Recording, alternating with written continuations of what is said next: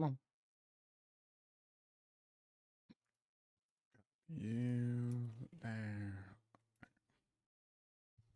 All right. Okay, so if you are just now tuning in, I am actually doing Belial farming for like the next hour. Hopefully not an hour, but probably an hour. I need to find a Shaco. I really need a Shaco for this build. So we're trying to essentially get that.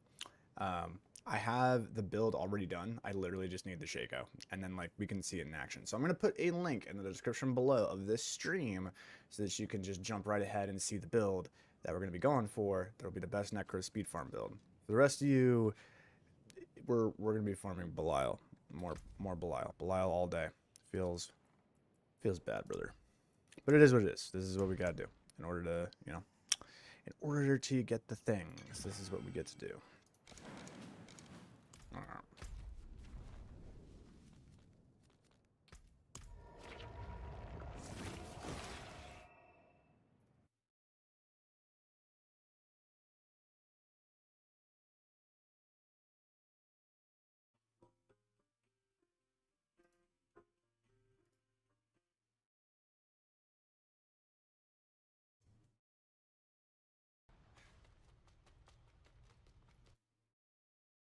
What's up? There we go.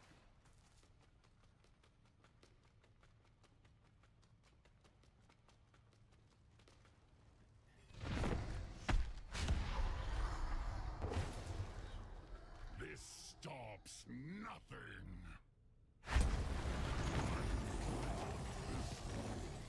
In darkness.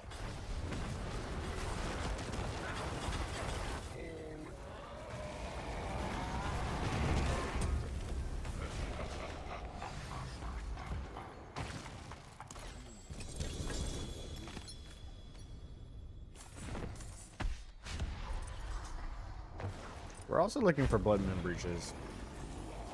Blood Moon Breaches would be great.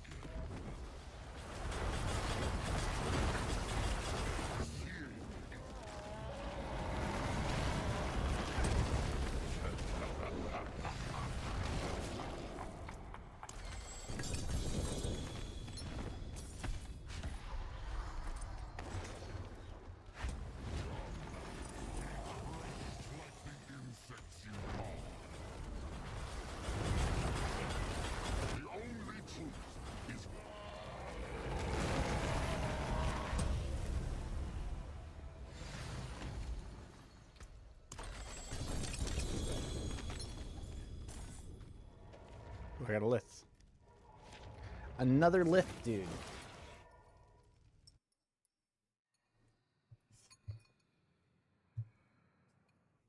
I like seeing that.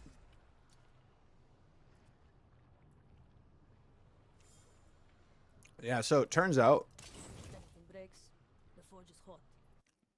Dumb question, but can Shadow crit now? Are you asking dots? Are you asking if dots can crit? I think that's your question. Because you're seeing me use an Ebon Piercer with dots, and you're seeing crits, and you're confused.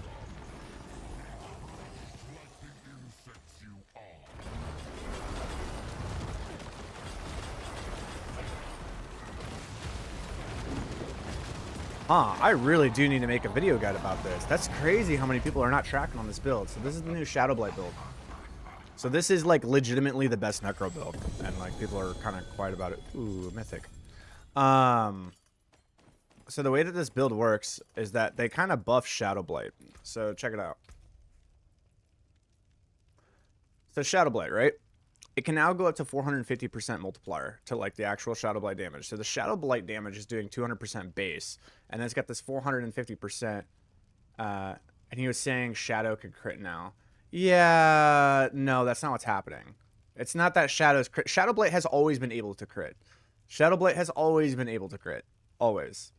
It's not that, oh, Shadow dot damage. And another thing is that, like, here's another point of it. If you actually go to our Paragon board, let me show you something real quick. Check this out. Let's go open up D4 Planner. And let me check this out. All right, so let's go to Necro. Let's go and pop this out. Go to this. Go here. Go to Wither. All right. Let's actually read Wither real quick. Okay. All right, your damage, that's what corrupting. Corrupting is just shadow damage over time. It's like burning damage, which is just fire damage over time. Okay, corrupting is just shadow damage over time, right? Your corrupting effects have a 5% chance to deal 50% bonus damage, and it gets increased for more intelligence you have. Explain to me the concept here. I have a 5% chance to deal 50% bonus damage. You could also just reword that to say, I have 5% crit hit chance to deal 50% crit hit damage bonus, right? So, since the inception of Necromancer, dots, literally dots, have always been able to crit with the Wither passive in the actual Paragon board. Always. They've always been able to do that. But this is Shadow Blight. So Shadow Blight is a passive that we have that every 8 times we deal damage, right? So for every 8 times we deal damage, Shadow Blight's going to come down and deal damage, right? And it's scaled up to 70% of our shadow damage, and we can get it to 450%, which is what we have it at. The other two things that we have in this build are going to be Decay. Each time Shadow Blight key passive deals damage, the next Shadow Blight damage within 10 seconds is going to be increased by 50%, stacking up to 5 times. So this is another 250% multiplier. But here's the real kicker, which is this one. Ooh, I actually need to switch them. But we actually swap these when we're doing high. This is good for bosses. But this one, your consecutive hits with Shadow Blight deal 34.5%. When you put it on a weapon, it's 70%. When you put it on a ring, it's 35%. But it's increased damage for each hit, resetting after the first 6 seconds. So how many instances of damage can we get in 6 seconds? Well, the thing is that my friend and I actually did the math on this. Here you go. We can get a total of 468 damage instances within that 6 seconds. And if you take that number and you divide it by 8, you can get it to proc 58 times. And that's just Shadow Blight. That's just holding down Blight. But if you actually have your Soul Rift going with corpse explosions and stuff, it gets a little bit more than this. You can probably get it up to 540-ish, right? You divide this by 8, you're able to get off to 60 to 75 damage instances. And it's okay, so what does that do to the actual multiplier of Decay? Oh, okay, my Shadow Blight now deals 4,700% increased damage. It gets a little wild.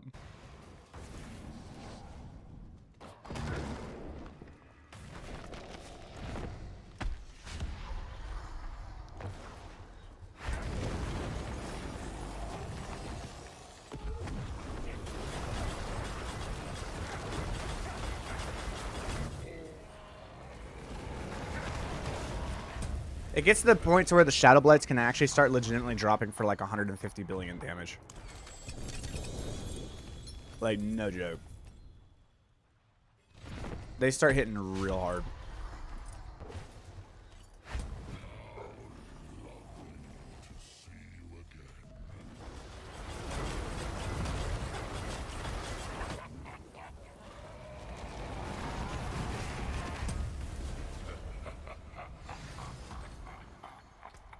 Not a problem, brother.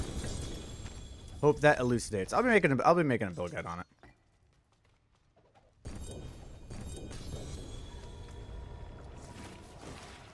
Ooh. I saw the crit, but I think it was only 34%. If I saw that number right. Ah, that makes me sad. So, okay, we're looking for Blood Moon Breaches that have a GA and critical strike chance, but it also needs to be above 45%. I'll deal with it if it's above 45%. Doesn't need to be 50. But it's still very hard to do considering the range is between 20 and 50%. It's a pretty hard drop to obtain, I would say. Not exactly easy.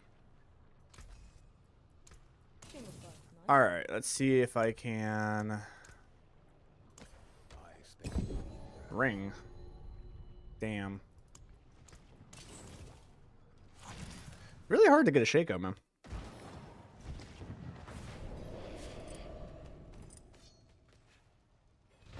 Surprisingly difficult.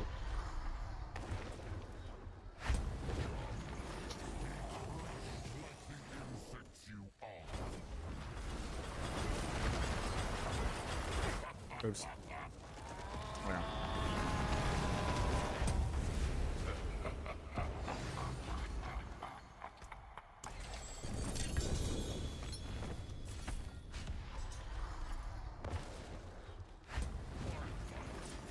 But we're also getting a bunch of runes, so.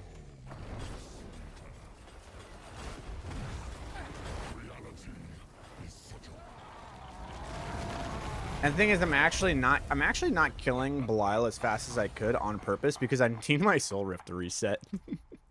So like, okay, so unironically, I'm actually slowing down how fast I can actually kill Belial so that I can get more blights to actually be cast on him. And by getting more blights to cast on him with 74% lucky hit chance with my Decrepify, I can actually lower the thing of Soul Rift. Because if I just kill him as fast as possible, watch, I'll show you. I'll show you. If I kill him as just as fast as humanly possible here, watch my Soul Rift.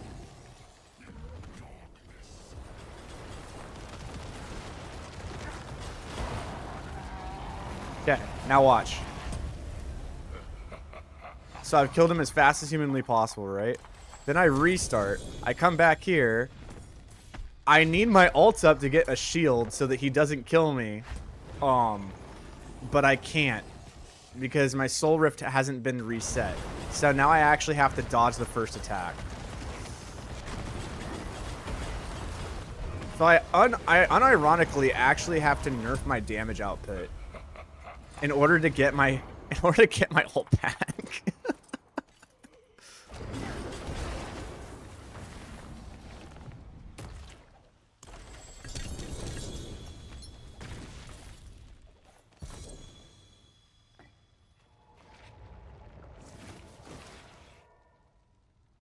What makes me sad is I actually like I'll get the guide out for Shadow Blight and I'll get the guide out for the speed build that I'm doing, but if they actually legitimately do not fix the Hydra sort bug within like the next 3 days, like they said that there's a patch coming out on Wednesday. If they do not actually fix that bug on Wednesday, I will legitimately just not be playing Diablo for a very long time until the expansion comes out, probably.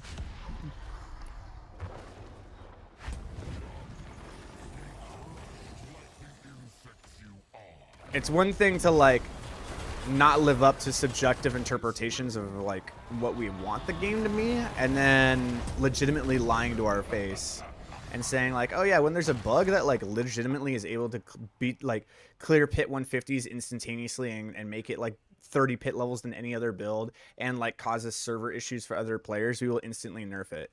And it's like, okay, well, we have this build that's actually breaking the 64-bit ledger and is causing negative integer damage, which means that it will literally one-shot everything in the game regardless of how much health you give it. And then on top of that, it's also dealing so many damage instances per the proc ticks that it's actually causing everybody in the game to have 20 milliseconds more of ping. So I would say that this absolutely justifies as a build that should probably get nerfed.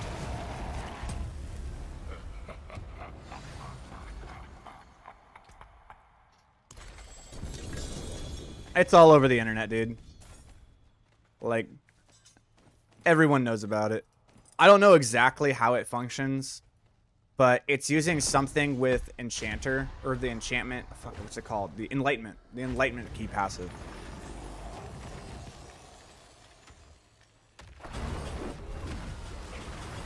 No, the Hydra Wizard is strong. Like the standard Hydra Wizard that should be the Hydra Wizard without the bug is still a very strong build. Probably the second or third strongest build in the game, right?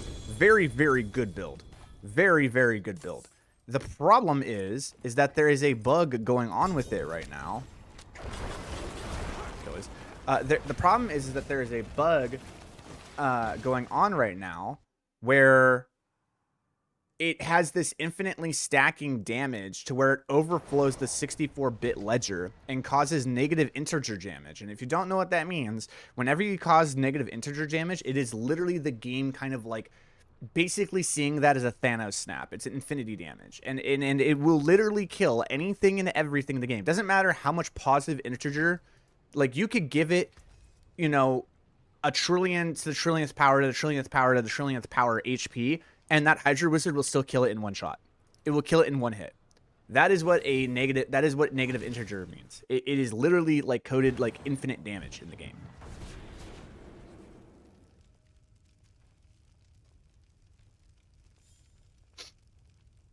So when you have a build like that is out, even if it's only out for like 3 days, it can legitimately demolish the entire economy and pretty much like demolish 3 to 4 weeks worth of like seasonal work for a lot of players, because you have literally just completely trivialized every single aspect of the game to get one shot by everybody.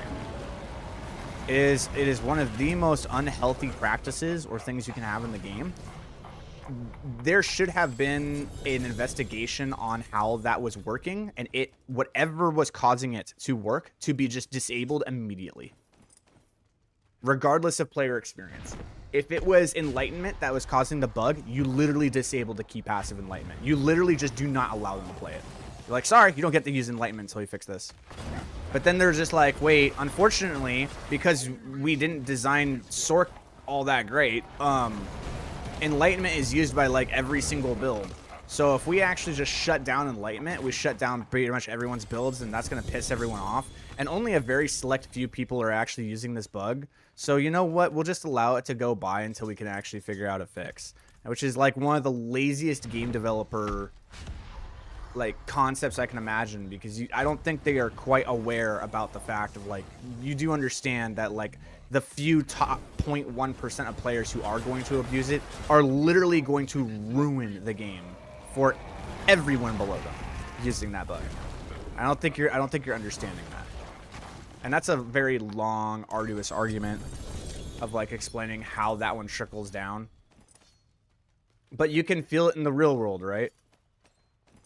You can feel it in the real world, right? If someone in the real world, at like any capitalistic like billionaire adventure, just gets to do something where they get to cheat and just print money for free and get to do whatever they want, it's not directly affecting you, right? But like, what does that do to how you live your life? You can already see the disaster that can happen to just like a regular Joe who's like going to go work his 9 to 5 getting affected by something that happens like that. And that is exactly what happens in video games. The only difference is that it's a video game, so why should we give a shit? I don't know. I have different opinions on that. So for me, it's a case of, you gave us your word that if something like this was going to break the game and be busted, you would be disabling it and immediately nerfing it as soon as possible. Well, the bug has been known now for 4 days. And there's still not even a fucking forum post that's even acknowledging the fact that this shit exists. Like, they haven't even come out and been like, hey, we noticed that this thing exists. Nothing, dude. They haven't said jack shit. So if they don't do anything within the next few days, like, fuck this, dude. I'm out. I'm gonna go play Path of Exile and maybe try Last Epoch, but like, I'm done, dude. Like, I'm not gonna sit here. Like, it's one thing to just not meet my expectations with how the game should be played. It's another to completely lie to the community's face. Sorry, I don't think I understand. The game has no trade, right? How will this affect others? Actually, the game absolutely has trade, and those who are the top percentage players absolutely abuse the shit out of trade. How do you think I have fucking 400 Betrayer's Husk, bro? You think I farmed that myself? In order to get a stack of Belial Husk requires 29 hours of farming. Or I could just pay 500 million gold and get a stack. Like, yeah, no, this game absolutely thrives off of trading, by the way. Very much so.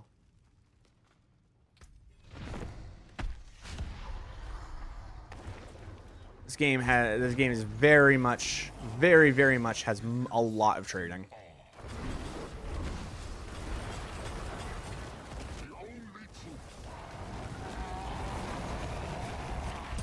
The other thing is that, like, that build, what's causing that overflow, does not require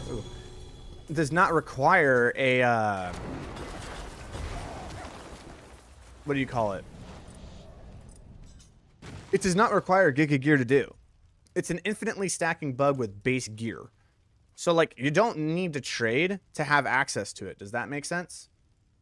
Like, imagine like Necro just having base. I don't need mythics. I don't need mythics. There's no mythics that's involved with the bug. It's just a base thing in the game. Just a base bug in the game. that you can just utilize, and because you can utilize it without having any mythics, without having any greater affix gear, without reaching any breakpoints, any of that shit, you can literally just infinitely stack your damage, and you can walk into a pit 150 with 750 level gear and just one-shot everything. That's the problem.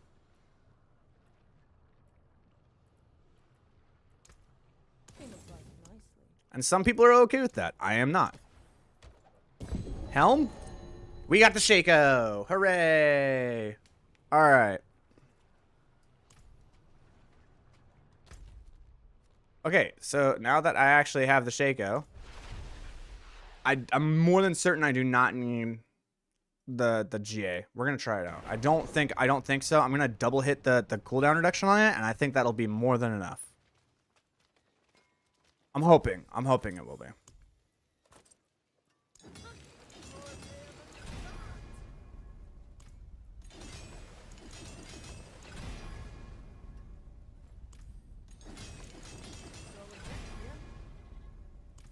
Well, when you're very efficient,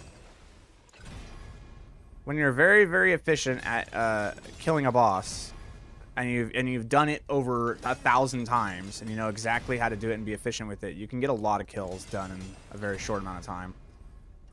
Darn. So we're trying to double hit the cooldown reduction. I just need to double hit the cooldown reduction.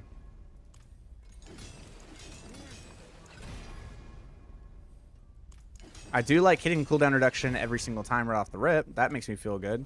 But I do not like the fact that I'm just not able to hit the cooldown reduction after that.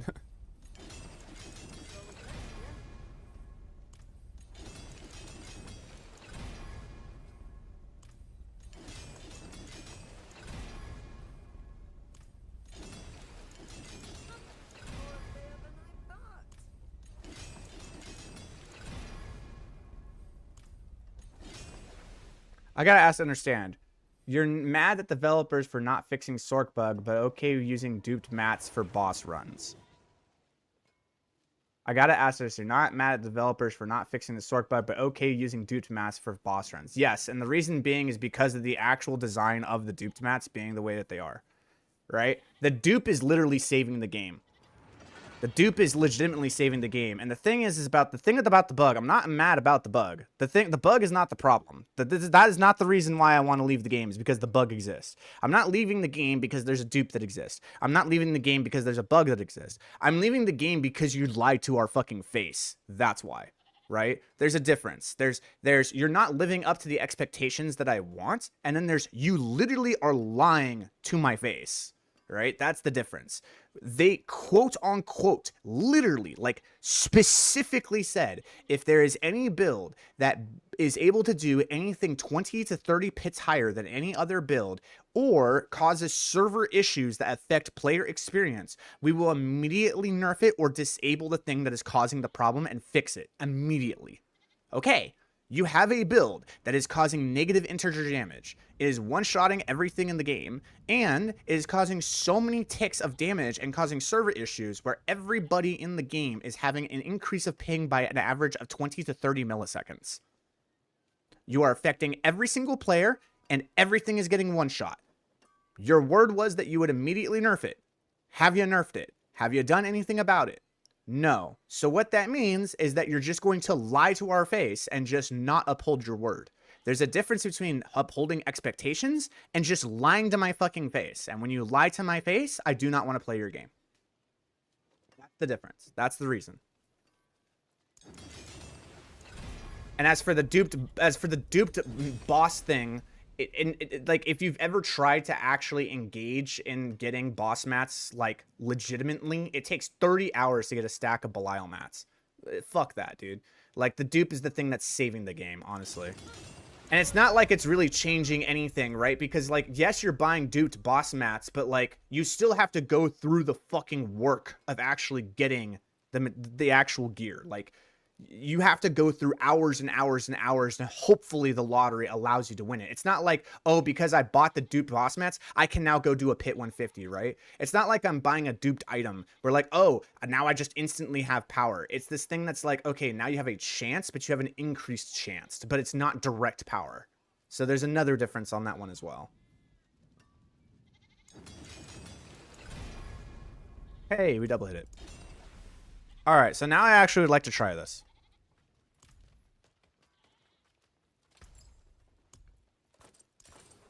What color and brilliance. Okay, so we have the Shaco. Now what we can do is we can go ahead and let's overwrite this. Equip this one. Okay. Now we're going to have to change some things here. That's good. That is not good. We're going to need Great Feast. And then the last one we are going to need is Damned? No, because Damned is up there. Oh, it's Vehement. That's the one I wanted to run. I also wanted to try out Ring of Starless Skies, but we'll just do Vehement for right now.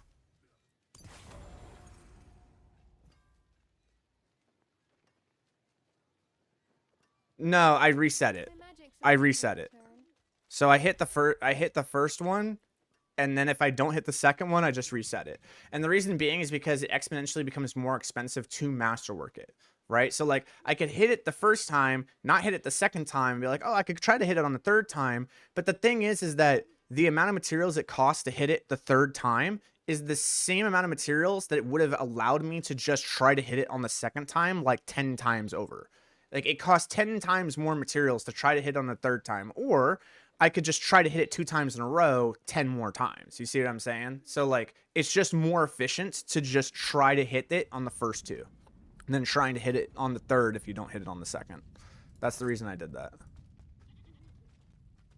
Now we are going to get a little bit of a damage nerf here because of the fact that we're not running Arrow Perdition. So I'm curious to see how the build holds up, but I should have a lot more cooldown reduction. Like a lot more cooldown reduction. Okay. What's my CDR now? Okay, 44%.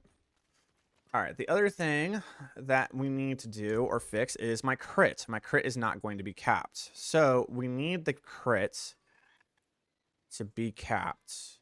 Okay, it's this one. So we're going to run the one that gives us the crit. Okay, but I need 2 or more Arcana of Power in order to pull this off. Power, denial, power. Okay, we're good. All right, so we have powers. We're good. All right, so because of that, that increases our crit to 73.4%, which is still not capped, which means I may actually have to switch the gloves.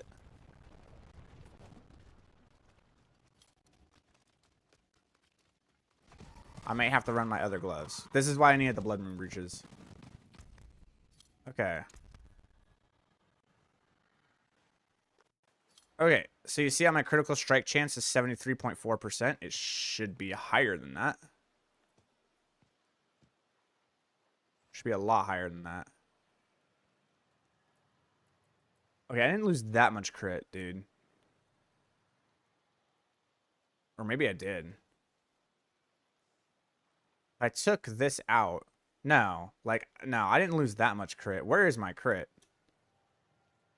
Where did my fucking crit go? I have Arcana of Power, right? Arcana Power, Arcana Power. Well, 2 Arcana Powers are equipped. Weird. Why is my... No. Why is my crit the same when I'm in town versus when I'm out of town?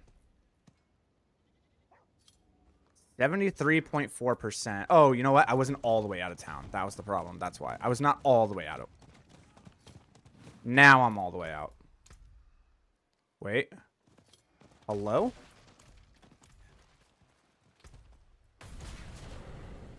There we go. 89.4%. There we go. There we go.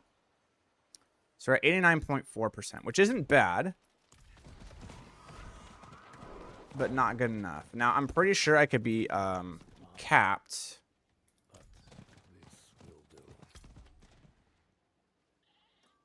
There's nothing I do unless I want to actually hit the crits there, or I just had a better Blood Moon breeches, but I might be able to wear these gloves that I have for my other build, being these ones. The problem is that they have corpse tendril size. This one does not have curse size. This is my soul rift duration size. This is a different pair of boots. This is the problem. It's the tempers. Tempers are the problem. Or are they? This is a totally different one. Okay, so the Soul Rift duration I don't think is necessary anymore because of the fact that I have the cooldown reduction. So Soul Rift duration is no longer an issue because of the fact that I just have the Harlequin, which should actually fix literally all of my issues.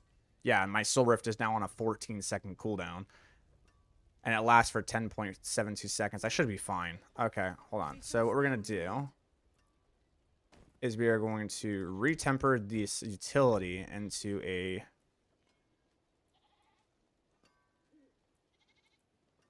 it would be a curse size so that I could wear these. Just to be crit cap for the time being, just to see how it feels. But technically I would want the Soul Rift duration. This sucks. Because this is how I crit cap. And the only other way I could crit cap is to have a better pair of Blood Moon breaches. Which I will eventually get. There you go. Yes, I'm crit capped now. I'm good. So I'm crit capped and I am attack speed capped. Okay, I'm both. But I just don't have maximum curse size. That sucks. Oh well. We'll temper. And try to hit the curse size. Alright, you know what? We got it. Cool. Alright, so.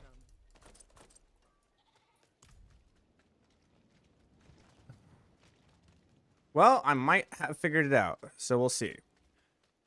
Alright, so now with this fat amount of cooldown reduction, have I gotten to the point to where...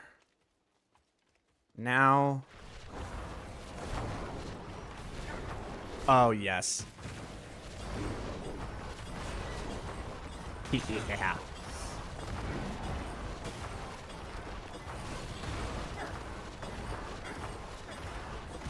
Sweet. Hey, it works.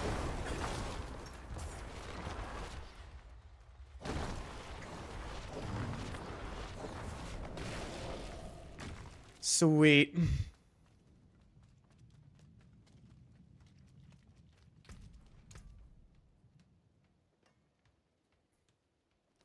And then my movement speed will be capped when I cast this. I get my barrier, I get my unstoppable, this happens. This will be good.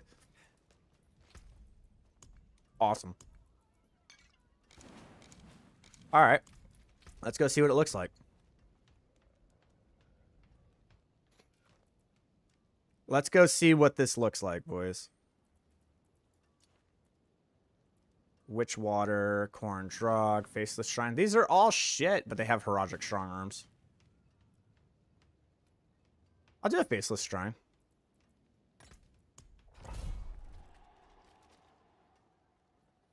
Oh, we're about to find out. This is my speed build, dude. This is my Necro speed build. Ugh.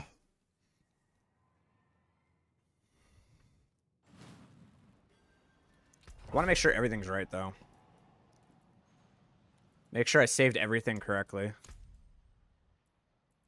Okay, we do have that. We do have that. Everything's correct. Okay, we're good. Yeah, no, this is right. This is right. All right. Let's see what the Flesh Eater uptime is. And then there's other things I want to do.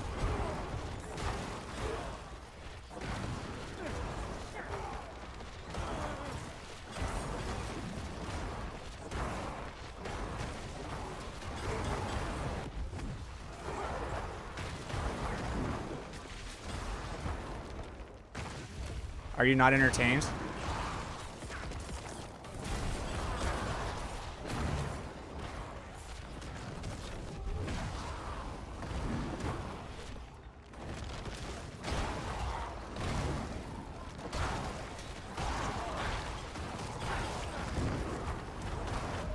Fresh meat.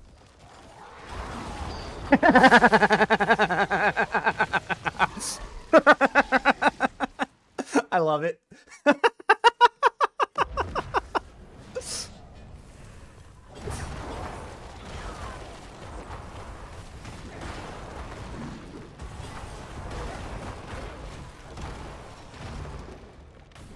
All right. Additional ambushes. Upgrade chains, and let's do this.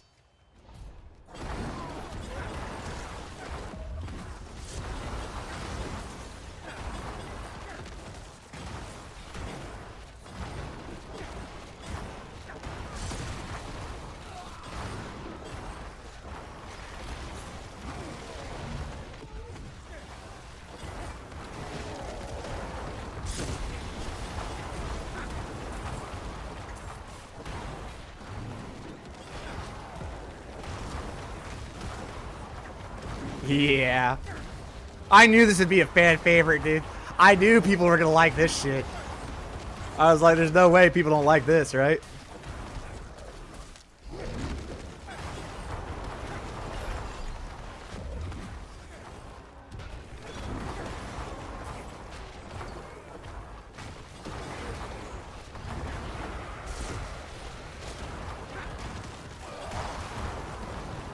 Look, I may not be the best at doing push builds, but if there's one thing I really enjoy and really good at making, it's speed builds.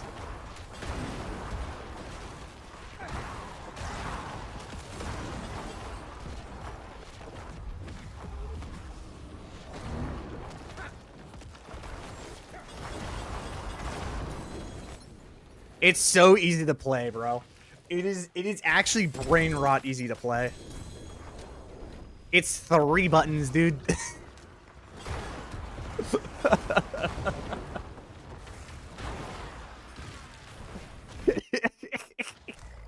I knew this. I knew people were gonna love this shit, dude. They're gonna be all over. We gotta see what this is in Infernal Hordes, dude. We gotta see what this does in an Infernal Hordes. Is what we need to do. Is there another? Oh no, you can't get too strong in this one.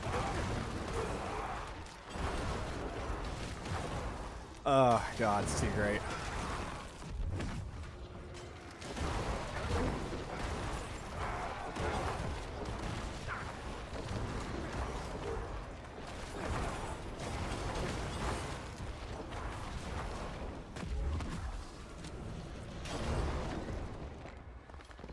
I might need to adjust the soul rift thing though, because like it's not quite keeping up the soul rift duration quite fast enough. I think I can switch the sem now, but we'll see. Yeah, see, you see how it's down for like 4 seconds? We're gonna have to put in some runes to help with the cooldown reduction on that.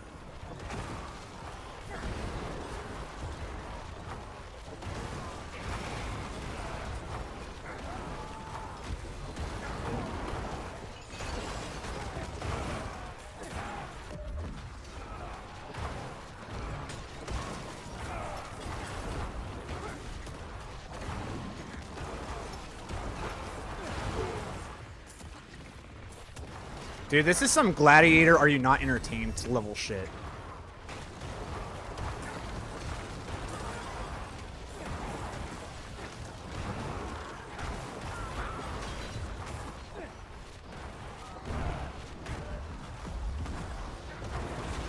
But I'm a Necro.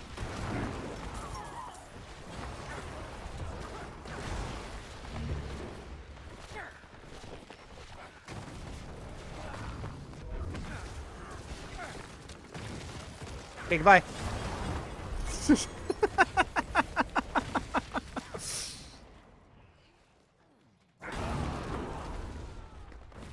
Oh, man, that's funny. I guess a build like this won't work great in Eternal. Yes, it will, actually. Because there's nothing that's really happening from the seasonal powers that's allowing us for this to happen. All the seasonal powers, like, look, this is what the only thing you don't have access to via the seasonal powers, I think, are the Heroic Gems, right? Okay, 20% more damage? Nah, it'll be fine, right? 6% more core stat? Okay, whatever. The 15% critical strike chance that we gain, if you just have a greater affix and critical strike chance on your Blood Moon Breaches, it fixes all those problems. You're done. Like, it's fixed, right? Like, if you just have a GA in your Blood Moon Breaches, no crit problems whatsoever. Okay, so now let's look at the actual Heroic Spellcraft. What are we getting here? Oh, I get increased movement speed.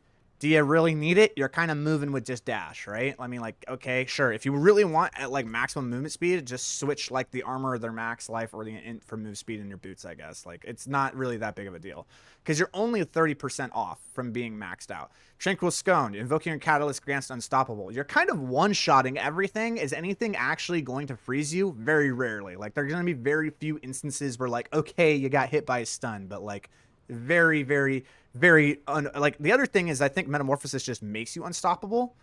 Yeah, it makes you unstoppable for 2.5 seconds. So like I guess I don't know. I don't think it's really needed. All right, and then the next one, it gives you a barrier. If I don't know if you saw, but I was one-shotting everything, so I didn't really need to stay alive. But it's a nice little thing. So all of these aren't needed. They're just little boosts. They're a little boost to help the build a little bit better, but it's not like woo. Right? It's not, there's nothing that's core that's happening mechanically with the season theme that's actually making the build function. You can run this on Eternal just fine.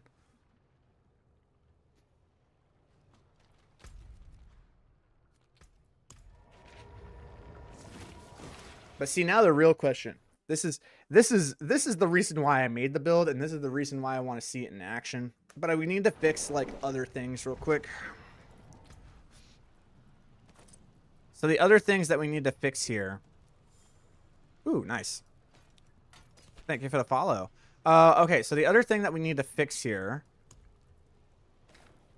is we need to fix the uptime of the actual...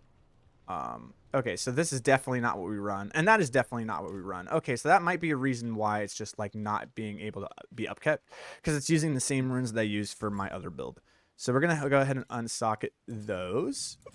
Okay, so now what we're going to do is we're going to go ahead and put this in here with all my other runes.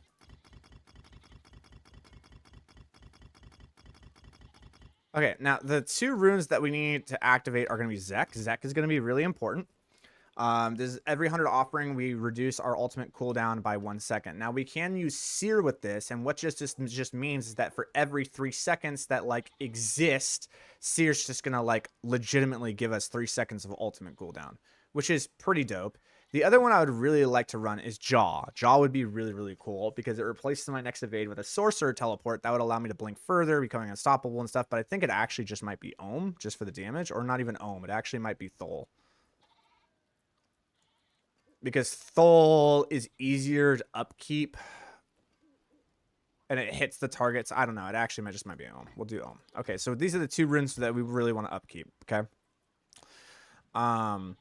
Now I know that Seer is just like one of the ones that's just like one of the best in the game. Like you cast 5 skills and it just like turns it online. Just like boom, you're done, right? Okay.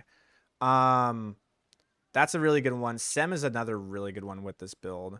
Sem and Zek go together really, really well. The problem is that Sem and Zek do not go well on this build when you're against bosses because you just want to hold the trigger down. And when you're just holding the trigger down, you're hoping that you're going to kill the thing in that time span before you have to start moving again, which isn't always going to happen, especially if you're facing something like Astroth or you're facing the guys at the end of the Infernal Hordes. So I kind of like Seer with this. That means that in order to do this, we have to run Send Ohm, which I'm not a fan of either because you want Ohm to be up when you're against the target. So casting Evade really, really fast is no longer going to be the thing that's actually working here. So what other things do we have that can allow us to do something here?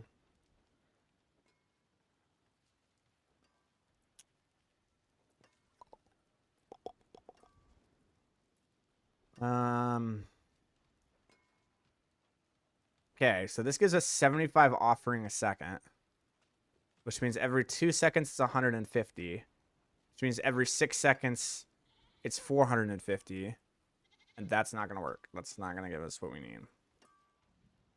Bach is the same thing. Ahu isn't going to work. Wow, there's literally nothing we have other than using Sem.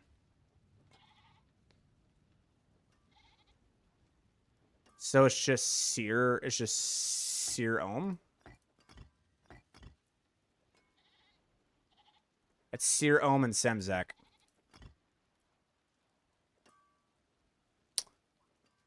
That would have to be what it is. I don't like that. I really don't. I just don't like Ohm. I don't think Ohm is necessary. I think Ohm is the only reason I would need Ohm is I'm against a hard target. And if I'm against a hard target, I would just use something like Thol. Because it's half the requirement.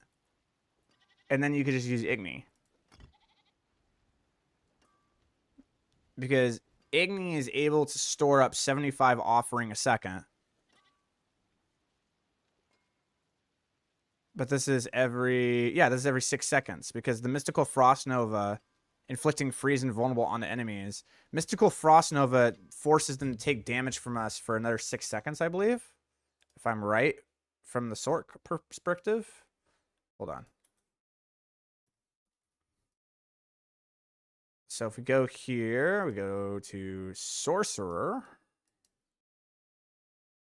For 4 seconds. Okay, so it has to upkeep Thol every 4 seconds. Increase to 8 seconds against bosses. That's actually super, super good against the bosses. Which is the targets that I need to have that damage against. Yeah, it's Igni Thol, and it's Searzek.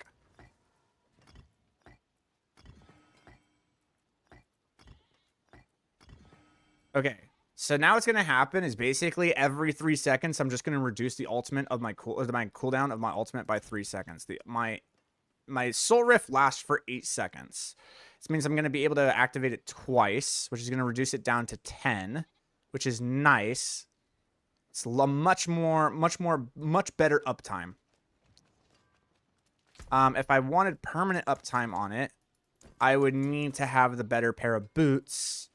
That instead of, or the better pair of gloves, or the better pair of Blood Moon breeches. We'd have to do some, like, I just need a better pair of one of these in order to hit the crit hit cap rate. With that, then I could reroll the temper into the curse size, which allows me to reroll this temper back into Soul Rift duration. And if I have Soul Rift duration, then we're good to go. I don't like these gloves for this build. I like the other gloves for the build, like these ones, because then I could have the Soul Rift duration. If I had the Soul Rift duration increased up to 10 seconds, then Zek would work. If I get the Soul Rift duration above 10 seconds, then I would have permanent uptime on Soul Rift. And that's how we would do it. The other thing that we could do is we could literally just have a better Harlequin.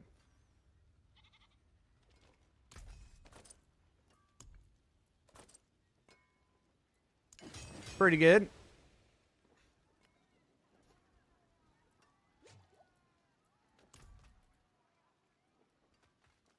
All right. Let's do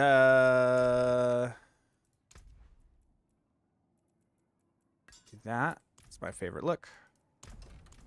Okay. Let's go do one more dungeon, I guess, just to kind of get the feel for it. I guess we'll do the draw. Do we want to do that? Or no, we'll do the Witch Tower. We'll do the Witch Water.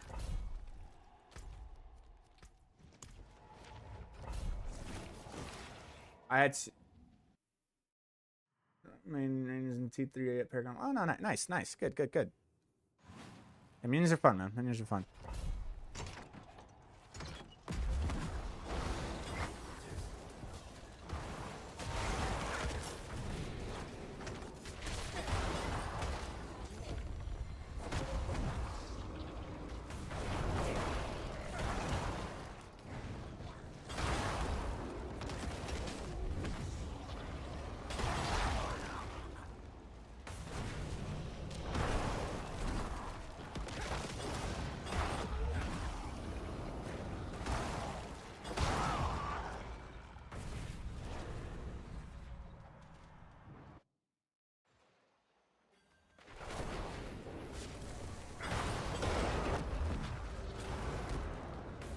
The other thing I would really like to do is, now that I actually have the,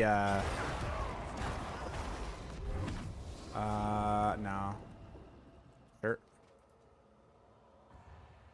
A little idle. No evades, that's not gonna happen. Okay, here we go.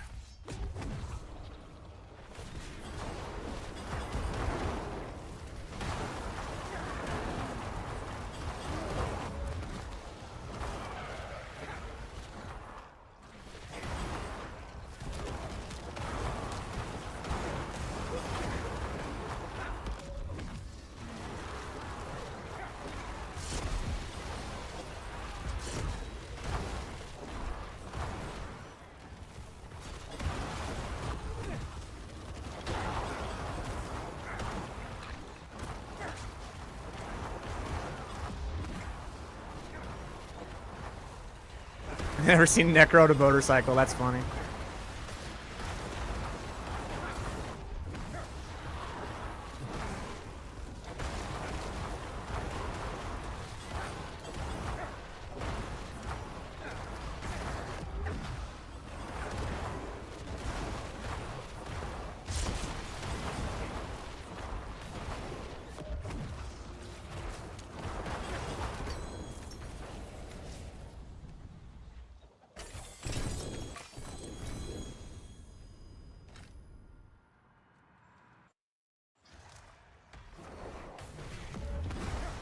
Yes, that's exactly what it is. I scaled the shit out of the affliction damage and made it enough to speed clear Torment 4.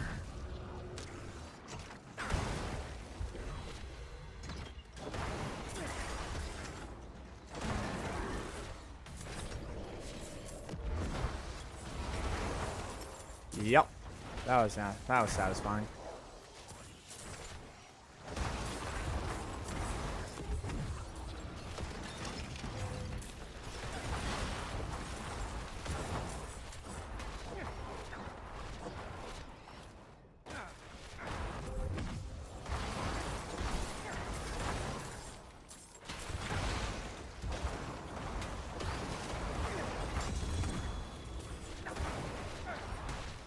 Thank you. Oh, can't do that.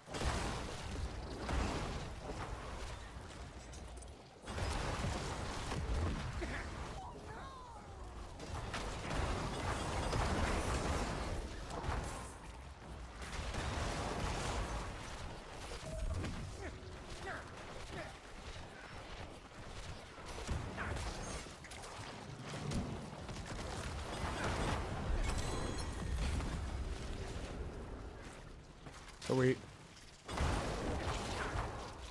109 done. There you go.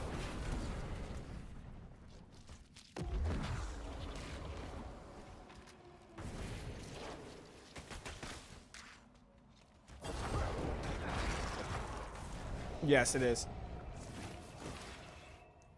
It is. Because the thing about Exonerable Reaper is that, like, it's a skill. It's a literal skill. So, like, because it's literally adding a cooldown to your skill. You know what I'm saying? Like, does that make sense? So, it's not an evade, right? And so when you have the boots that give you the reduced cooldown to your evade, right? You attack and then you're able to evade, it doesn't work.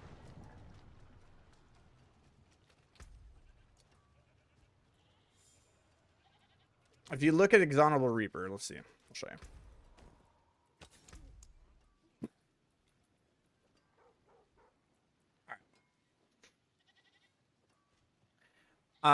That I don't know if that 3.5 second cooldown,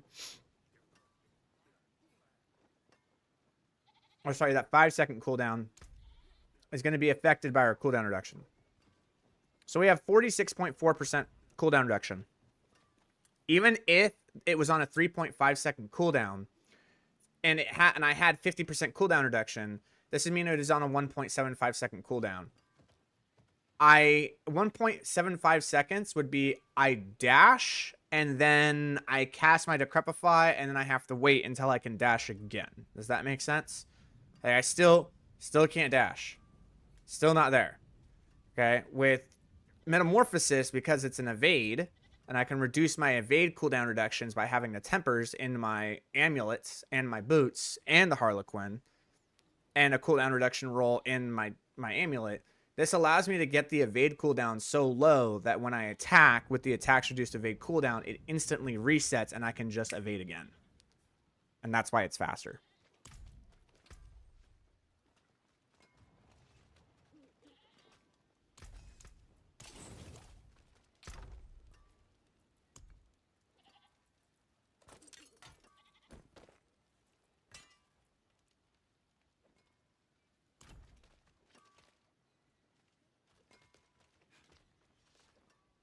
I just don't know if having jaw rune, but it would be more annoying to not have the consistent evading. Yeah.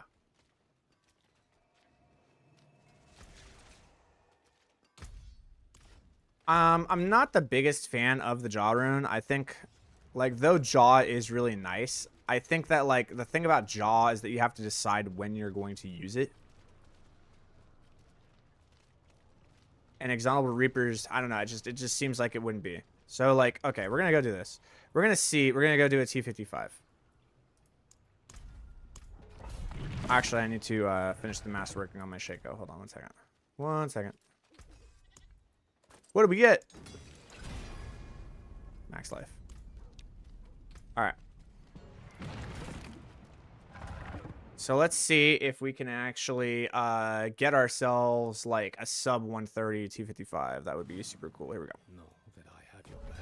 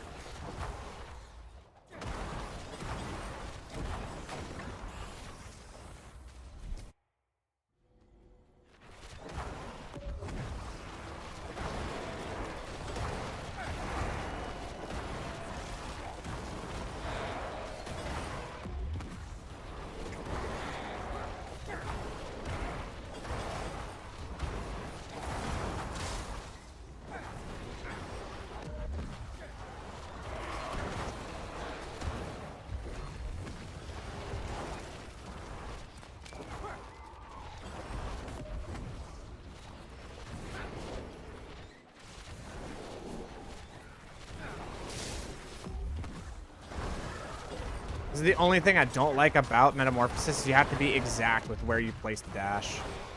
With the teleport, you don't need that.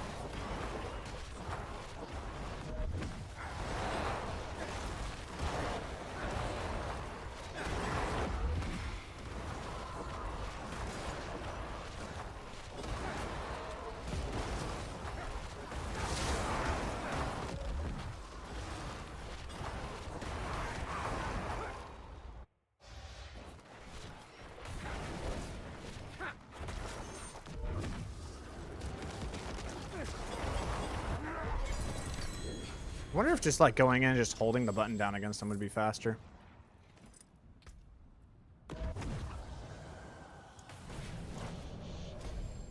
In Season 8 playing Barb, I had a similar flow with Leap and Jaw.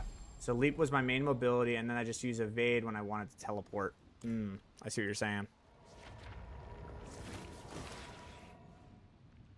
I could definitely try it. I'm not against trying it.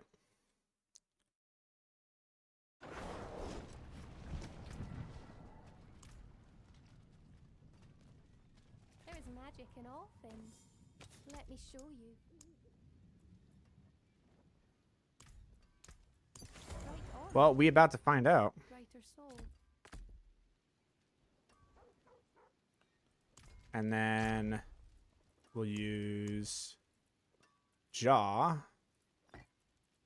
Where do we want to place this? Definitely would be over Ignuthol. Definitely be there.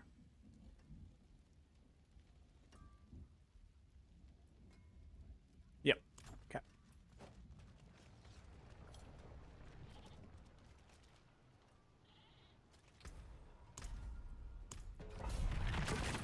I mean, the cooldown is 2.68 seconds, so, you know, like, if we get a better Exaltable Reapers, maybe. I don't know. We're going to try it.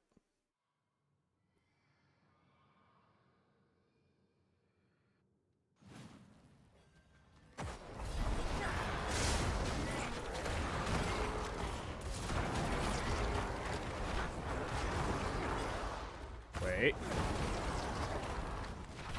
Why am I able to switch between them?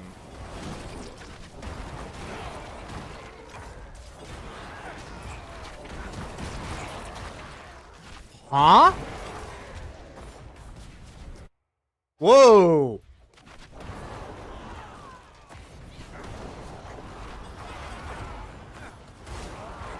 Look at the distance I can cover.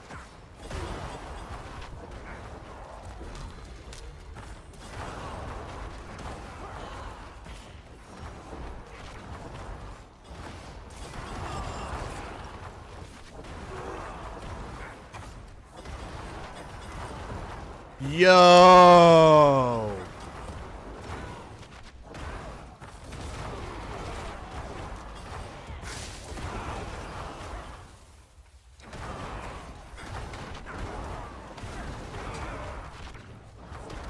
I kind of just got there in a minute.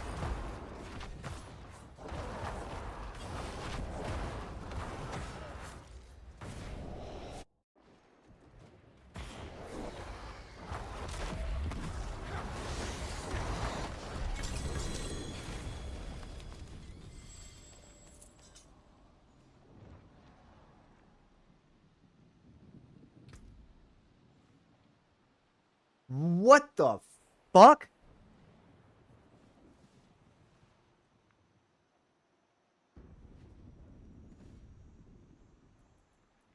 Have I been lied to this whole time?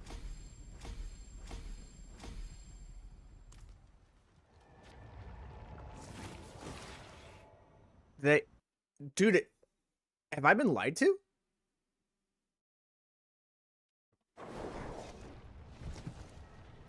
Dude, what the fuck is that movement speed?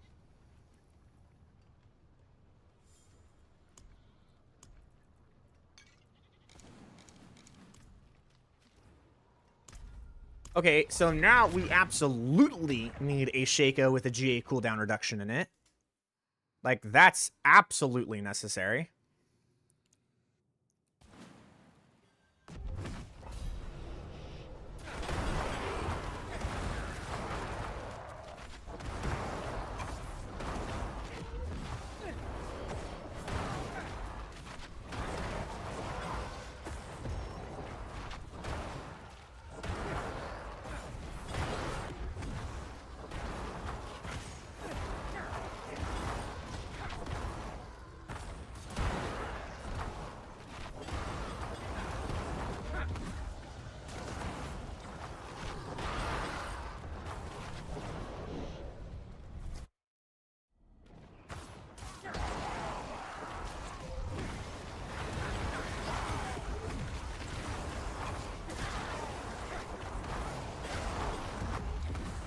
What the fuck?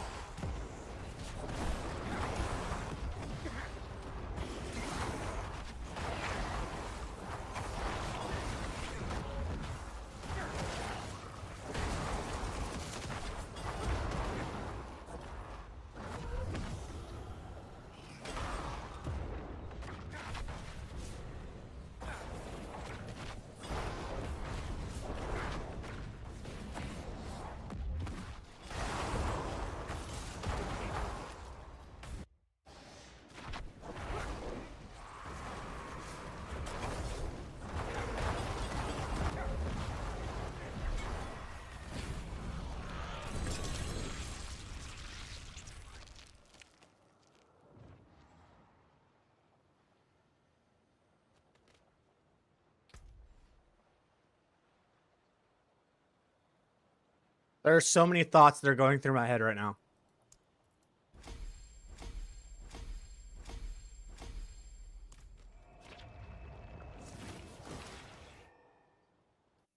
If I...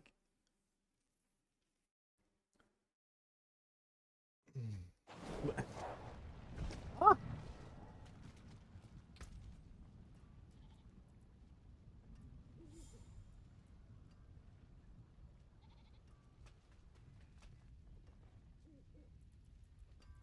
Okay, so now I need to know another thing. Okay, hold on. Temper. Mobility. Does that mean that mobility cooldown reduction, because this is now labeled as mobility, will get affected by this?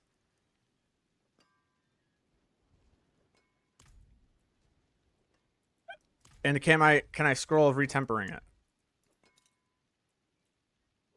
I cannot. So this thing's stuck. But I could on this. I know I can't on this.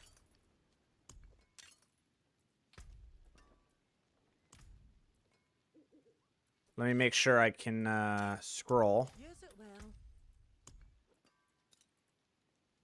I cannot. Huh. Well, the evade cooldown reduction is literally doing nothing for me at this point. And the attacks reduce evade cooldown reduction do absolutely nothing for me. So that means the boots I need no longer need to have that.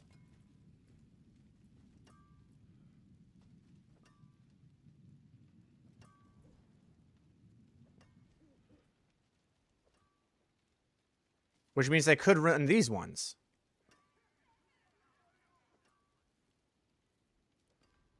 I don't need the evade cooldown reduction on them. I forge more than I don't know if I can horses scroll and retempering these labor ones, time. though. How am I not able to use a scroll of retempering on any of my gear? Like, what the hell? Like, I know I can for sure on these, right? Okay, it's just not lighting up. I don't know what the issue is. Okay, I definitely do not need evade cooldown reduction on these. Like, for sure, do not need it.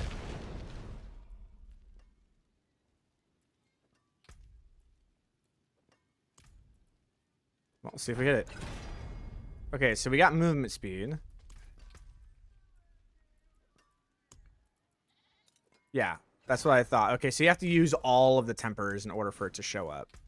Interesting. Don't know why that is. Okay, look at the... Okay, we're at 2.68 seconds.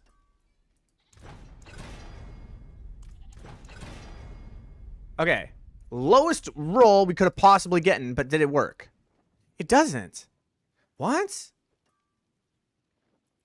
Wait. I don't have it equipped. Hold on. I need to put Exonable Reaper on this.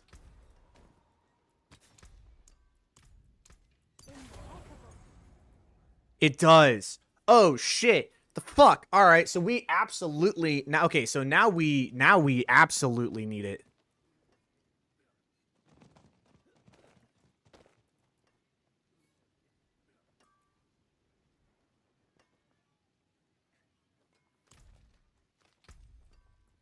Oh boy.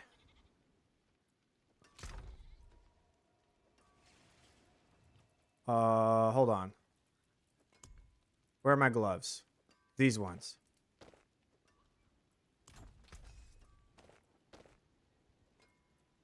Temper. Utility.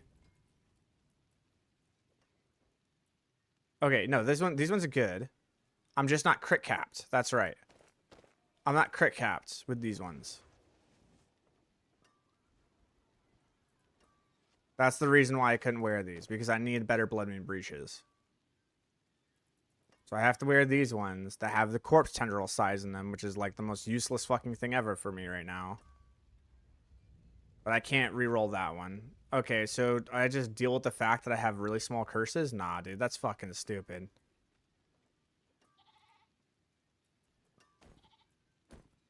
I think we actually just go for the temper on this.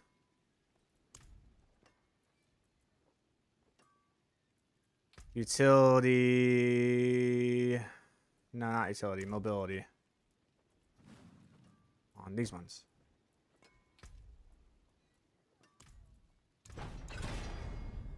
Okay, so I got like another max roll, so it's not the worst thing. But now I didn't... Now I don't have a scroll of retempering. Okay, that's not a big deal. I'm actually just gonna go and just get those real quick. I'll just go get one real fast.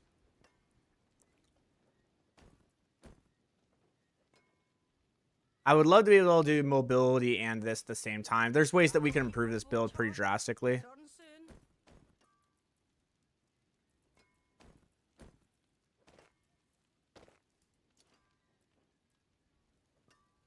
But the first step that we need is we need better Blood Moon breaches. That would be the first thing that we need. And we definitely need that. So what runes do I need to make that? Rune carving, mythics, harlequin, eom, lock, and tawns. Okay.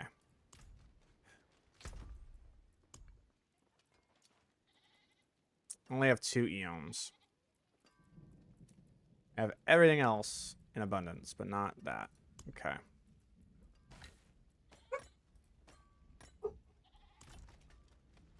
This is gonna be really, really crazy. Do I just need a better pair of boots? Yeah, I need a better pair of boots to have the G8 int. Hello, hello, well, hello, shining beauty.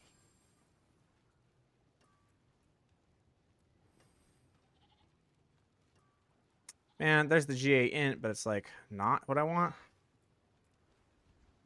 Ugh. Poopy boots.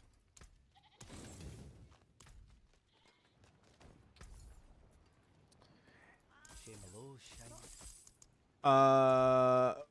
Yeah, I was thinking about using a catalyst with some fucking teleporty thing, like the fucking floaty bobble, right?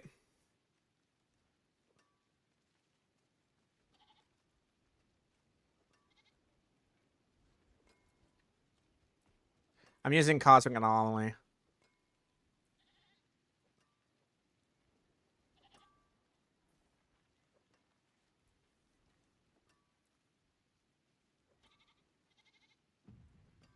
You could try making Sever your catalyst.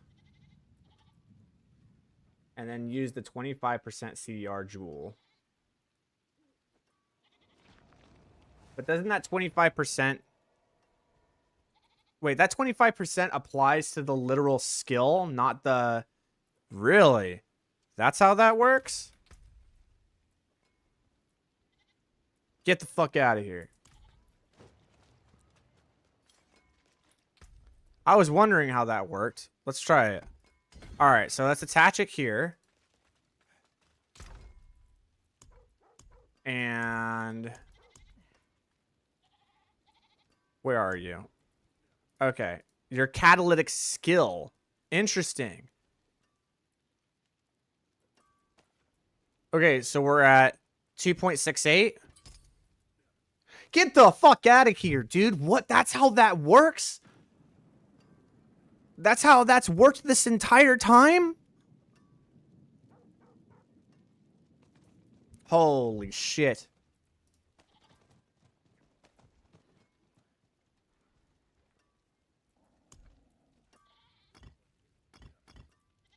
Dude, I'm learning all sorts of stuff.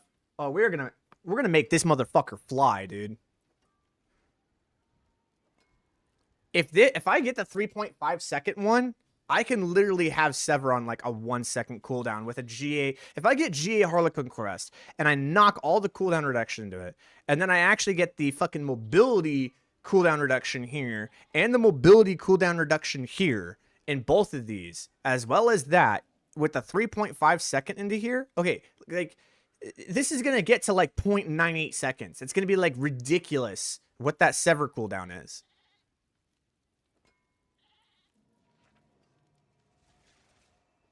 Is going to be wild. And then somehow, some way, I don't understand, but Igni is like actually fucking, dude.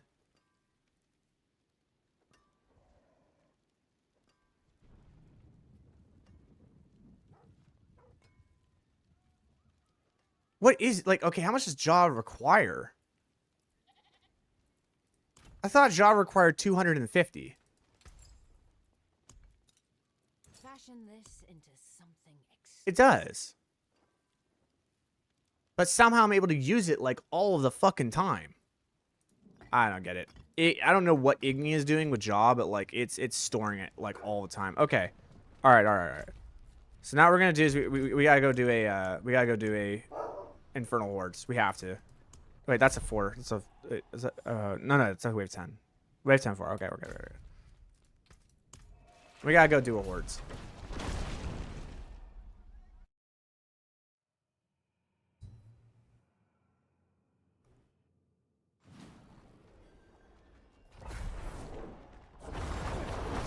Huh. Kind of buggy.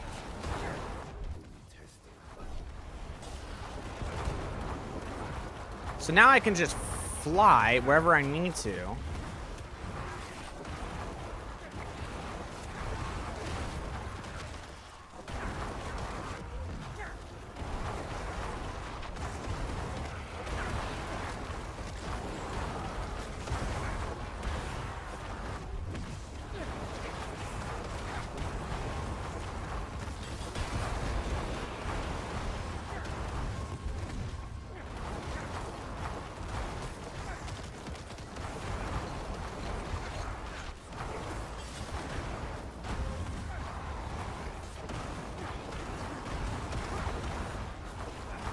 Yo.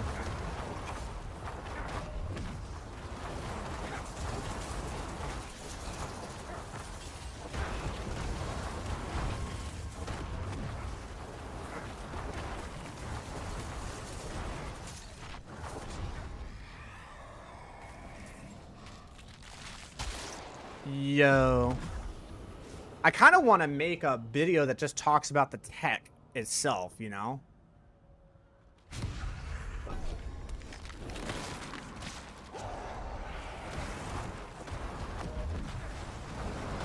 Because you can use this on all sorts of builds.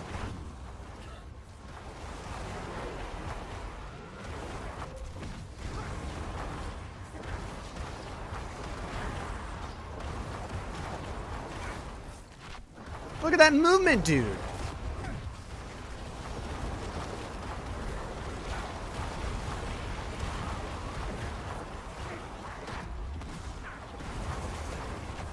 Look at that. Like, what?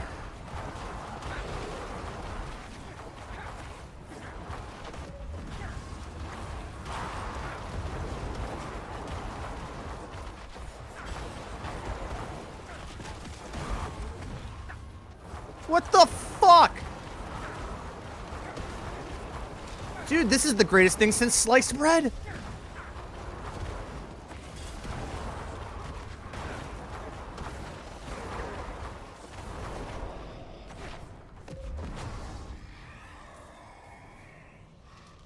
I'm a necro, but I identify as a sword. Dude, that is going to be the thumbnail of the video, dude. I'm a necro, but I identify as a sword, dude.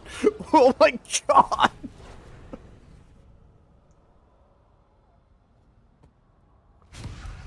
This is insane.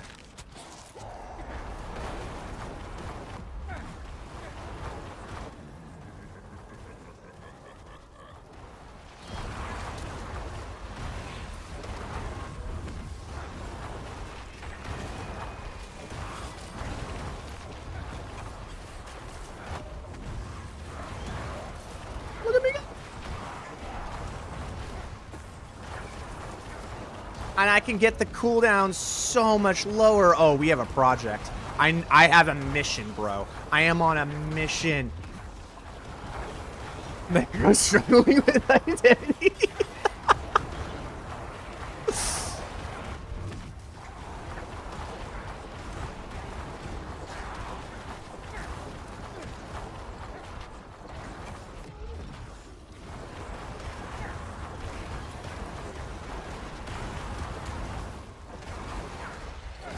This actually might make sub 1 minute a T55 possible. I might actually be able to pull it off.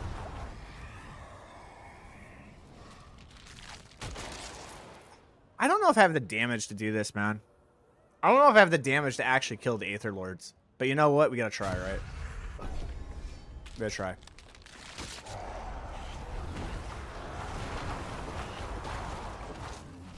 Necro versus horse?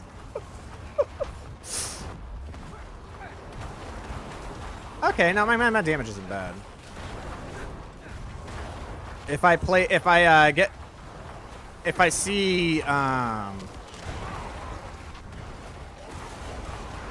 see a mass, I can just keep my flesh eater up, and we'll be fine. Flesh eater, a flesh eater plus a okay, so here we go. So we're gonna have flesh eater that. Yeah, that's fine. I can deal with that. That's workable, all right?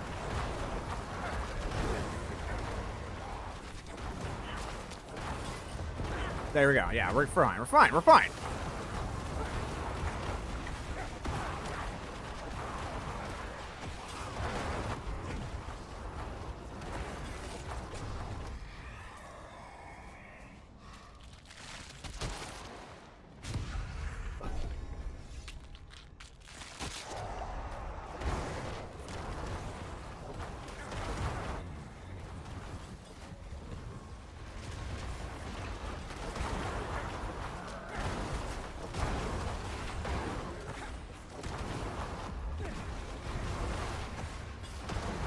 Yo, like, okay, look, guys. The mobility is a little out of this world.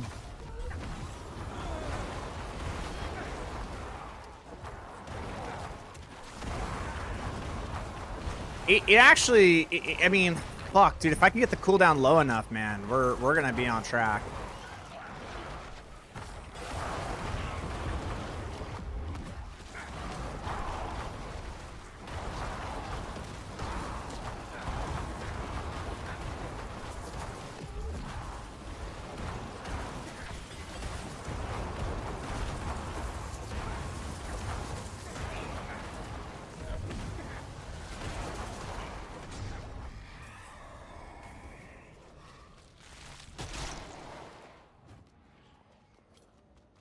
The Burning Hellborn, huh?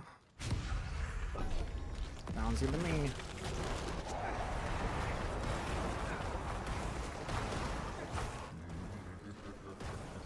Oh, now I know why Igni is so good, dude, because it stores extra offering. So if I'm ever in combat for long enough and I just use Sever, and I'm like, oh, let me use Sever again. Now what happens is because I have all of this extra offering stored up, check this out, teleport. Oh, I thought I could do another teleport. It says it stores up to 500. I don't know. Maybe I was wrong. I think that the fact that it can overflow and just keep charging is what's allowing it to be kind of ridiculous.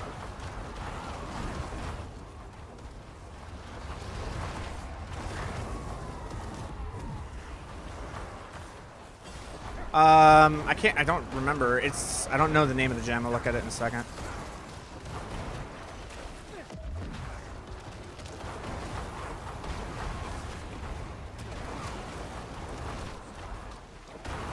The only issue I have here is I have no idea how much Aether I have.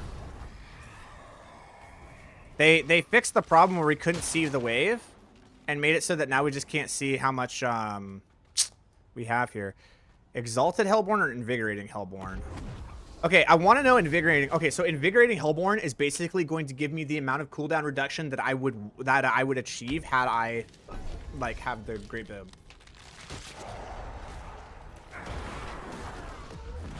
So like Igni Jaw just like unironically became the best combo.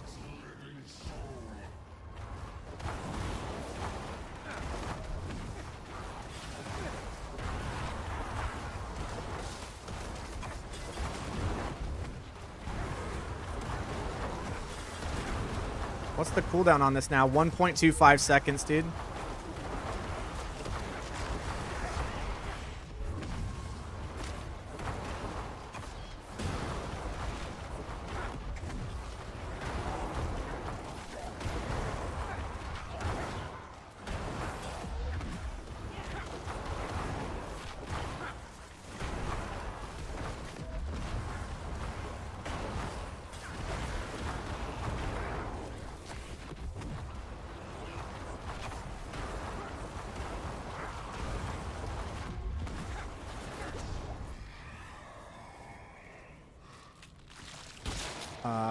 We're on way. Yeah, it's Exalted Elite. It's Exalted Elite. Yes, I do. I did it yesterday. I tested it. I do have the damage, yes.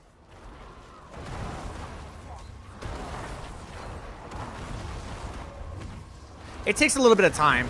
And by time, I mean like 15 seconds. But like, yeah, it does kill him.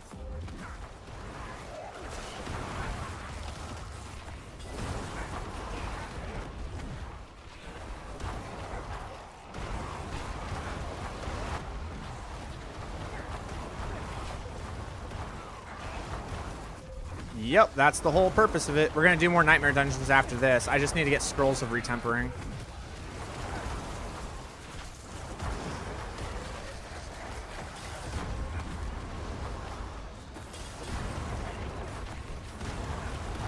Yeah, baby. Whew.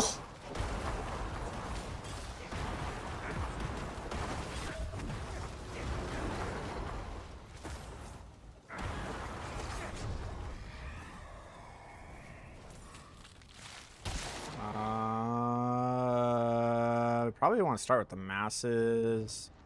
Yeah, I'm actually going to start with the masses. It's going to kickstart the run. It's going to kickstart the run really fast.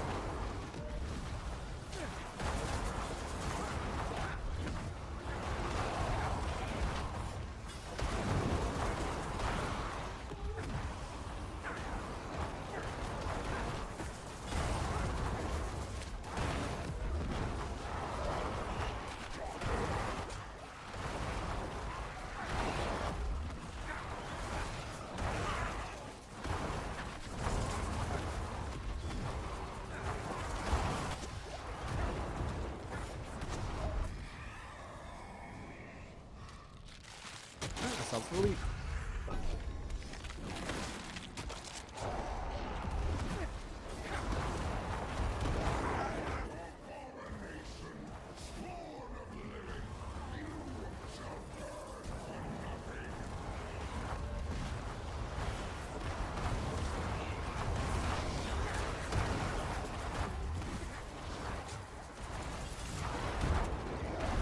The cool part of having my catalytic skill on Sever as well is that against bosses, I can really control the damage output. So if I go against a guy here, I'll show you what I mean, right? Because I'm storing up the anomalies. And the anomalies actually deal ridiculous damage.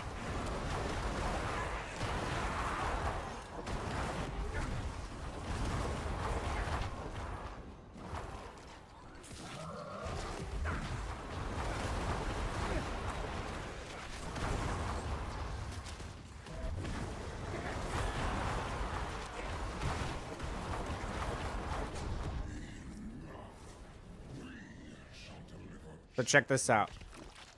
Like, we can do a big amount of burst damage. So the way we're going to do this is we're going to cause the affliction to happen. So we curse all of them, right? We try to group them up. And we can do just like our normal rotation. And as we do our normal rotation, I can do this. Oh! Oh, that feels so good, dude. And boom. Fuck yeah, dude. Oh my fucking yes. The build has everything. It has single target damage. It has AoE damage. It has mobility. It has fucking everything. Dude, that Sever fix fixed everything. That Exonable Reaper fucking suggestion fixed fucking everything. Holy crap. Oh, and Wraith, I haven't updated this. We're like, it's currently being in the made. Like, we are currently making this build. It fixes everything, dude.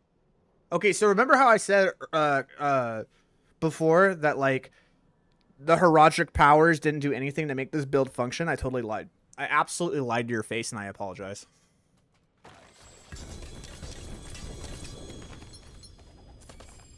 There's my Scrolls of Restoration.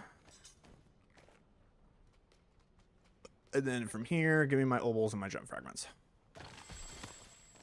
Even though I have no idea how much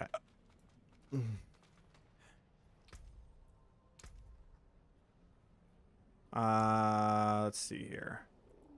6,000 Obdicite? That's how much I just made? That was a pretty good run.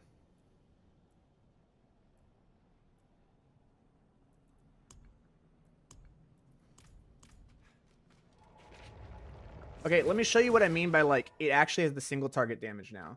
Because if you're able to get all of your stuff stacked against a single target with these anomalies, you can hit the target really, really, really, really, really hard with these anomalies. And I'll show you just, like, how hard. I mean, like, it's not going to be... I don't know if I'm going to be able to one-shot him, but, like, I'll show you what I mean. So what you can do... Let's go to Belial. So these anomalies stack up once every 5 seconds, right? And when you're going against a boss, you're probably going to be able to stack up like 3 of them after you complete, and you're like walking in, you're walking up to the boss, right?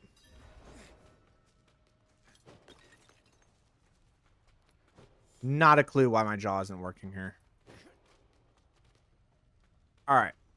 So we're against boss. So the way that this works, this is how we're going to want to do it, right? We're just going to go through our rotation of just like curse, curse, curse, curse, curse. And the thing about the curse is that we have a thing here called frailty, right? It's going to increase the damage they are cursed up to 40%. So that's for every second. So we're going to sit here and wait for the target to become cursed for that time. And then what we're going to do is we're going to blow up all of our corpses. That's going to give us another 40% damage multiplier plus the 12% damage multiplier from frailty of death, getting all of these, just every single thing we can do. And then we're going to press sever, and hopefully these anomalies, they just actually hit really hard. Here we go. We're going to try it. What is reality?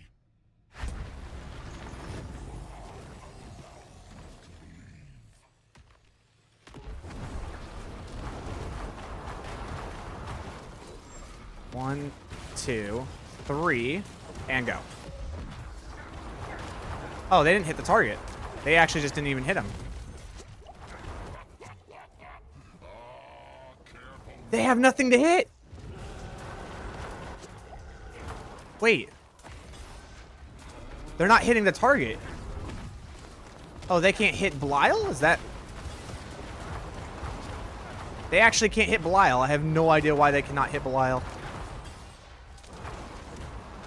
That's weird. Huh. Well, they definitely work against Astaroth. I'll just continue. I'll just kill this guy.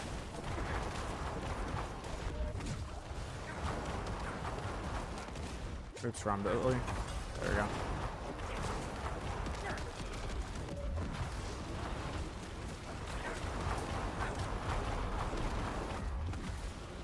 Wait, there we go.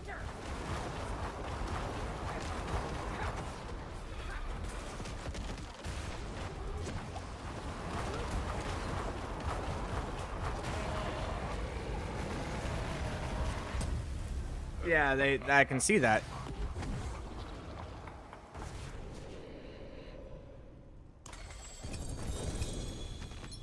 This is definitely not the build I would use against him. I would definitely use my Shadow Blight build because it just instantly kills him.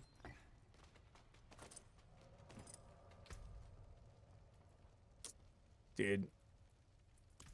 Those Blood Moon Breaches are really hard to get, man. It's pretty wild.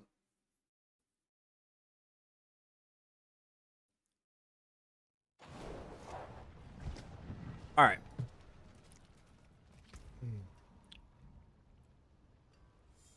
So let's do this. Now that I know how my damage is working.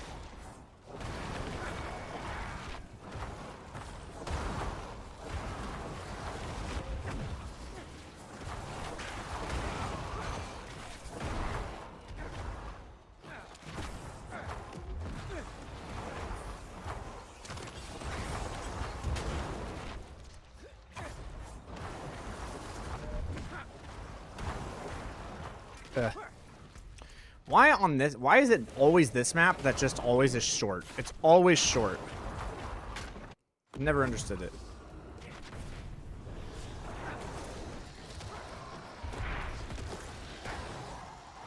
Goodbye. There you go. See, you literally just cast the Cosmic Anomalies and just one-shots him. I don't think that's necessary. I think I can actually just go up to him, curse him, and just do my damage, and it'll be fine. But it's still funny regardless that you have that option.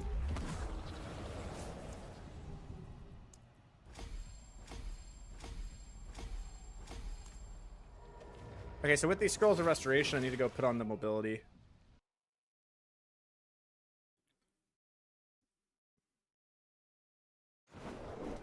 And eventually I will need to roll for new boots. Okay, so take these, go up to you, delete those, come up here. Cursed Aura, Cloud Sage, Creeping Death, don't care. Okay, so you and you. Oops. Need to use you on both. Tempering, mobility.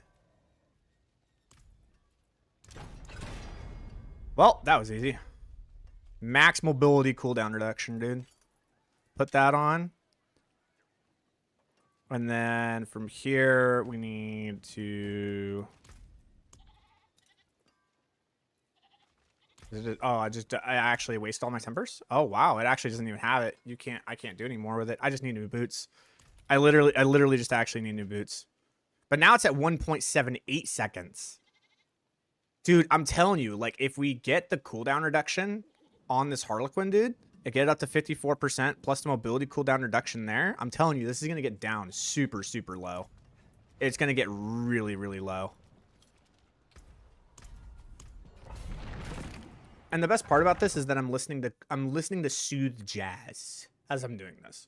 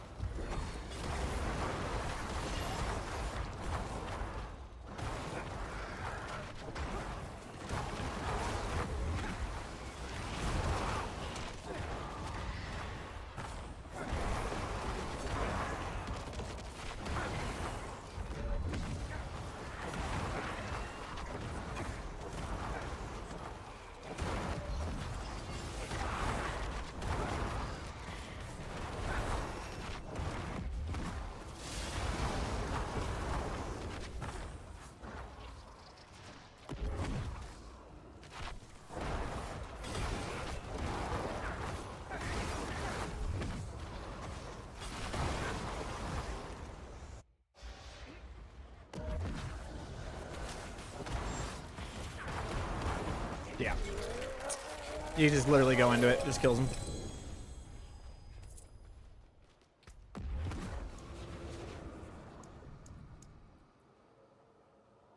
That's pretty good, man. For not being a Sork, that's lightning spear. That's pretty dope.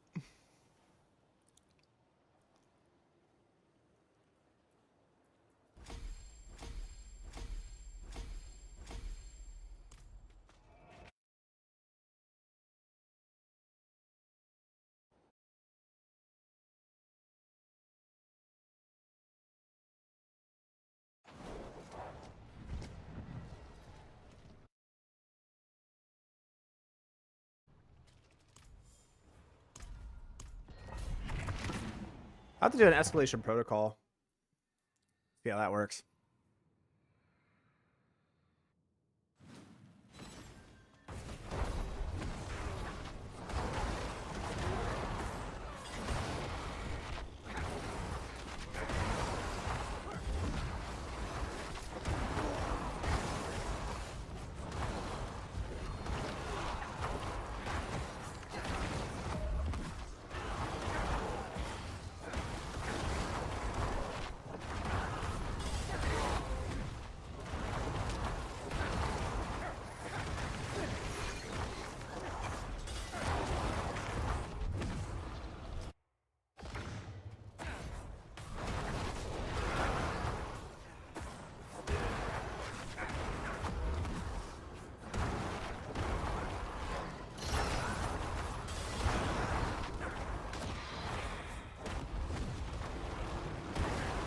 I don't really have a name for this build.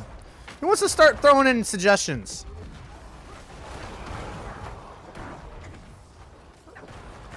I don't really have a name.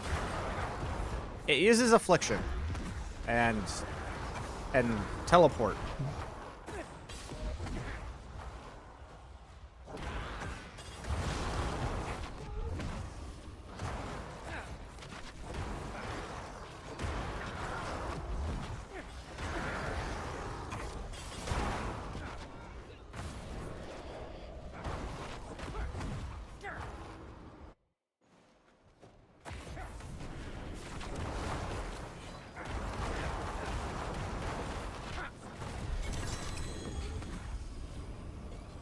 Sorkomancer. That's funny.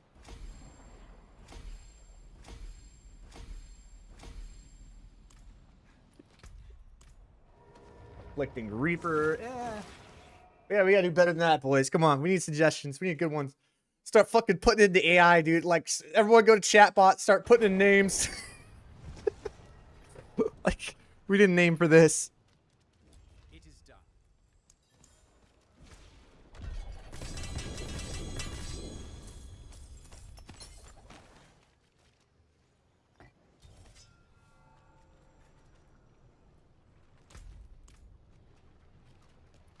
So I really, really need to start rolling for boots because I need a better Exeneral Reapers, dude.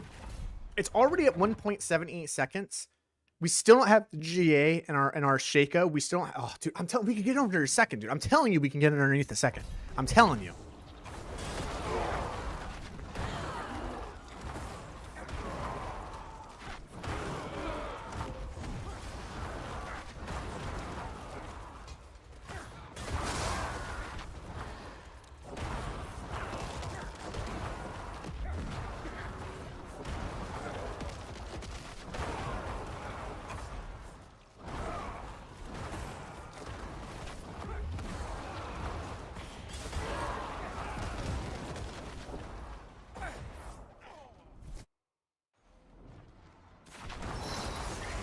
Telemancer, I like that one.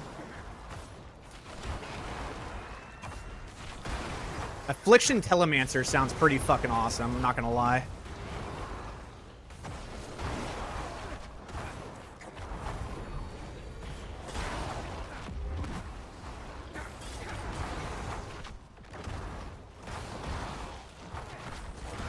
Or Cursed Telemancer, that's another one we could do.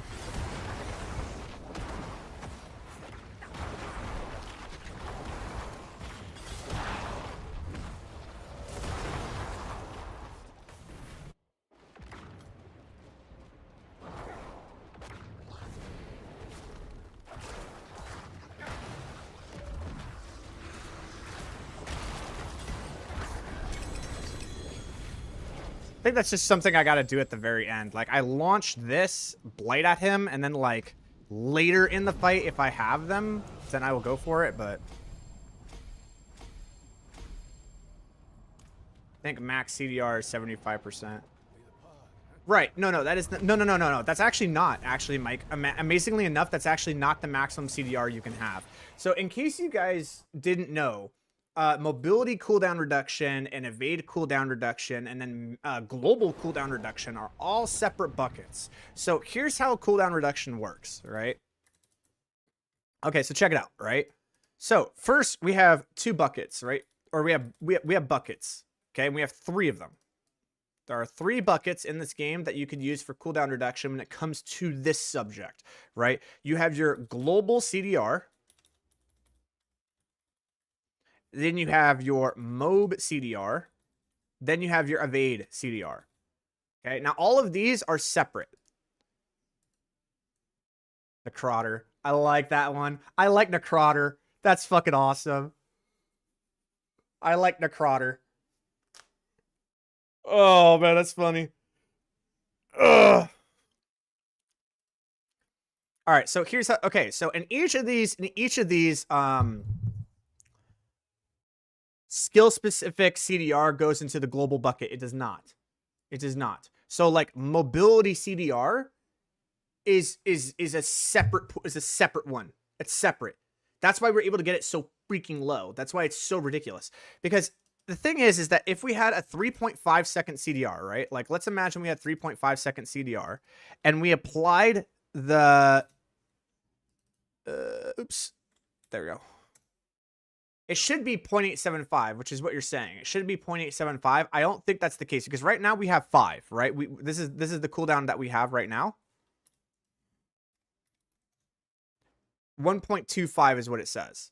I know that for Sork, evade CDR and global CDR are two separate buckets.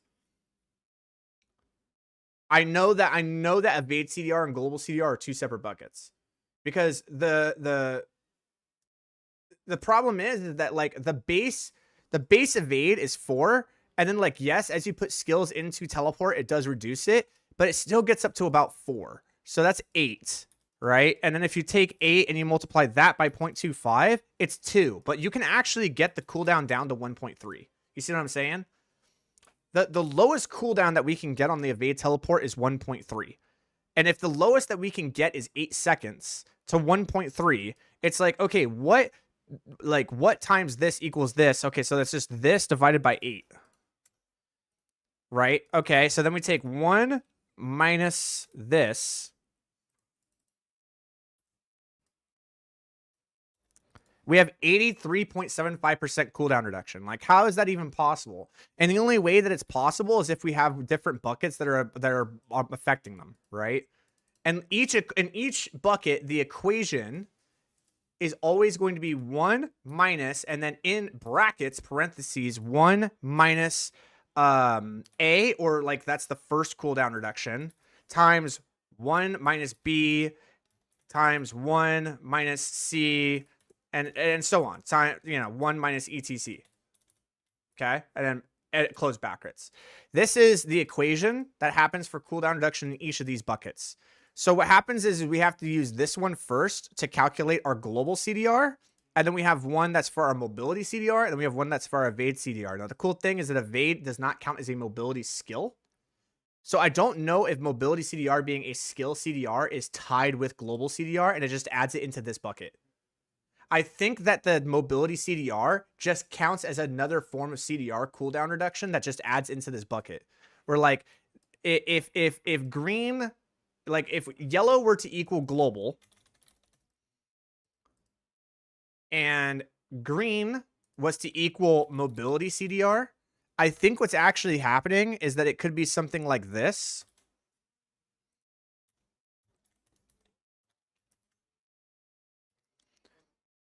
Where this, let's I'll just make it easy. What is this? Yellow. And then from our amulet and our boots, it's like this. I think that's actually more realistically what's happening here, where the mobility CDR is tied into the global CDR, but it only affects those specific skills because skills are tied to the global CDR. I know that evade CDR and global CDR are two completely separate buckets that multiply based on this, where let's imagine A is global CDR and then 1 minus B, and then B is evade CDR. And it like redoes the equation again after that. And that's how you're able to get it above 75% to like 80+%. And that's why Sorks can get their evade cooldown from 8 seconds to 1.3 seconds. But I think that for this one, mobility CDR being a skill is tying it to the global CDR. And so A, B, and C can be like the rolls in your gear. And then D and E being those tempers that you have in your boots and your amulet are still tied to the global CDR. They just don't affect all of your skills. They just affect those specific skills that have mobility tied to them. And I still think it's part of bucket 1, which is this. I think all of this right here is all one bucket, and then this is another bucket by itself. I think that's what's happening. That would make sense.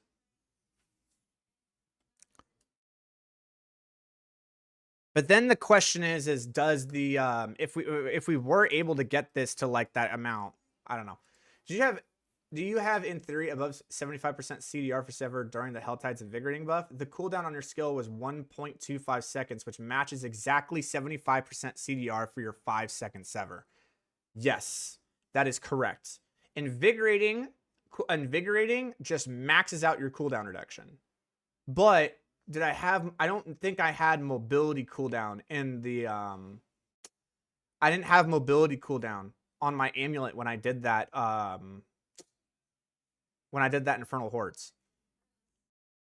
That's a really good way to test that though, Mike. That's a really, really good way, because we know that invigorating CDR just maxes your global CDR to 75%. So if our theory is that mobility CDR in our tempers is tied to global CDR, and we get that invigorating buff and we don't go below that 1.25, then we know for certain that mobility CDR is tied to the first bucket. If it goes below 1.25, then that means that mobility CDR is tied to the first bucket. The other thing that we would need to know on top of that is that that would mean that the skill, this one, the catalytic skill gaining 25% cooldown reduction, that is also tied because we ran this. We ran this in the Infernal Hordes. We had this one in the Infernal Hordes. We knew that. So that means that this is tied to the skill CDR as well.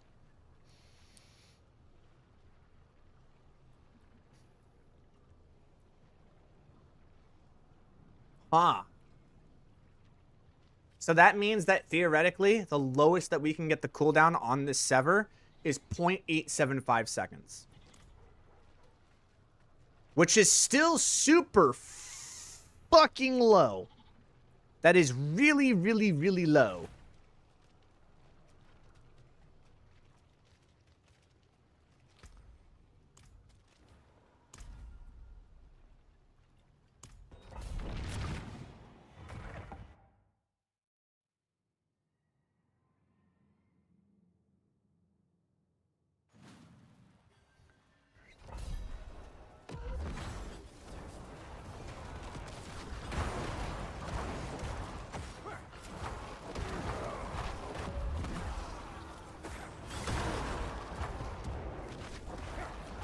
Yeah. Yeah, evades can, but steals cannot. Yeah, that makes sense.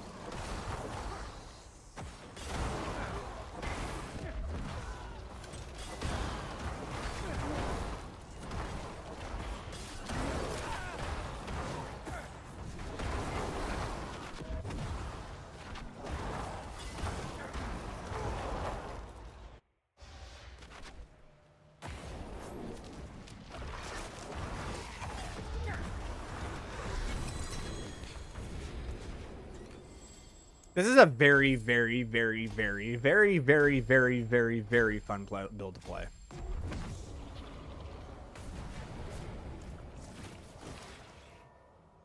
What's up?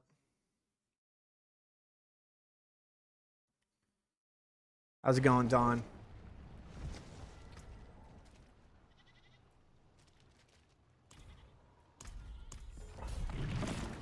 I wish I could, like, express how fun this is to play, bro.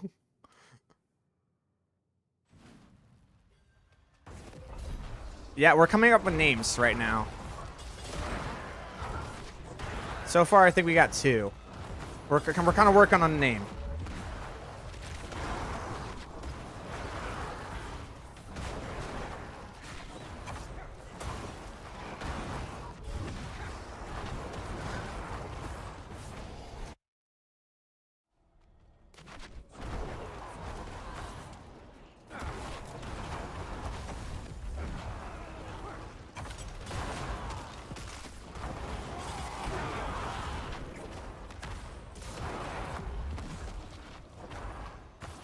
Ah, fuck, I missed.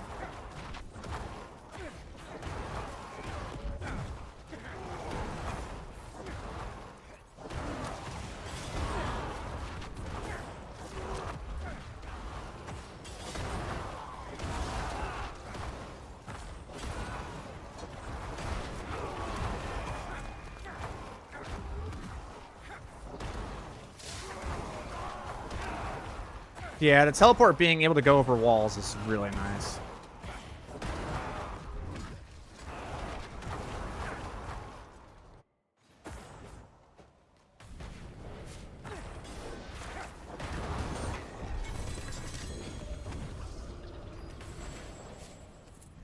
Oof. Decrepify! Decrepify! Yes! Oh, that's it. That's it. That's the build. Decrepify. Absolutely. He's got it. Who came up with that shit? Who came up with that shit? I'm giving you something. I don't know what the fuck I'm gonna give you, but I'm gonna give you something. You playing Necro? Do you need... What do you need? What do you need? What do you want? I will give you my firstborn child for that name. Decrepify. Holy shit, what a name. All right, so those are our top three build. Those are our top three names so far. Hold on, we gotta create a name list. Okay.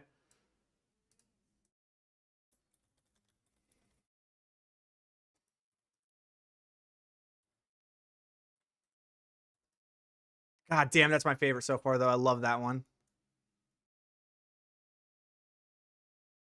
Okay. Decrepify. Decrepify Necro, and then we have what was it? I think it was called like Cursed Telemancer or Telemancer. Yeah, that was it. Cursed Telemancer, and then the other one was something like it was Necrotter. It had Necrotter in the name.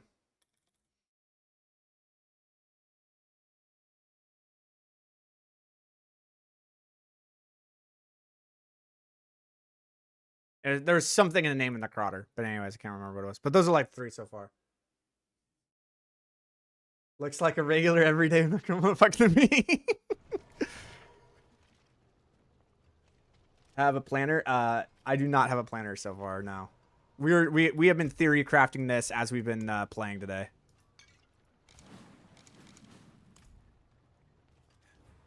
I mean, stop the count. It's the yeah, it's the Decrepify. it's the Decrepify, dude. Decrepify is the greatest fucking name, dude. Decrepify is the winner. I want you to make this bill blow up. Okay, you got it, dude. Your wish is my command.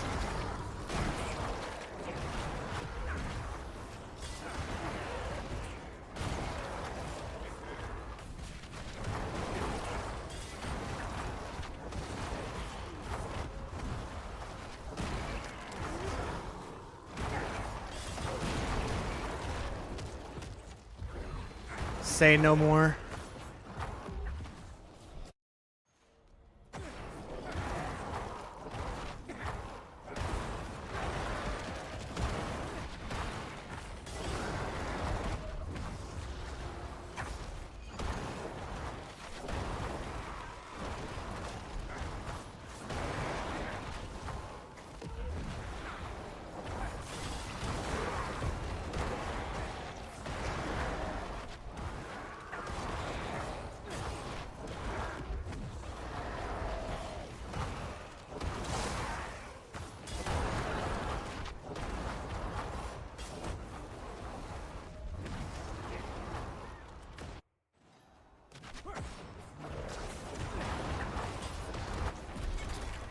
Oh. Oh.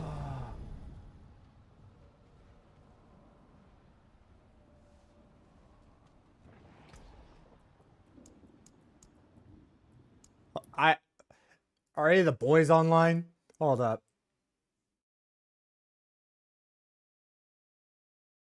I want to get other things. I want to get other things online though before I start showing the boys. Like this is very, very, very cool.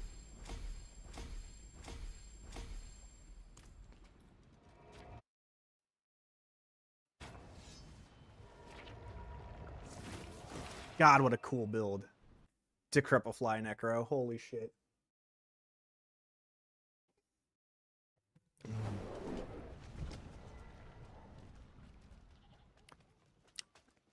And dude, the whole title is gonna be like the title is just gonna be called Decrepify Necro, and then underneath it'll just say I identify as a Sork.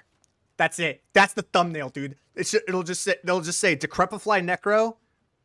That's it. And then underneath it'll just say I identify as a Sork. And then that's it. That's the thumbnail. And we just make it look cool with like the abilities that are like on it, and that's it.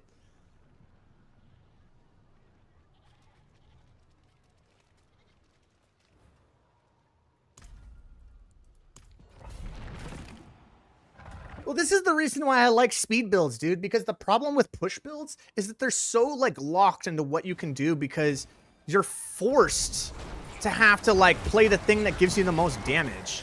And then you have to play around that. Whereas with speed builds, it's like you can get innovative with shit, dude, because you don't need all the damage. You can get innovative with the mobility and the resource and the damage profiles and stuff like that. And, you know, most of the game you spend doing speed clear content. So I don't know, man. That's just my specialty, dude. I like speed builds. I like speed builds. That's my thing. Everybody else can do the push builds, and that can be their thing. My thing is the speed builds. Like, look at that mobility, dude. Look at this. Like, sever, teleport into sever. And it's just, like, ridiculous.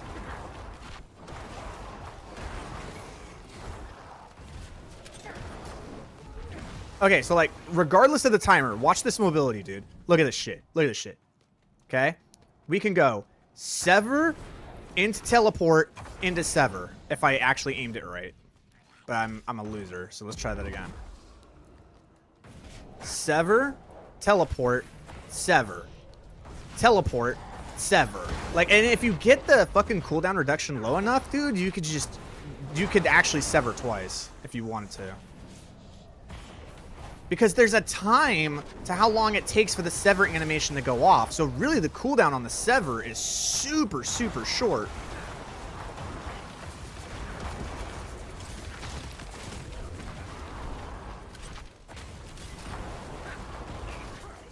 Like, it's a lot smaller than people think. Like, yes, it says, you know, 1 point whatever seconds. But, like, as you can see, by the time I finish the animation and can cast it again, I'm already halfway through. And the cooldown is 1.78 seconds. So when I get this thing to 0.875 seconds, I legitimately think I will just be able to do that.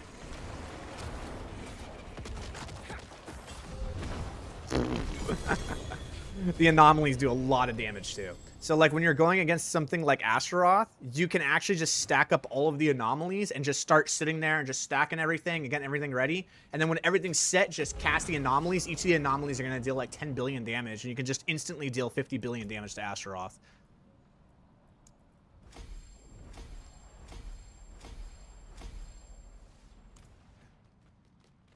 But yeah, that's the thing I love about speed builds, man. Like, you can get innovative. You can get creative. You can do all sorts of shit. Like, who would have thought that a Necro can move like this? You know? This is just some really, really cool stuff. But I really, really do need a new pair of boots. That is something I desperately need.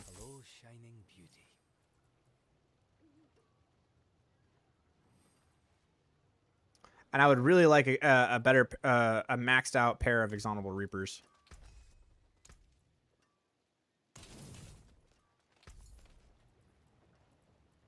The good thing about the boots is that they're cheap. It just sucks because, like, that, you know? You get two. Man. I need GA Intelligence Aphotic.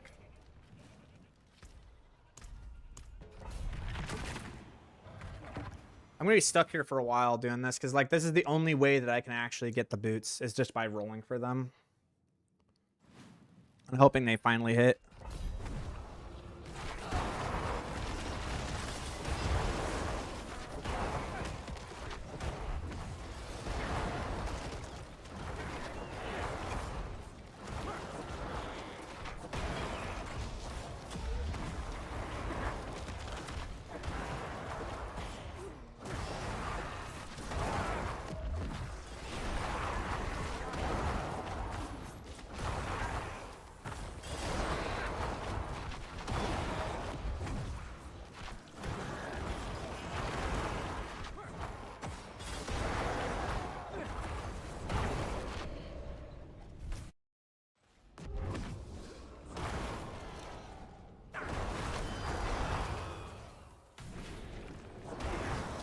The other thing that we need to do is we need to try to hit like a sub 1 minute pit 55. If I can do that, oh, dude.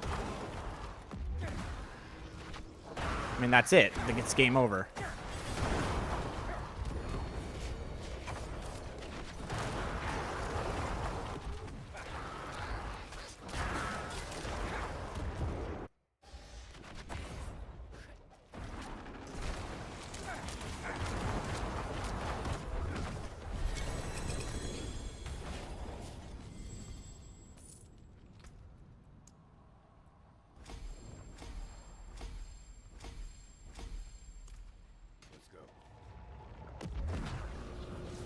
Before end of stream, can we get a short checklist of what we need for this? I'd like to see what I need from auction house before prices rise after video goes. Ain't that the truth though, dude? Ain't that the truth? Some fucking loser ass content creator comes in and makes a build that's actually worth people's time, and the prices of the items go drastically into the sky. Yeah, we could talk about it. Ain't that the truth though?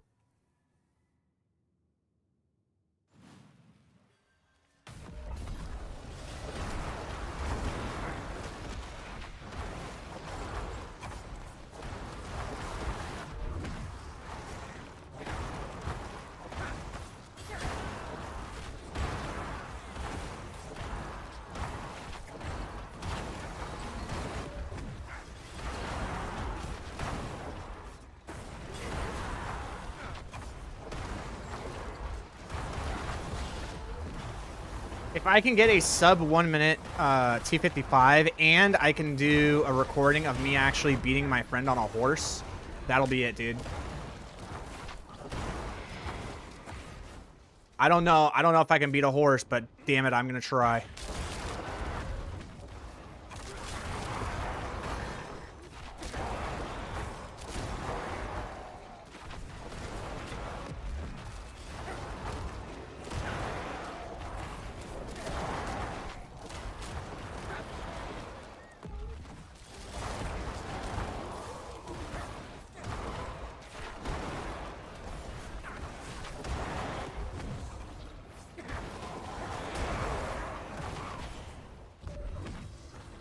Oh, wait, we have a cooldown reduction. 1.25 seconds. It does not.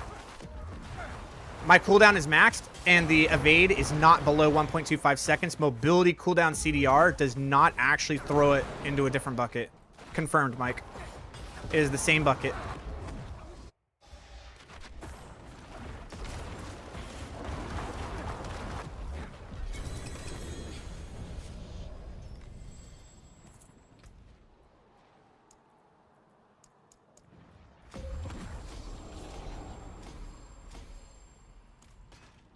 Well, now we know. My God, this is so much fucking fun, man. I could legitimately play the game like all fucking day using this build, dude. It's so much fun. And the best part about this build, here's the best part, guys. You know the other, I don't know if you guys were watching my content last season, but when I made the Oaken Spear, right, which is like the fast speed build in Diablo history, and it just was. Sorry, there's just no build. This build will never be able to hold a candle to that. But like looking at that build, the only way that you could play it was with a macro. You literally couldn't press the buttons fast enough to be able to actually play that build properly. Guys, like there's no macro to this. There's no macro to this build. This is just straight up. It just flows. It's easy. You do not need a macro. It just flows. It feels good. And every skill actually has meaning because you're switching between your evade and your teleport. So like because you're doing that switch, it actually gives like a skill to it rather than just pressing the same thing over and over. So it's just enough variety to give it like a feel of skill, but not enough to where like you need to play outside your mind in order to get like all these crazy damage multipliers up like Shadow Blight. Like Shadow Blight, you have to go fucking into the craziest, deepest realms of your class understanding to get those damage numbers high. And it's very frustrating. This build, dude, it's just the perfect mixture of skill expression and simplicity. The alternation of the sever in the teleport really shows off like how you're able to keep track of specific skills and just have fun with it, man.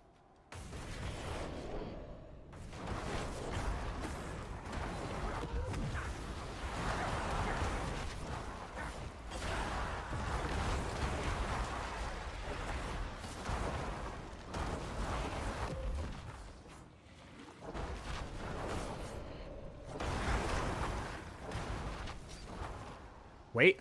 Aw. Wait, no. Wait. I want to know. Because I have teleport, right? Can I just go down there now? Ah. I can. Yes, it does. Sever does have the mobility tag.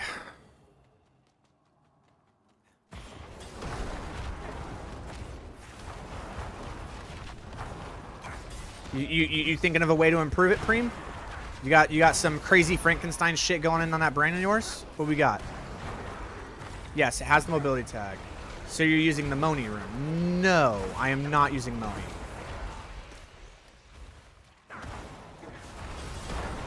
Because if I used Moni, it would require me...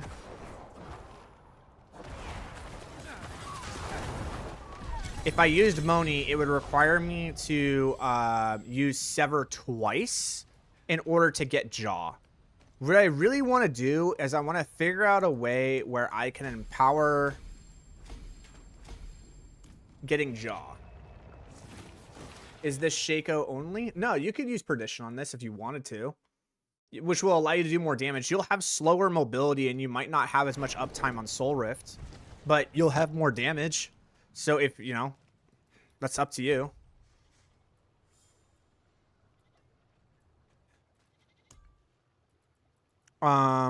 Okay, so let's go do some math here. All right, so Moni. So Moni is when I cast Sever twice. I have to cast Sever twice in order to get that 100 offering, right? That's the problem. And it's like, okay, what would I use with that? Because the thing with Seer is this, like, just by existing, like, Seer is just one of those, I exist, and therefore I have that much cooldown reduction, right? Seer is really good. Now, you could also use Seer with Evade in the teleport build for, like, the Sork, but this isn't that one. So Seer is really good. Now, for some reason, Igni, dude, I don't know what's going on, but Igni is kind of out of control for Jaw. Like, I don't know. We could also do something like Bach, but I don't think I'm traveling far enough for that one to matter. I'm not really sure.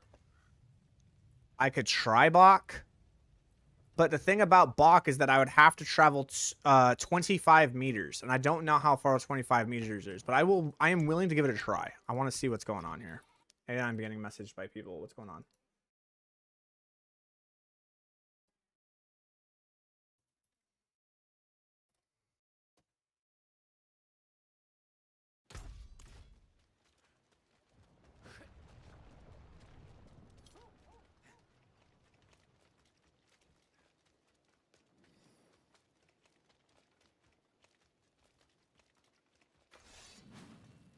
Okay.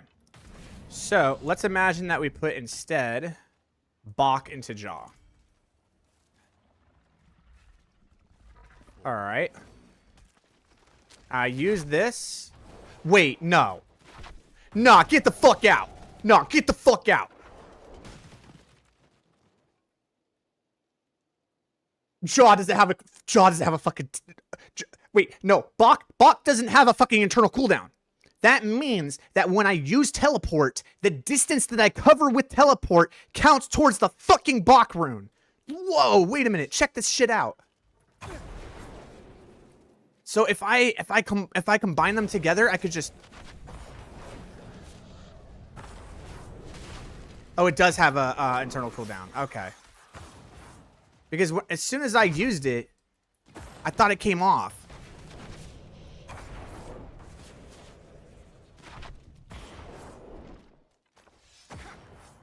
Yeah, there's some internal cooldown going on. Okay, there is an internal cooldown. I don't know what it is, but there's definitely an internal cooldown.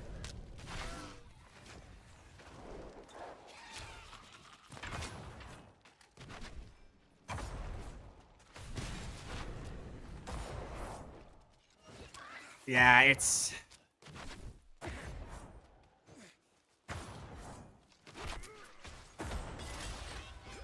It's not quite as good as Igni, actually. Igni, I don't know what is going on with Igni, dude, but Igni is wild.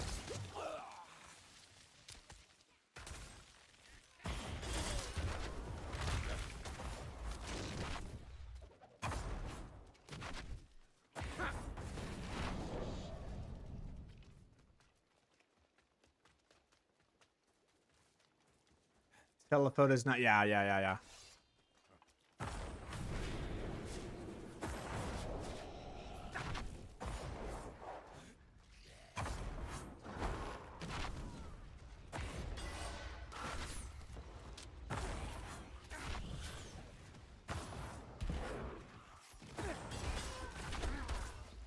Igni isn't bad.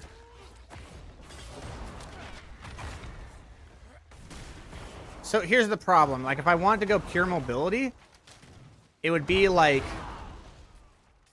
sever, teleport.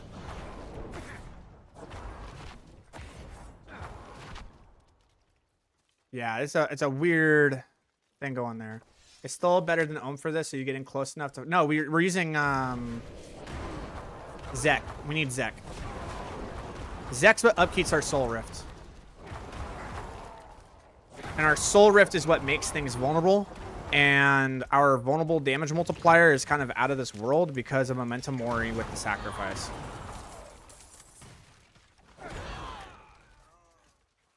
So we need to upkeep our Soul Rift at all times. That is by far the most important thing we need to do. So we run Zek.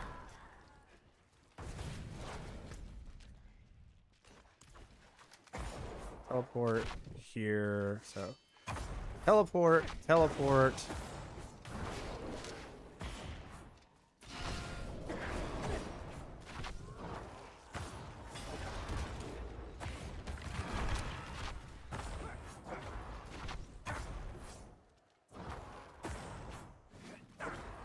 Yeah, so Igni gives it back based on as it's storing. What is the best rune that we could utilize? What is the best rune that we can utilize to get jaw up? What is the best jaw up time? What's wrong with this guy?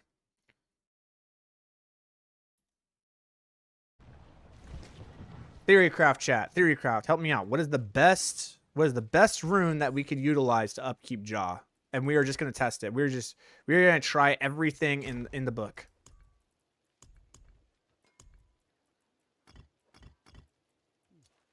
Okay, Ahu obviously not. Bach we already tried. Lith, we're not standing still. Nagu. Getting offering for each up to 6 seconds. The problem is that our summons, though they are up, it's not enough. We're not casting a non-channeled core skill, but Sever is, but it's not enough. It's 25. Invoke a skill from another class. No. That would be like putting it to empower the Zek. No, it's not. I'm trying. That's what I'm rolling for. That's what I'm trying to get right now, Preem. I'm really, really trying to get that. That's why I'm rolling for these boots, man. Really trying to get that. It is not a 3.5. It's 5 seconds right now, and it feels super bad.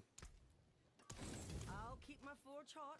Return soon. Yeah, exactly, Mike. I'm thinking it's just Igni, dude. I think it's just Igni. And then we just need to get the cooldown of Sever like really low. Like we just need to get Sever to get super, super low. And like the way that we do that is that we just need Exonable Reapers, dude. Like we just desperately need Exonable Reapers to be 3.5 seconds.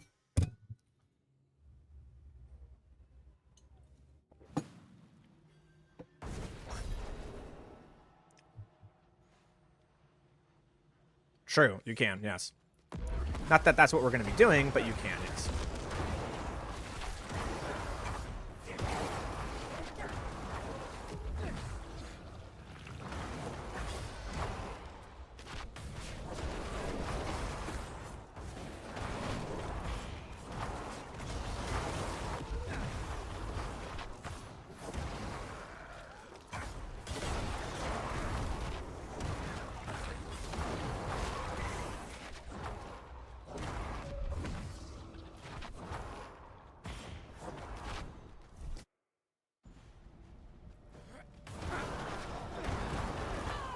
Yes, you can, but because of the fact that we are constantly casting it, it's not exactly what's happening in practicality.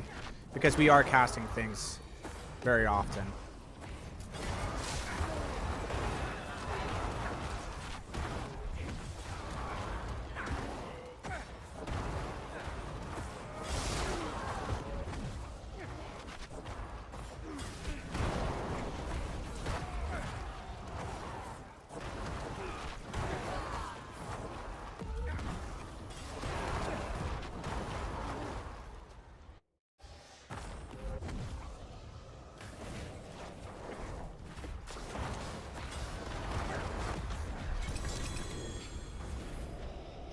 How far would this realistically push, though? It doesn't have to be super high, in my opinion, but at least 80 to 90 would satisfy me. Nope, not gonna push that high. Sorry, bud.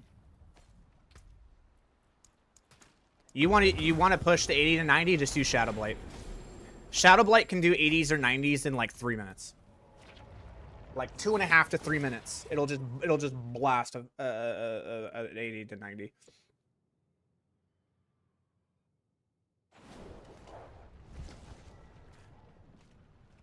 This is built for Torment 4 speed farming, bro.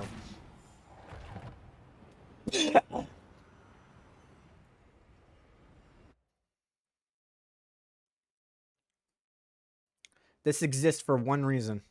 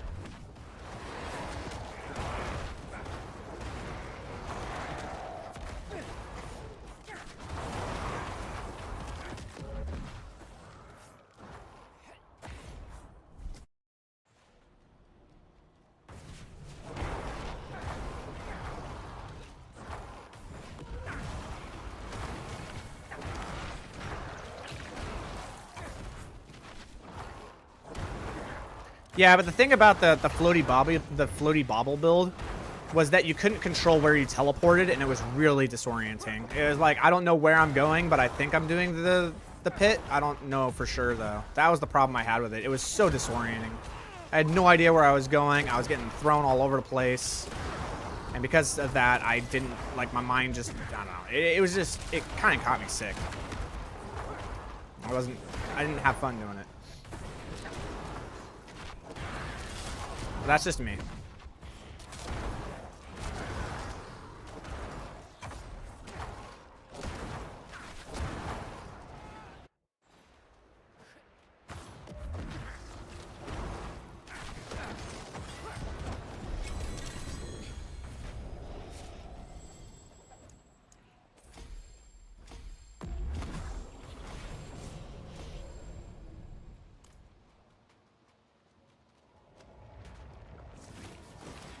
It is a very fun build. I'm just, unfortunately, like, I'm kind of XP farming at the moment in a weird way, but really what I'm trying to do is get Exotic Reapers. I really, really need those boots. I really need that boot aspect, bro. We're just gonna force it.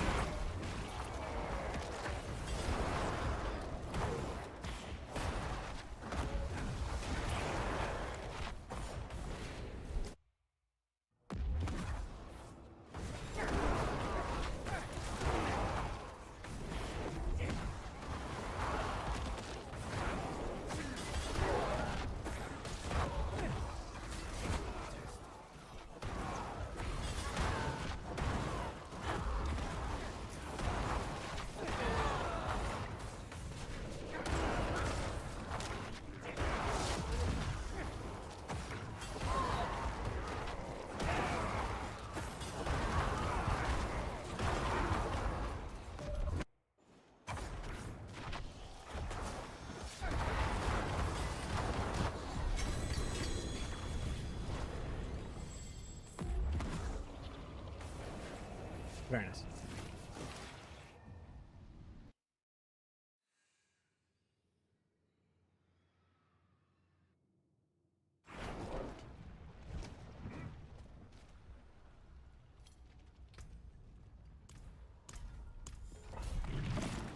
Guess we'll just do this until we have like 2,000.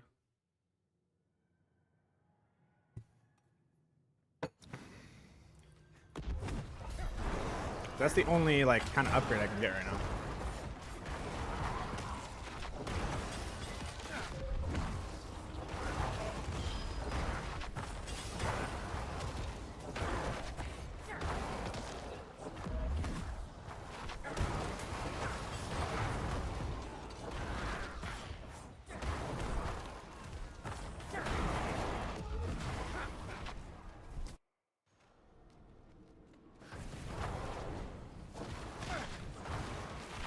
This is what the stream has agreed that we are calling this the Decrepify Necro.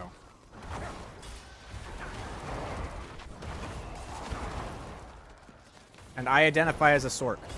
I am not a Necro.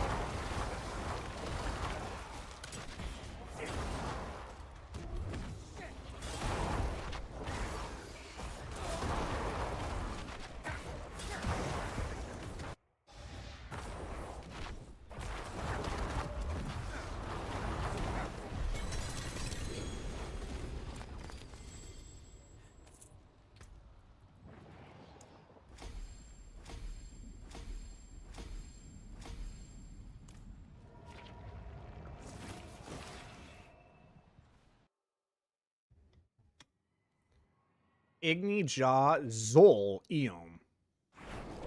Zol. Okay, so the thing about Zol is that you have to stand still, right?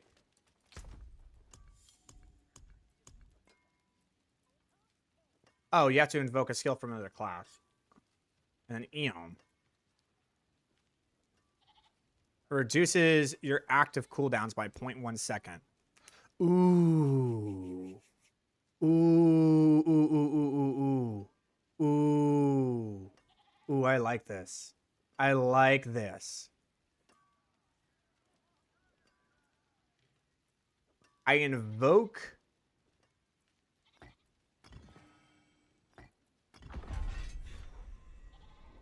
Oh, wow. That means that my sever into... Oh, boy. Oh, boy. Oh, boy. Oh, boy. Oh, boy. I'm going to try it. I'm going to try it. If we can get that sever cooldown, man, dude, I'm telling you, like, I need a better Shaco, though.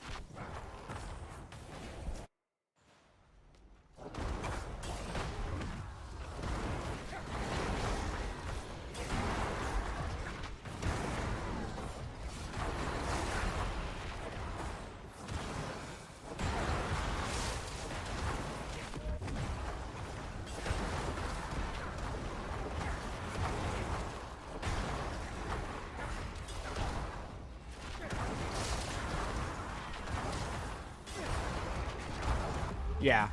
If I had a better aspect roll. Yeah.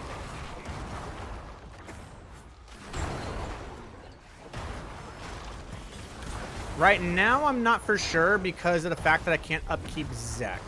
And I need other temperers and other like pieces of equipment in order to do that.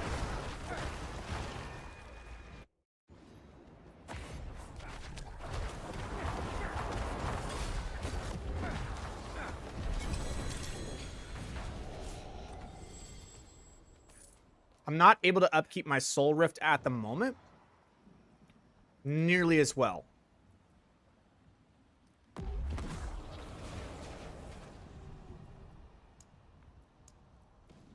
But I do like Zol. Maybe Zol Zek. Zol Zek might be decent. If Zol, whenever I use it and it overflows, it just like fucking gives me 2 seconds off every single time, that actually just might be better. Because, is it rounding? Hold on, check this out. If I put Zek into Zol and it evokes, does that just round up and give me 2 seconds? It gives me 1.5 seconds. So it's just exactly. So every single time that happens, which I am using teleport quite a bit, it's going to reduce the ultimate cooldown by 1.5 seconds. Rather than 2 seconds every 3 seconds. I think this is actually better. Because I am using it. I am invoking my... yeah, it'll reduce it by like 4.5 seconds. And right now... yeah, it'll be close. It'll be almost like permanent uptime. It'll be very, very, very close. I do like that, though. I do like Zolzek. Zolzek sounds really, really good.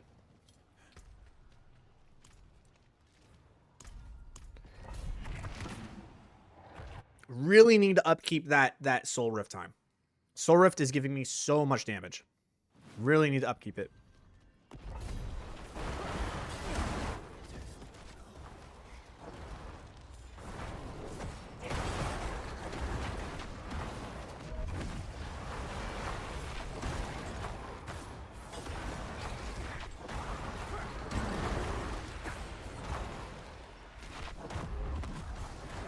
I cannot tell you how much I hate this map, dude.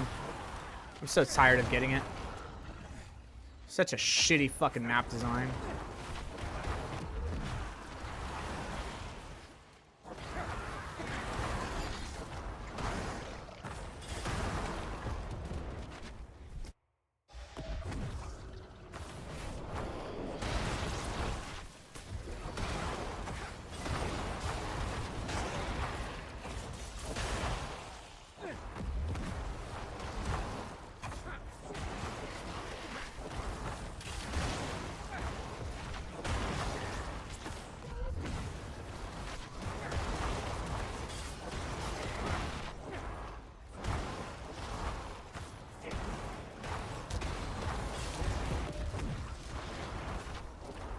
I tried Boxek. That actually might be decent. The only issue I have with Boxek is that, like, I need the Soul Rift to be up against bosses for the normies. For the normies, the Soul Rift needs to be up permanently, and it needs to be based not on our mobility. That's the hard part, man.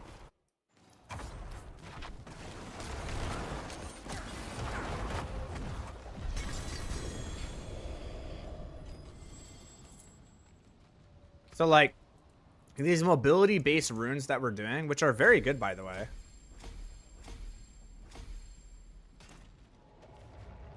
Does Exaltable Reaper count as traveling? Yes, it does. It does, yes.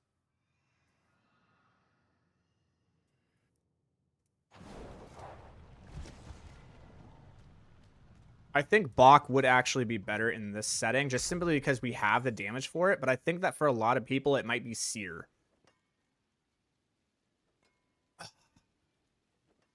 Damn. I got Exaltable Reapers, but it's a super bad roll. This is going to be a really, really hard thing to hit, dude.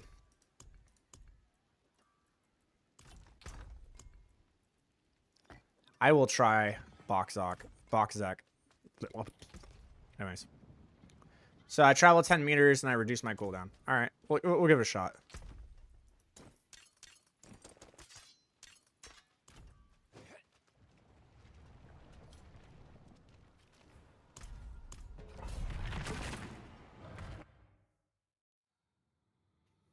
We'll see how it feels. I need to travel 50 meters in order to reduce it. So.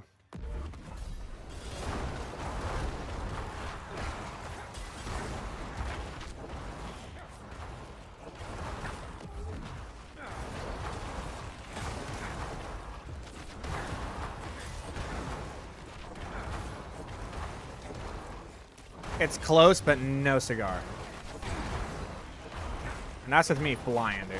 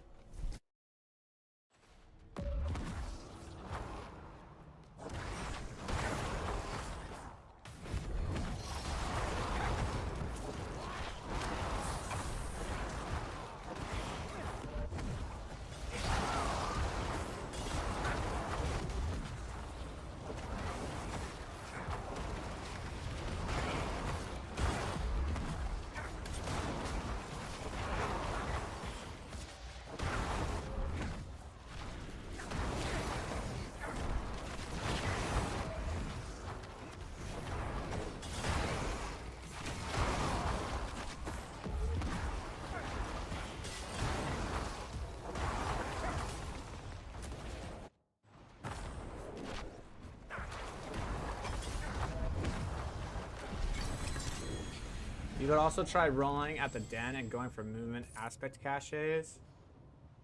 Might get lucky. That's true. I got a lot.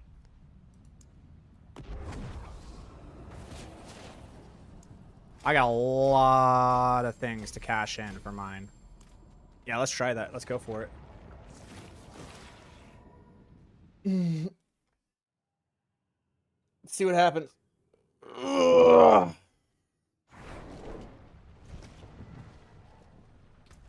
Let's also just straight up roll for him, because I do need a new pair of boots.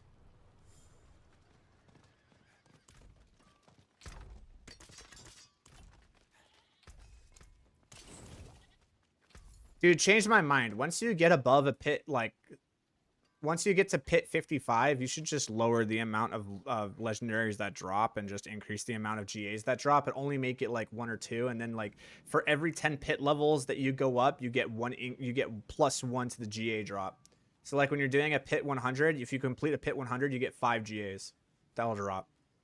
Like, make it worth my time to do a pit 100, you know what I'm saying? Because right now, the best way for me to get gear is do these pit 55s over a pit 100. That just seems wild to me, don't you think? Hello, shining beauty.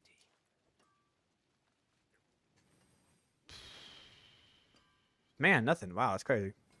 All finished, are you? That's the spirit. Give it a go. Not a bad. Hello, shining beauty. Vasily ghost. Dude. I had that in my bag. Okay. Yo. Now, those are some boots. Those are some boots. Those are some shoes, baby. Those are some shoes. That's a good pair. That's a good pair of feet right there.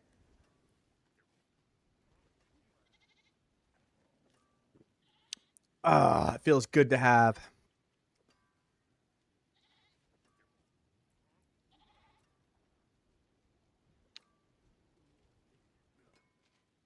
Int life and attacks on cooldown. I mean, I would expect these are like super, super, super expensive, but they're also bis for me, homie. You know what I'm saying?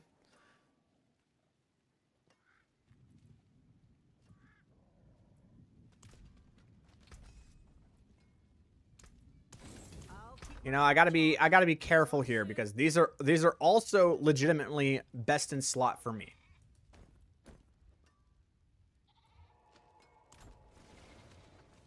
All right, now the other thing that we're gonna do is we're gonna go to the den.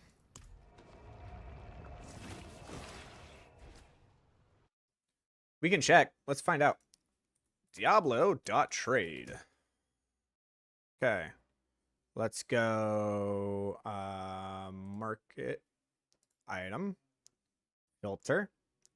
Let's go equipment type boots. And then let's go stat group, stat group, stat group.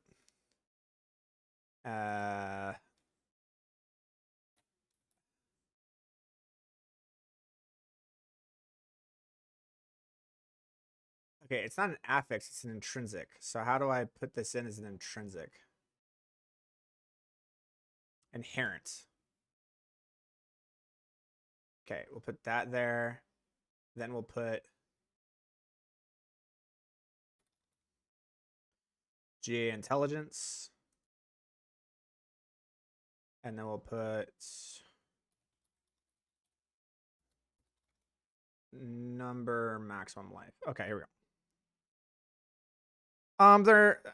They're not gold cap.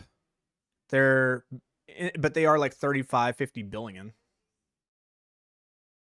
Well, 30, 70, 70, 70. It looks like 70. Yeah, 70 is the going rate for them. They're 70 billion.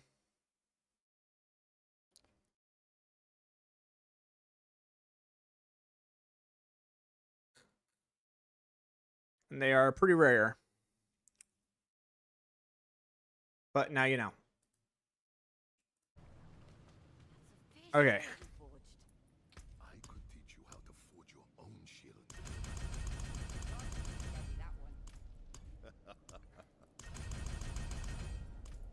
All right. Okay, so we're looking for movement caches, right? And then we need a GA of boots. Nope. Also GA, it was so... No, exonerables. Inexorables are right there. Damn. That feels bad. Utility. Do that. Don't need masterworking.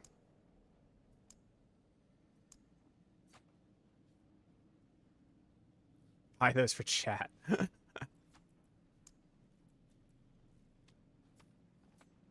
Damn, if those were like in attack speed, I would cream, dude.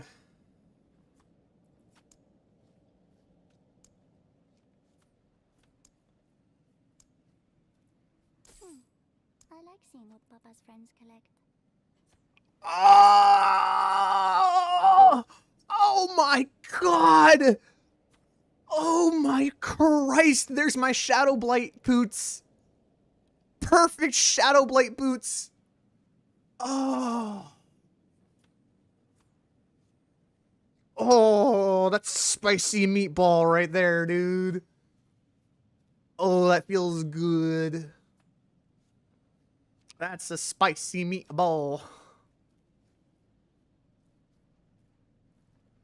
Perfect Shadow Blight boots. Oh my god, that feels so good. Those are big.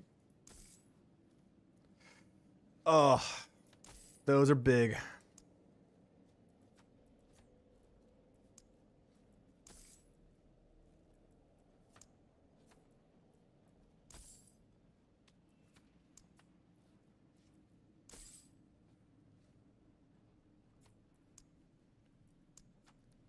Yeah, like, why is this unironically a really good place to get gear?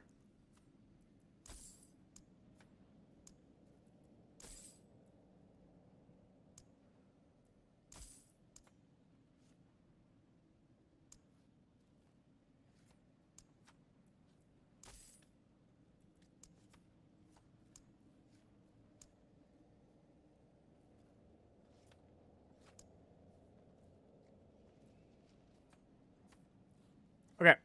Check, check, and yes, all balanced out.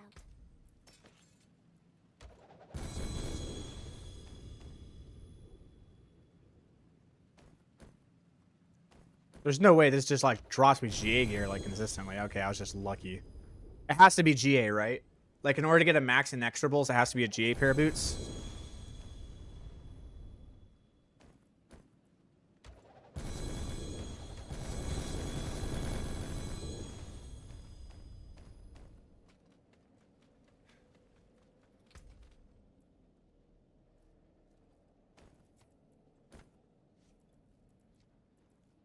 What's the best way to farm Forgotten Souls this season? You do not want to know the answer to that question because it will do nothing but depress you. All right. It's Belial. It's Belial. Belial's the answer. All right, so we're just going to rip it and just hope it happens. Here we go. Okay, we got 3 of them that could be upgrades. That's why they're saying, like, we delete them and it gives us upgrades. Here we go. Windstriker, Craven, and that's it. No. Damn it. Feels terrible, dude.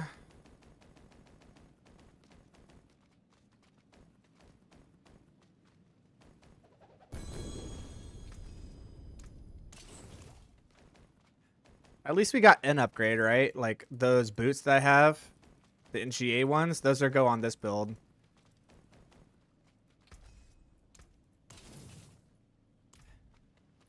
And that really sucks, dude.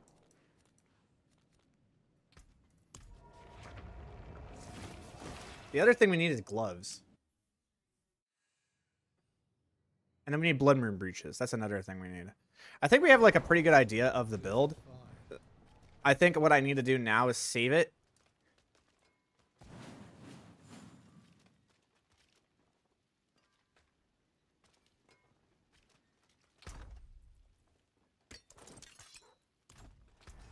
Well, I got two, right? I got two boots.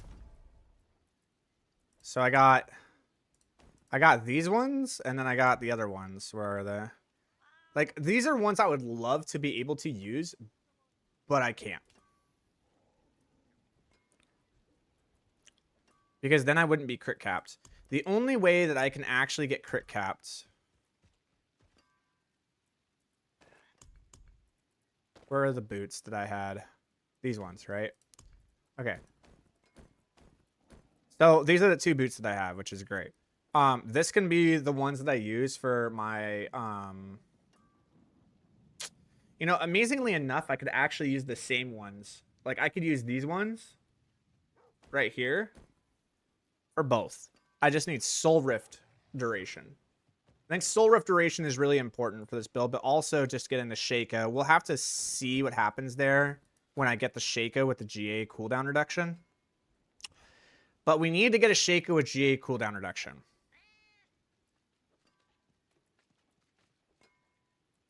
Which is quite a bit.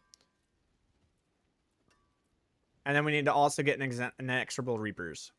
The other thing that I would really like to have is just have the Blood Moon Breaches with the GA crit strike chance. I think that's what we need to farm for right now. We need to really try to find Blood Moon Breaches with critical strike chance that's over 45% on the crit hit strike chance. Or on the curse damage to enemies. And from there, then we can go and do other things. So that means that I am going to save this build.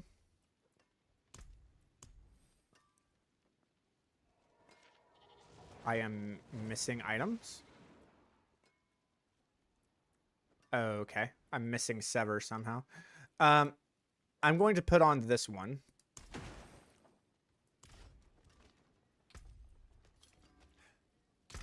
And we're going to go ahead and create our topazes here.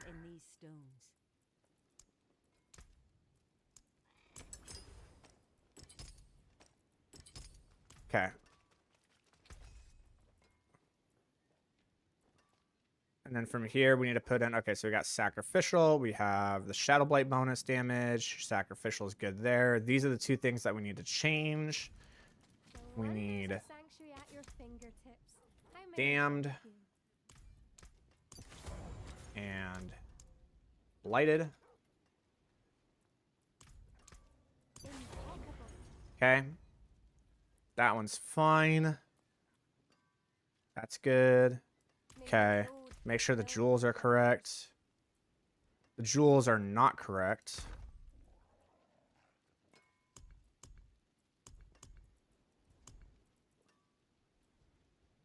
We need this one. Okay, so catalytic skill gaining 25% cooldown reduction is actually going to help me with that. I'm actually going to put this here.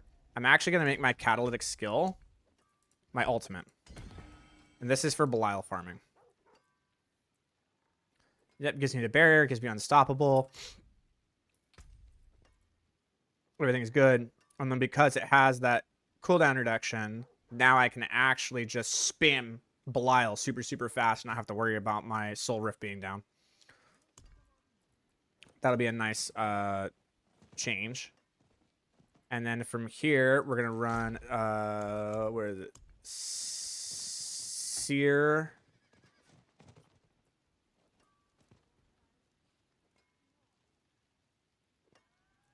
I think it's Seer Thul and what else? Igni.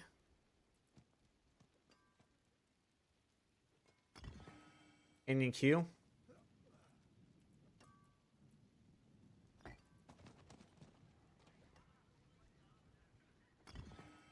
And Searthal. There we go. We'll put these here.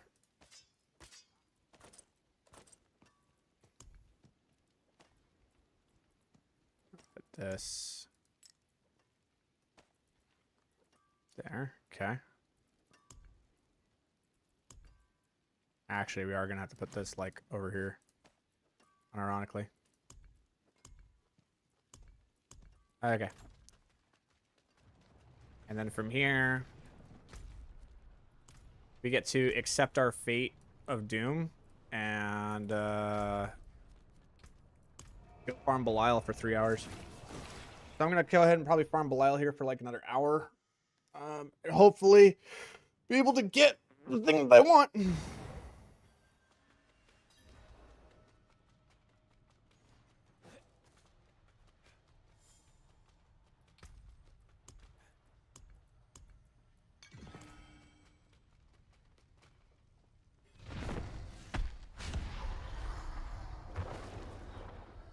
What is reality? Only what I allow you to believe.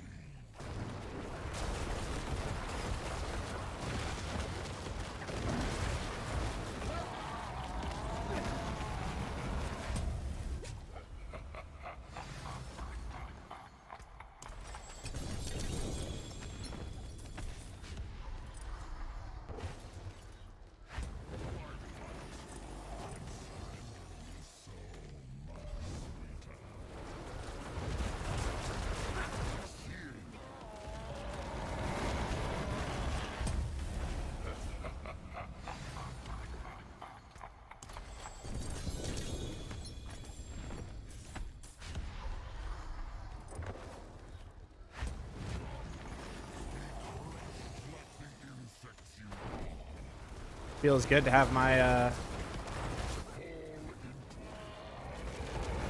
my soul rift up for every single fight, dude. Feels really, really good.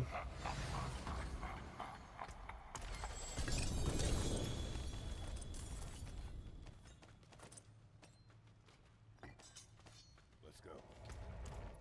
This thing is setting that. There we go. Go back.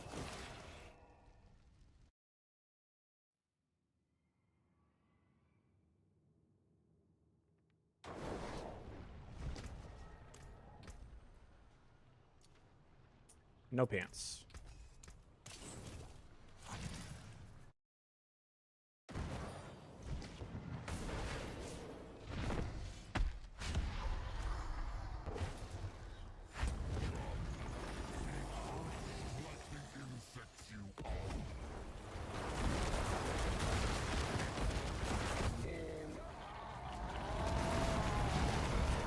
This is, you might not like it, but this is peak gaming right here.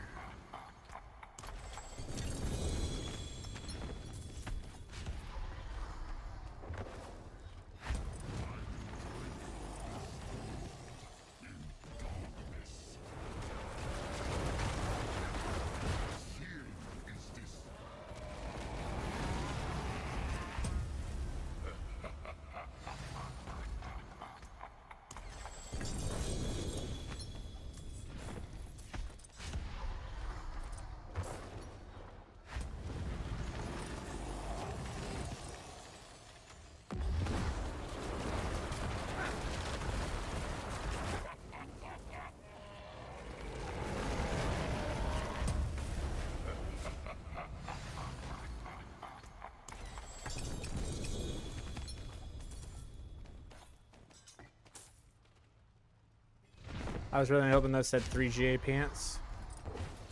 But alas, they did not.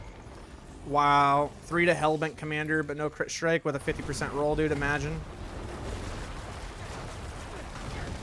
It legitimately would have fixed so many of my problems. If I can just get these. Oh. There's hope. Could be a Shaco. It's not. It's a perdition. That sucks. Oh well.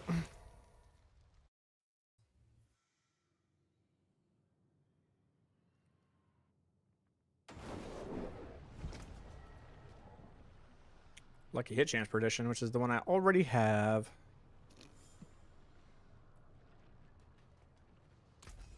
Yeah, it's not even like worth talking about unless you actually just have the GA and the crit hit chance.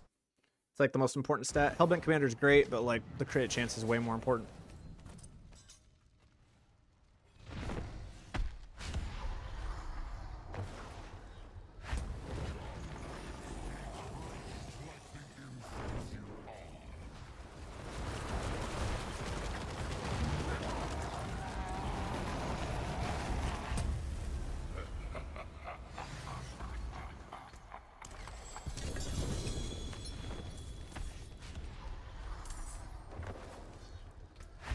Down? No, it's not even down.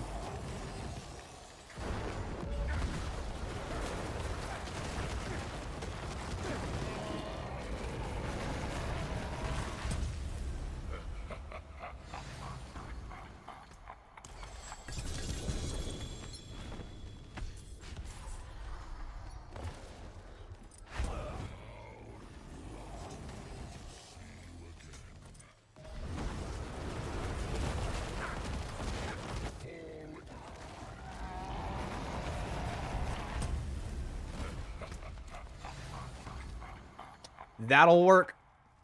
That'll do, pig. That'll do.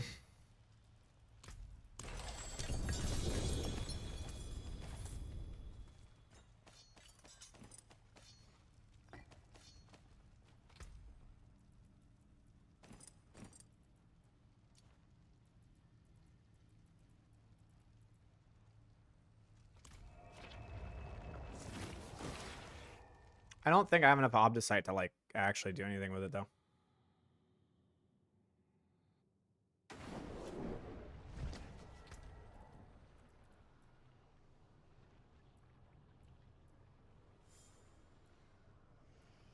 Father bless.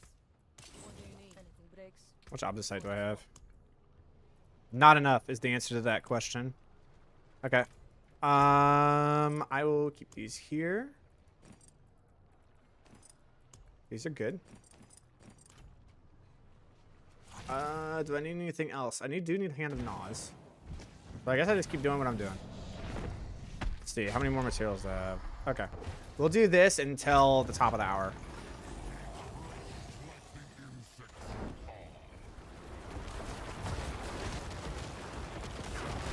It's never a bad thing to farm Belial.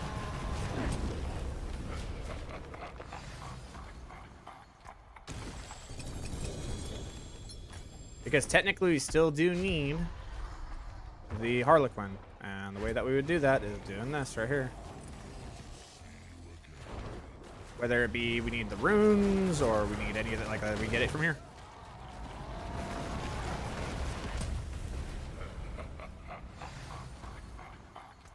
This is how we do it.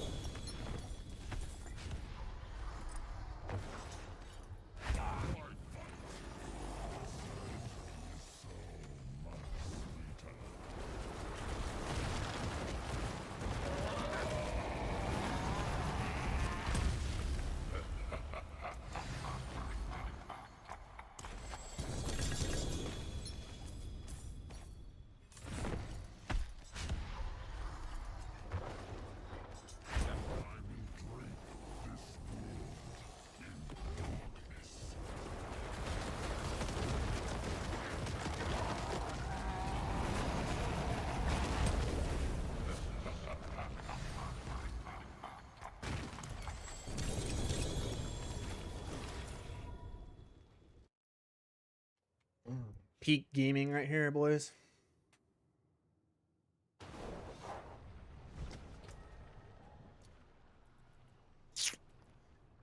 Nope. Need something forged? Come back if you need to.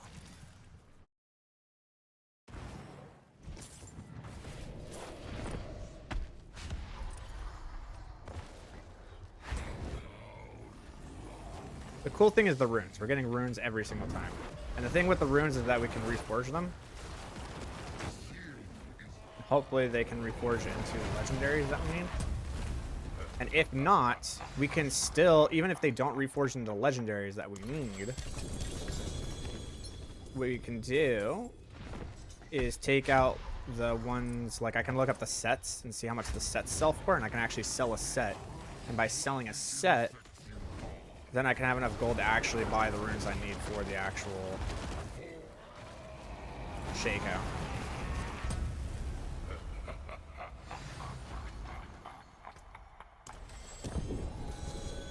There's another one.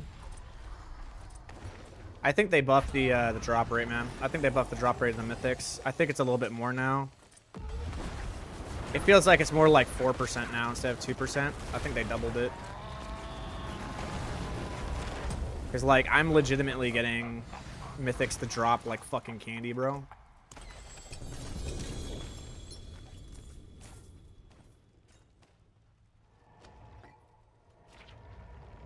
I'm not exactly sure what changes they made, but they definitely did something, for sure.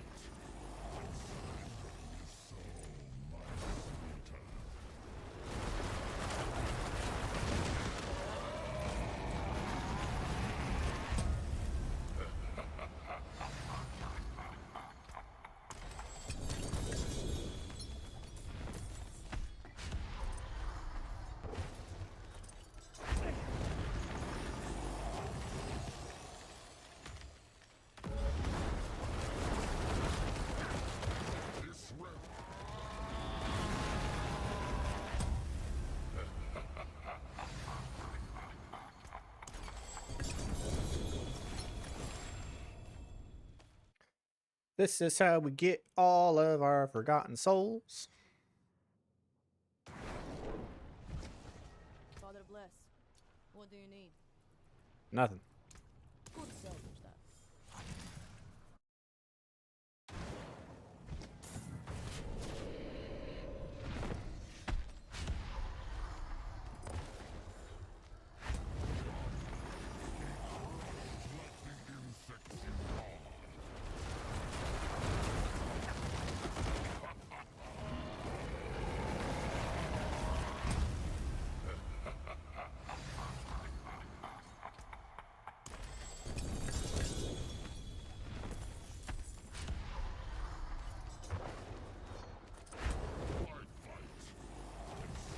I still haven't found a 2GA pair of Gnaws with... Oh, wait, I did.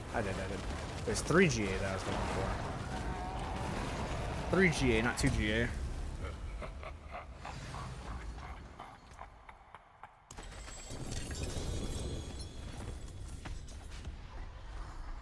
Oh, Zol. Zol is legendary.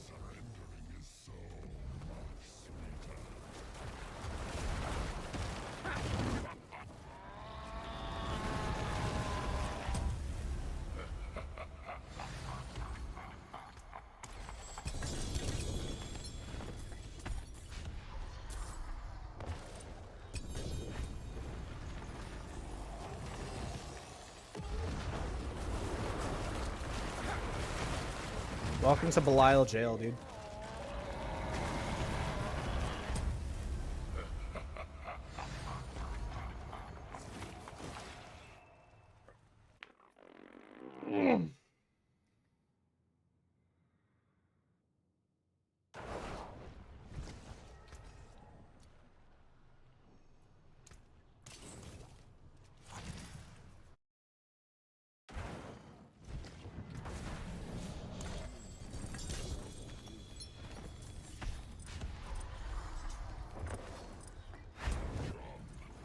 This is also where you get all your materials for, like, potions and shit like that.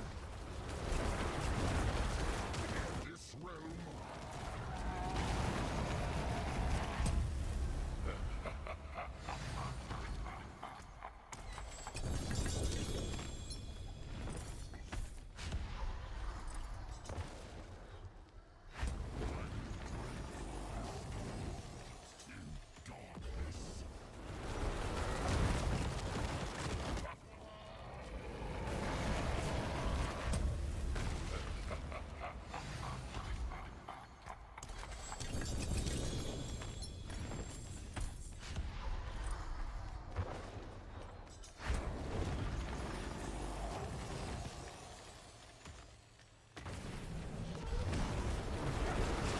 What's going on, baby?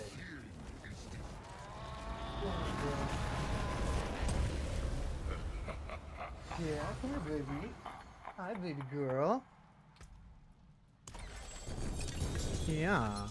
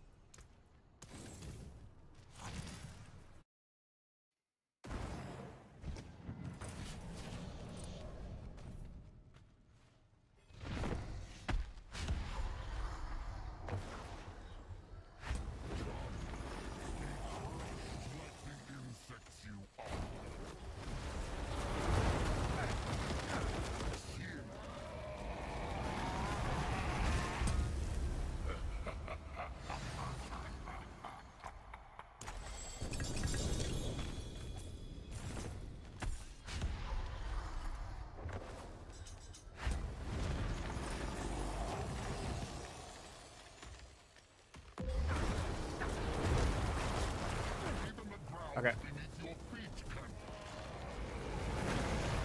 Let's take a look. Oh, you didn't even post it yet. I posted it in Goblin Discord. Goblin Discord. Goblin Druid. Dance.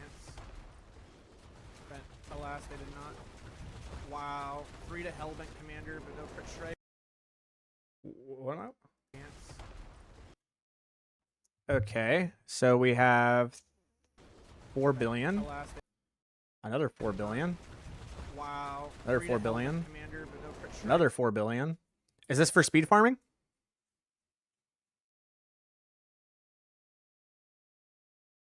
The consistent 4 billion overpowers? Is that what you're doing?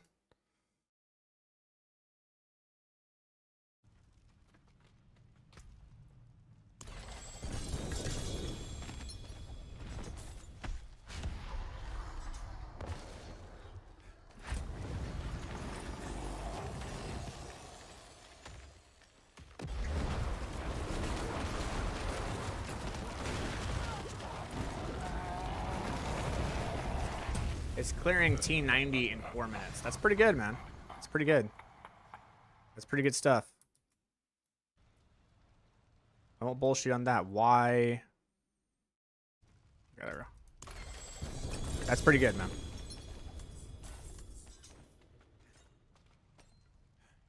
Zon. Hooray.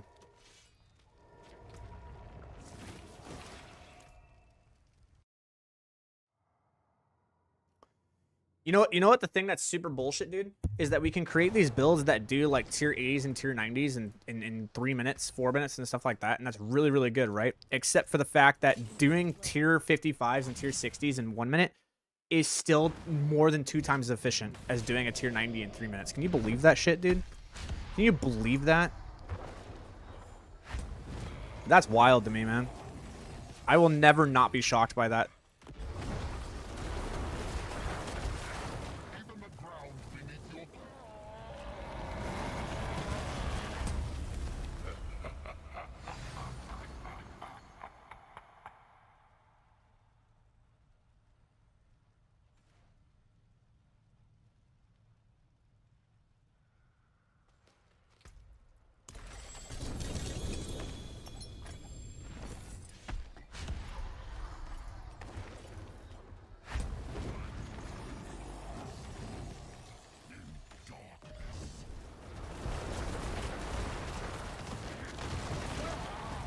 How many more materials do I have? Oh, jeez.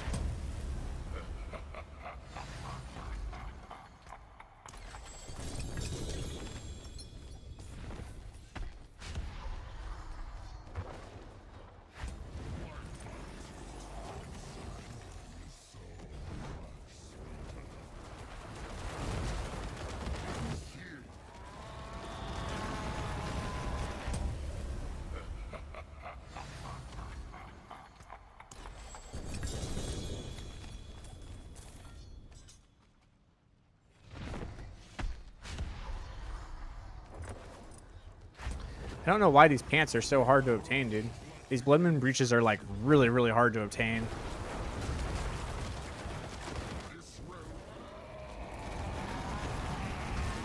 It's just not even to like get the rolls on them, just to actually obtain them. Try Duriel chest. All right, sure. I don't know if that's gonna change it, but fuck it, let's try it. Because they have the same loot pool, right?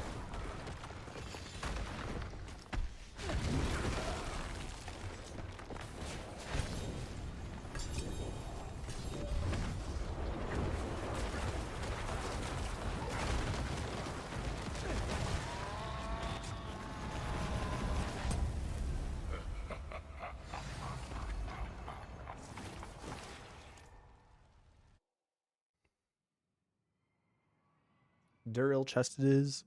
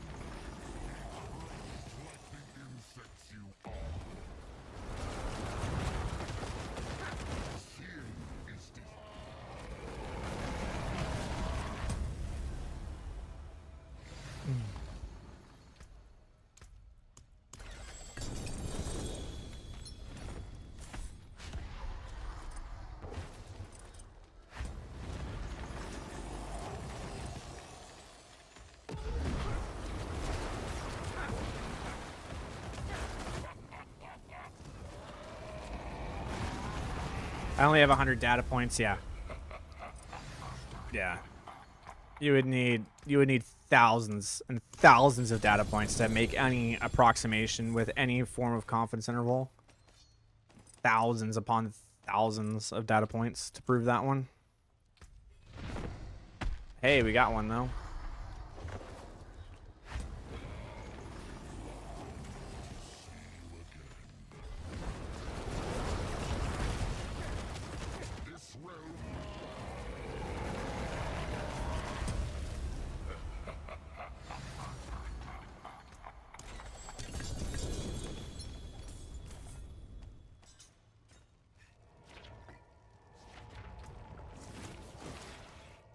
We're gonna have to do some rune recrafting too.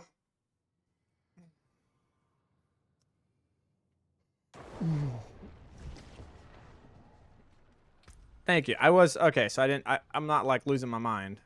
Okay, those are very, very, very good. Those are very, very, very, very fucking good. Holy shit. I didn't realize they maxed out on the aspect there. That seems really good. So what are the best way to farm Forgotten Souls and Artificer Stones this season? So for Forgotten Souls, straight up, homie, Belial. Sorry, don't know what to tell you. It's Belial. It's always been Belial. It will always be Belial. It's Belial.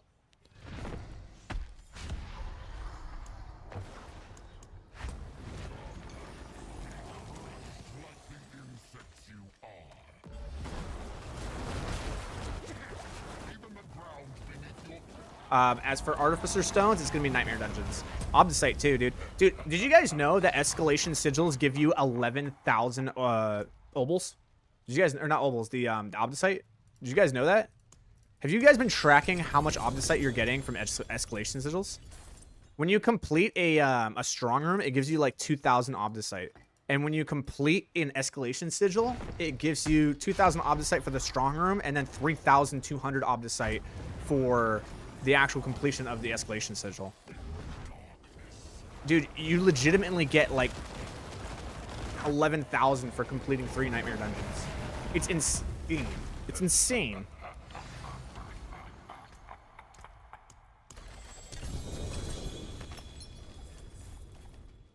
Like, it's no wonder people were able to masterwork their gear so fast, man. They got so much Obdicite.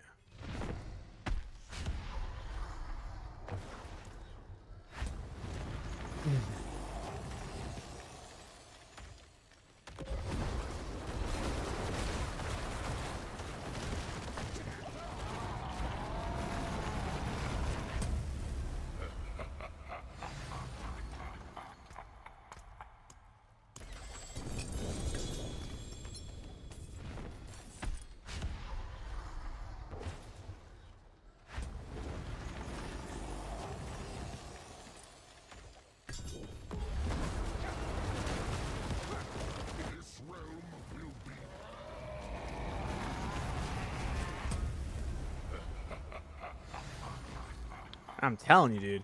I'm telling you, those Blood Moon breaches are like, it's insane how rare it is to get a GA. Not only just to get them to drop, I'm getting Tybalts like 2 to 3 times more often than I'm getting Blood Moon breaches. And then for them to get a GA, and then for them to get a GA on the crit, and then for them to get a GA on the crit plus an actual decent intrinsic roll, they're really hard to get, man. Oh, GA crit, but only 29%.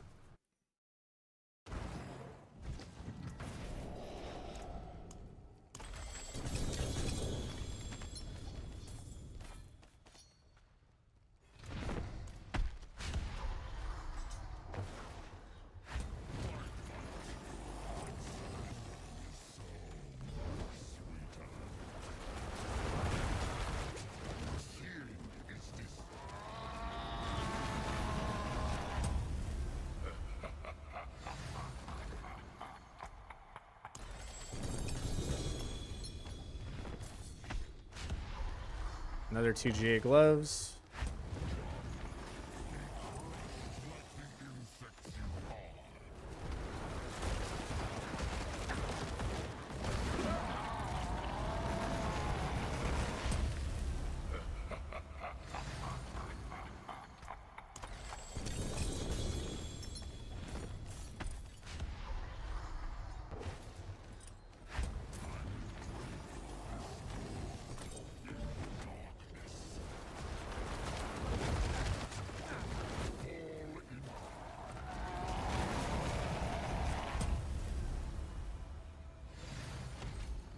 Corpse, hued flesh.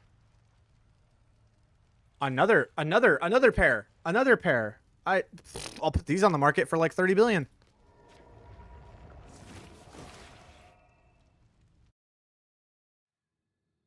See if anybody wants them. I'll take 30 billion gold.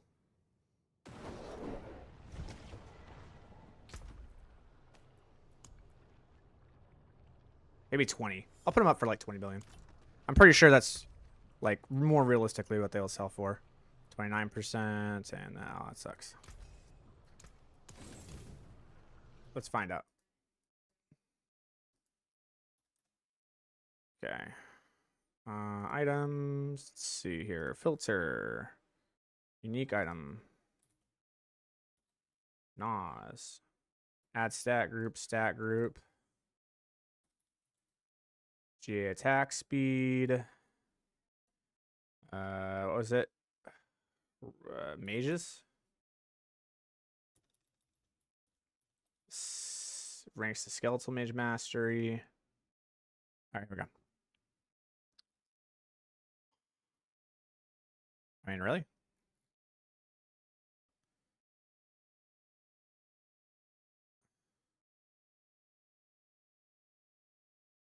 $500 million and people haven't bought that yet? Okay. Let me look at sold listings here. 2.5 bill.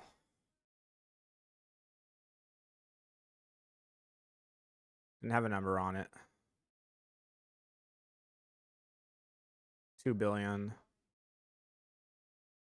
10 billion for those. 20 billion for maxed. Okay. 20 billion. Okay, so these are going to sell for maybe 10 billion.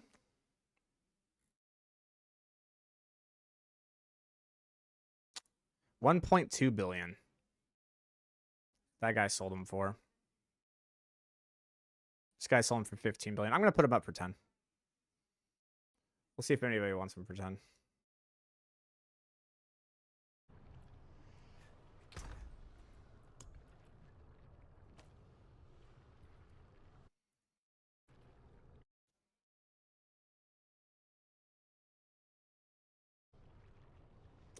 God dang it. Don't know why the game does this.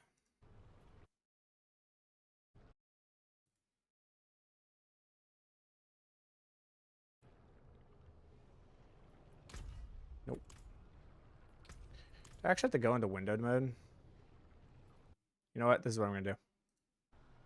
Think about this too hard. We'll just do that. This.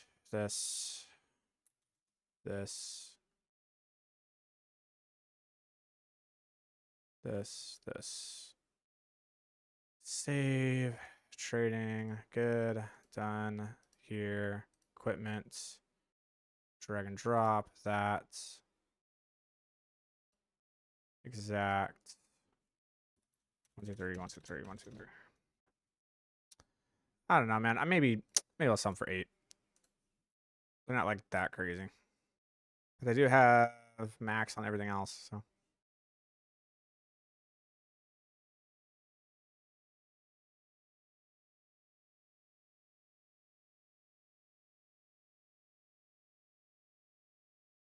Okay. We'll see what happens there.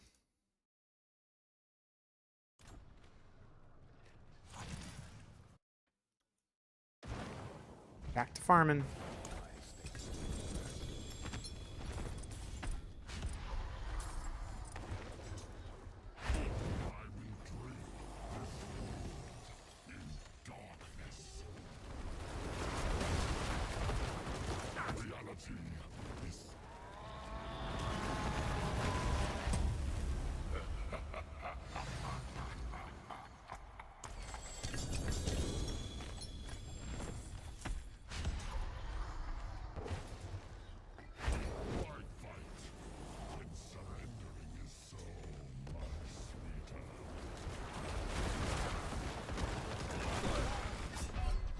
Oh.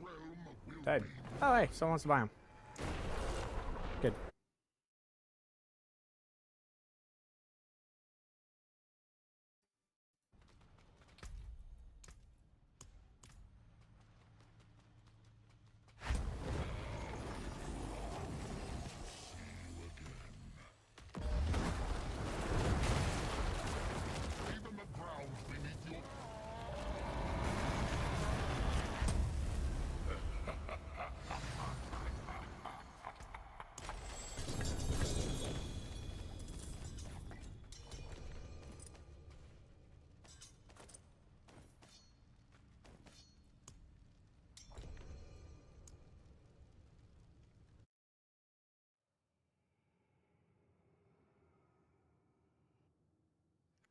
Selected region capture? What does that do?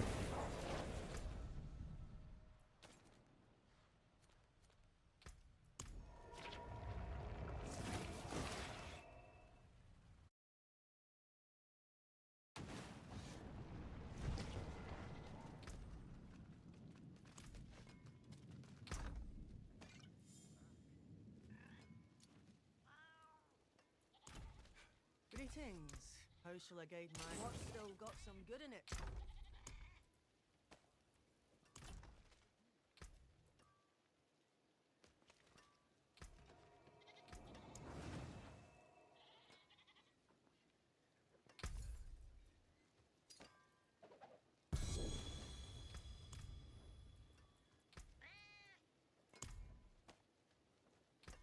I don't know why it did that. I'm so used to fucking Path of Exile, dude, where you press control and then you click it and it automatically puts it in. Just fucking weird.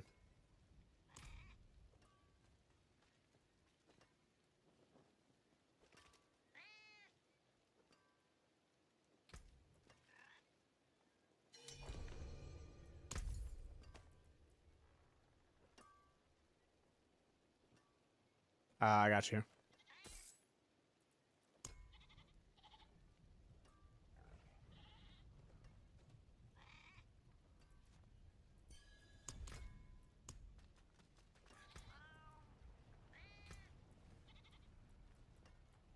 Hello? Why can't I remove him?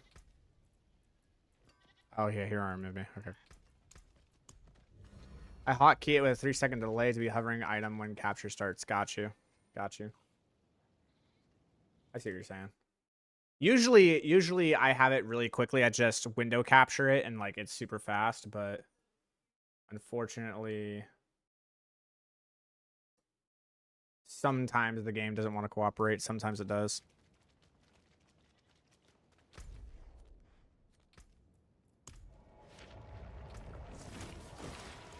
All right, so how many more do we have here?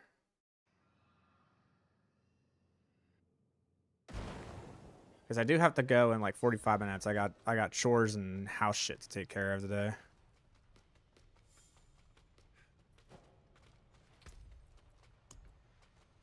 $52. Okay.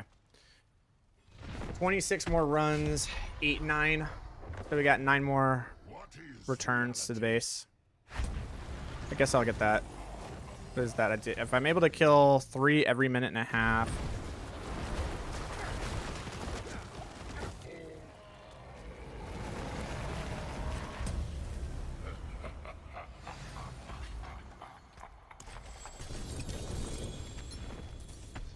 I don't know, if I like create a fuck up, I might get this done. Say it's probably gonna take about 10 minutes.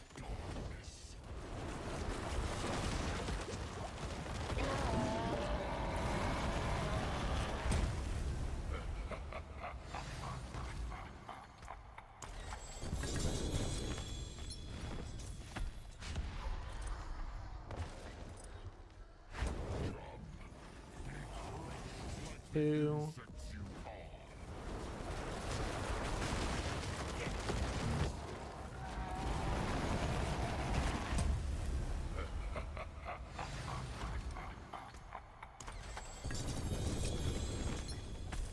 Ooh, another list. Nice. Getting them lith runes.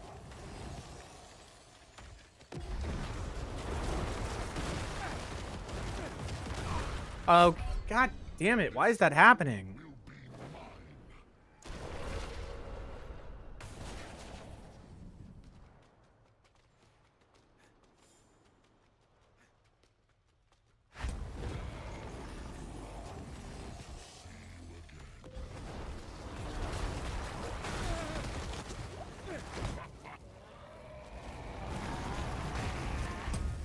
It is Searthol instead of Igni. Okay.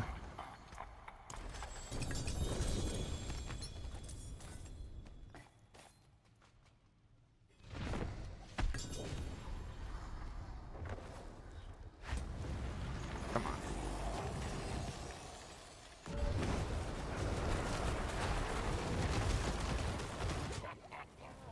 Oh, you know what it is? I'm not armor capped. Yep, that's how much more damage I'm taking because I'm not armor capped. That's what that is, because I don't have soothing spices. Yep. Yep. Now it all makes sense. So I can withstand 1 hit, but not 2 hits. Gotcha. Easy. Still Tibalt's will.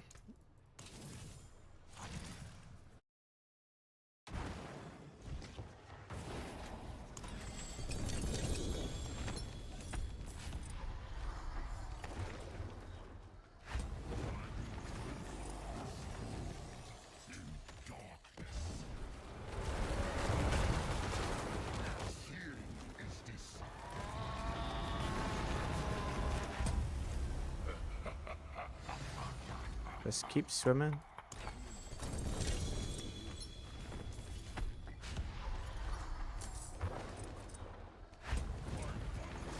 Do we swim, swim?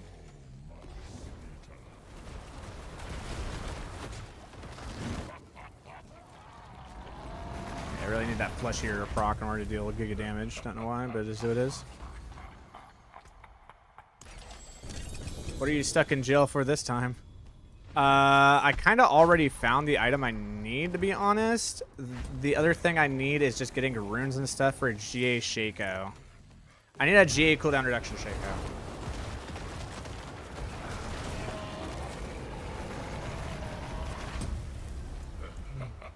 As does pretty much everyone else, but yeah. I need a GA cooldown reduction Shaco. I can't just have a Shaco. Shaco does work. It does work. Don't get me wrong. It is working. But, like, I need a GA cooldown reduction for it to be, like, yeah. You know what I'm saying?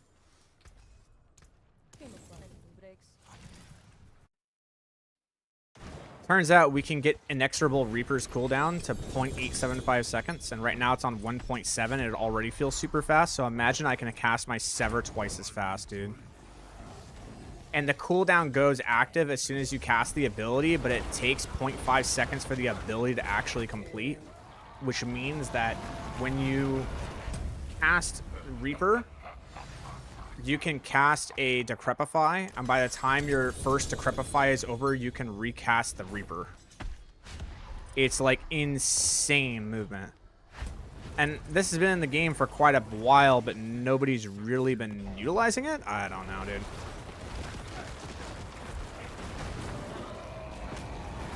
There's like there's not enough content creators that play Necro that give a shit about speed builds, because like I'm like, wait, this has been in the game for like multiple seasons. How has no one been doing this? This should be like the standard for every single, because you can use it on every single speed build. On every single build that Necro has, you can utilize that tech. And no one's been doing it. And I'm like, what? That's like crazy movement. I mean, like, it's very, very fast.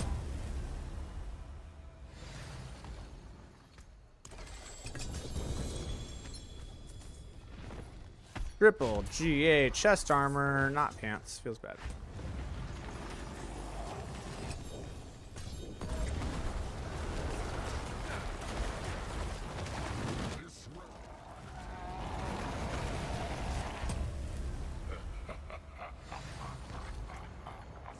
What do we got? Potion capacity, max life, and the other one. Potion capacity is really the only one we don't care about, amazingly enough. Literally do not care about that one. Damage reduction while healthy is actually very important. Wow, we got 3 of them. Okay, hold on. Nope. Nope. Nope. None of them. Because none of them hit the crit strike chance. And none of them hit above 45%. You see how hard it is to get these suckers? I already got them. I have a pair. But regardless, you can see how hard it is to get them. It's quite a pain in the ass.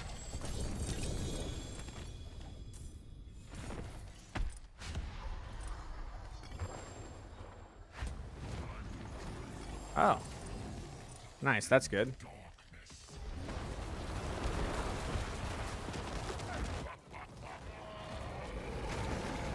We're actually out of room for runes.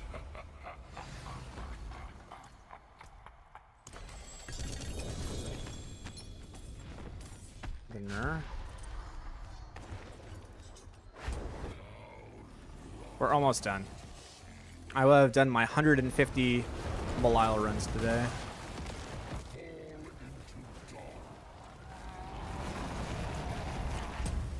13 more to go.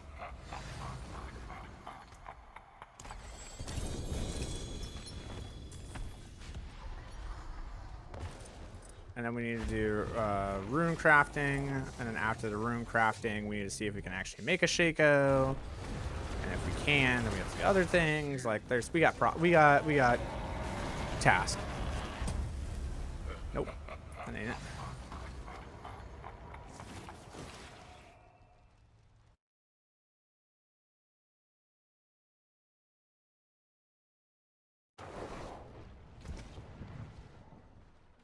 Father bless.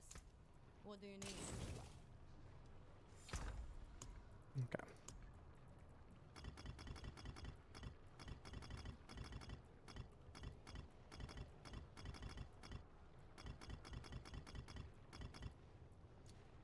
Okay, I only have 2 eoms. I think I have an eom in here. I think that's why. No, I don't. I only have 2. Man, damn. I need eom.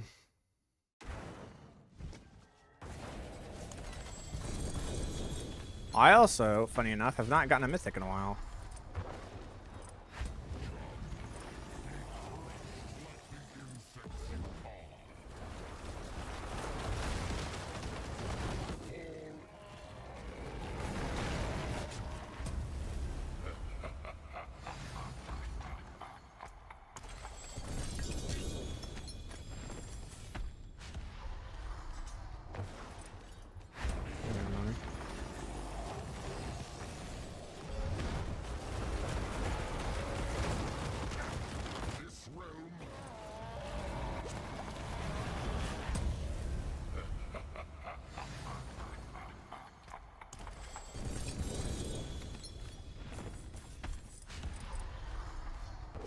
Do you happen to know how many runes you had prior to your 150 runs?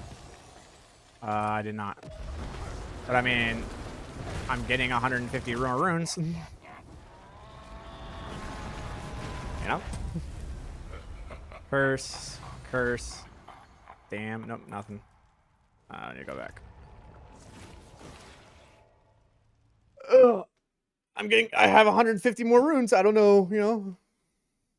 Like, you know.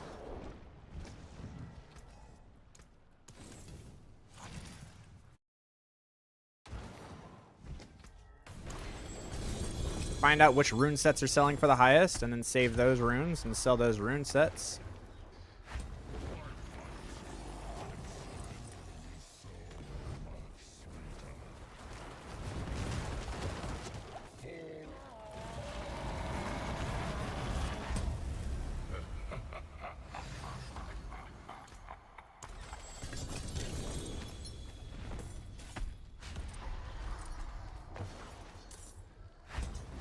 This is, funnily enough, like, faster than getting runes through tributes, which is just insane to me, but it is. Unless they increased it to, like, 6. If you get, like, 6 runes per, which is what you used to be. If it's still 3, it's, like, not. And I don't know what they did. I have to go check. But if it's still only 3 runes, then, like, yeah.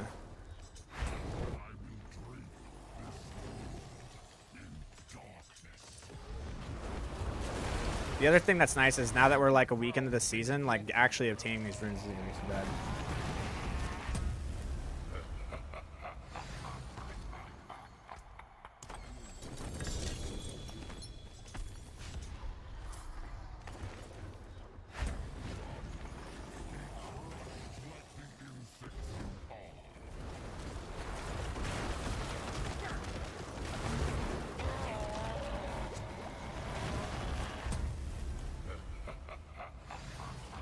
It's 6 now? Okay, thank God. Well, maybe they're actually more worth it now to actually do Tribute of Harmony.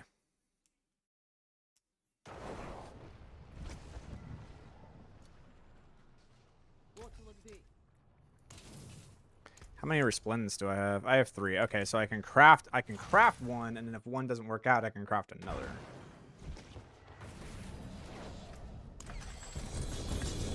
Or better, the game can literally just give me a 4GA Shaco right now. Like I just get like literally just get it to drop. Called it in.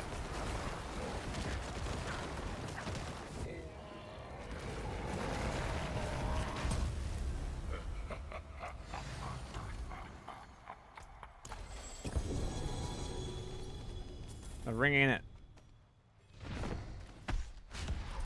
But a ring is nice.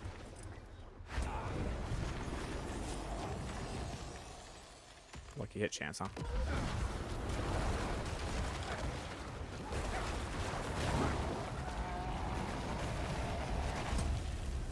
Drops. They definitely buffed it. All right, good. That's a good thing, because it used to be 3, and that was, like, bad. Like, oh, Belial just wins.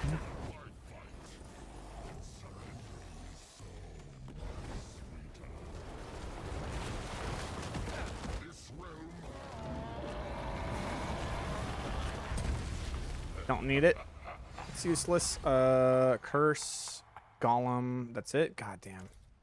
It's so hard to hit that GA on crit, man. I still haven't even gotten a double GA. I still have literally not even gotten a single double GA Hellbent Commanders. Or whatever they're called. The fucking Blood Moon Breaches. Not one.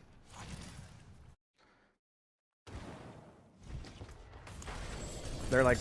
They're more rare than a mythic, dude. It's kind of wild.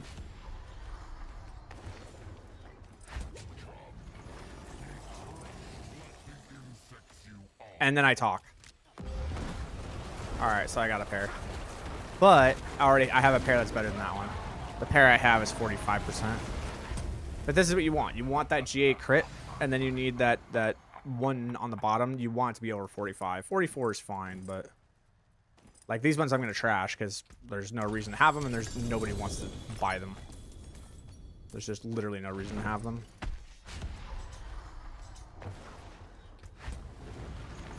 Am I almost done? Is that it? Wait, I'm out? I think I'm out.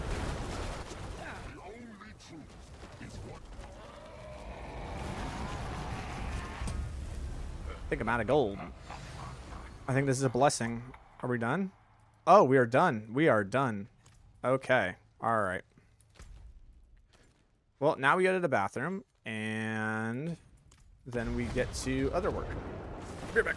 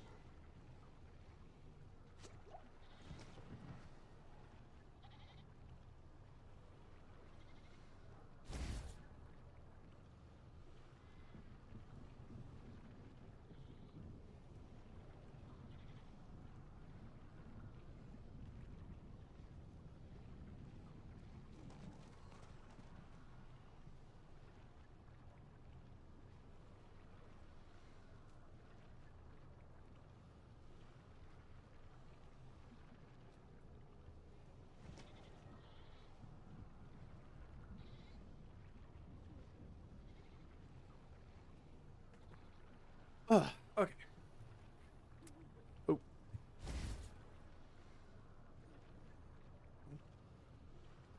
right.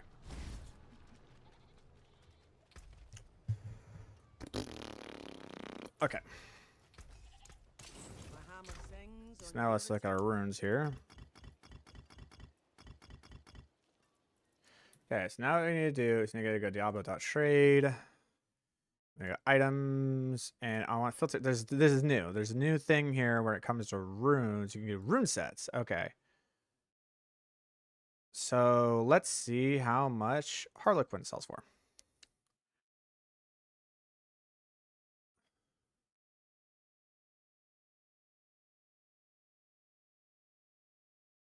Oh, I see. So that's how much they have. Each set is 5 billion. Got you. Okay. Era Perditions are selling for 4 billion. Ring of Starless Skies are selling for 5 billion.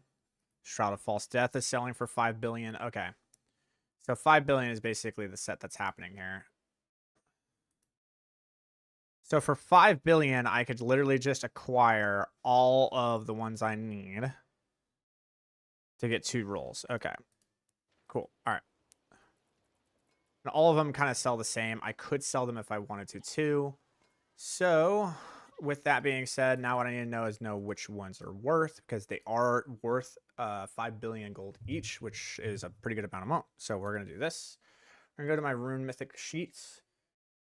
And the ones that are worth it are going to be Harlequin, Ring, and that's kind of Shot of False Death. That's another good one.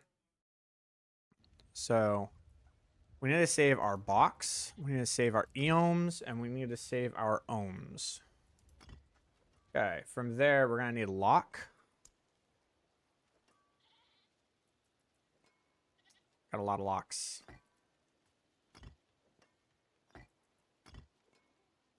Let's go ahead, because I need a reroll. So because of that, let's go ahead and do... There we go, that's what I want. Stack of 6. We'll come here.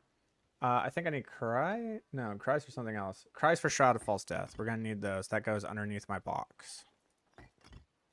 Lock goes underneath the Eom. Okay, and then the Zik. Okay. Stack 6. Okay. From here... What's the point of selling them in sets if people are already selling them the way that they are, right? Like, what's the point?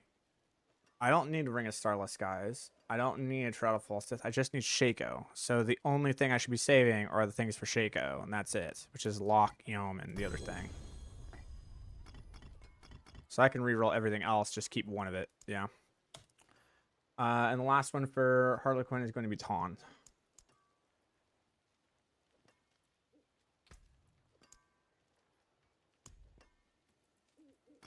Cool. All right, now from here, what I want to do is put these here. And then we need to grab anything that has more than 3. So I can do Yule, I can do Nagu, do Lith. What is Lith for? Lith is used for Tyrael's Might. Interesting, okay. Theo, Neo, this. Just need to make sure not to use all of them.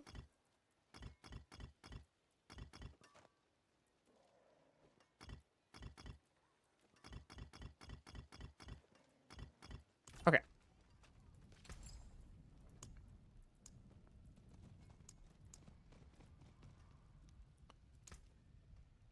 What colour? Brilliance. Wow, I got 2 blocks. That's crazy. I got another ohm. That's cool. Cannot be in the wilderness. This will do. All right, from here, 1, 2, 3, 4, I got a 6 there. Do that. 1, 2, 3. Oh, I crafted all of them. That's okay. 1, 2, 3. 6 there. 5 there. There.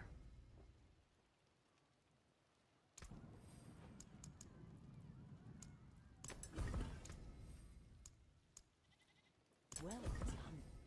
Cool.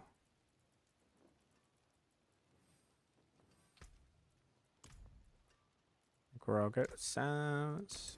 Okay. All right.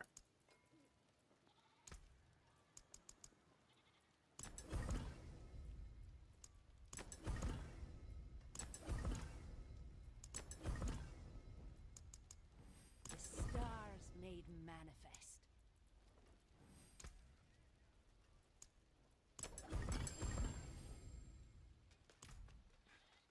Let's go put in all of these ones.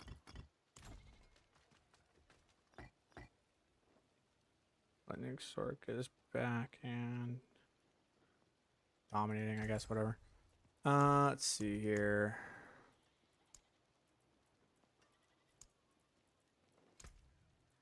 What colour? Try. Brilliance. Wait, I need locks. Oh, locks for the Harlequin. For multiple sets of the Harlequin. Okay, so I actually want to see if I have enough of that. Let's save another set because that'll save me gold.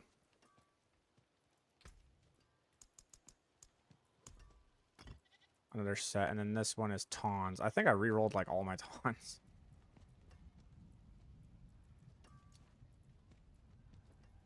Kinda did. Kinda did. Alright, well, it is what it is. Well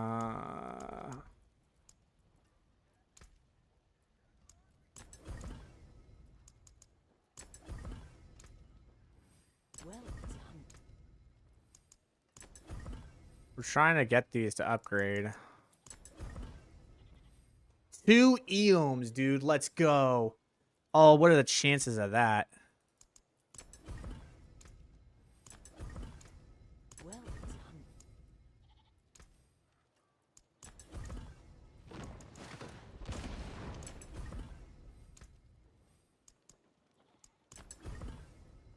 Igni. Okay. Neo. Chalk. Pry. Lock.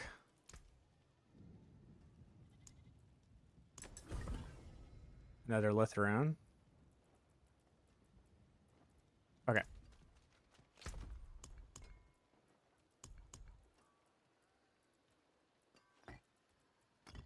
So we need 2 more eoms. 2 more eoms and then a set. Hopefully.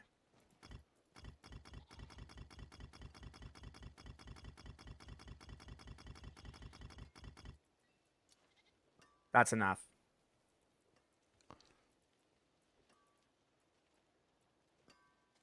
I don't know if it is, but I'm hoping it will be.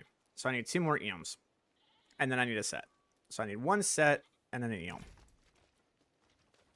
And that will allow me, based on how many resplendent sparks I have, to roll for 2 Shakos. Well, I could actually go for 2 more. So I could roll 1, roll another. I could go for 10 bill. I could literally just go for it and go for 10 billion. Buy 2 eoms and then buy 2 sets, and I could roll for 3 Shakos. That's what I could do. I think it is definitely worth it. Because then after that, the only thing I'm going to need after that is, because I got the Blood Moon Breaches, and then I'll have that. The only thing I'm going to need after that, legitimately, is if I have that and have that, the only thing we're going to need is Inexorable Reapers. I just need a better Inexorable Reapers. And then we'll be online. Be good to go. Okay, so for runes...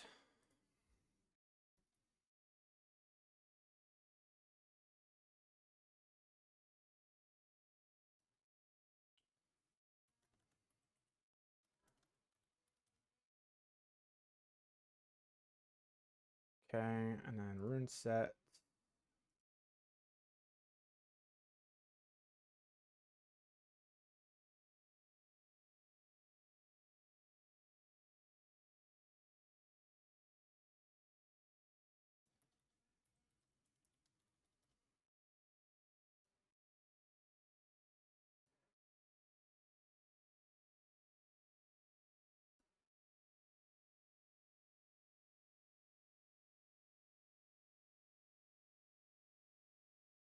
Okay, let's see if any of them accept the invitation.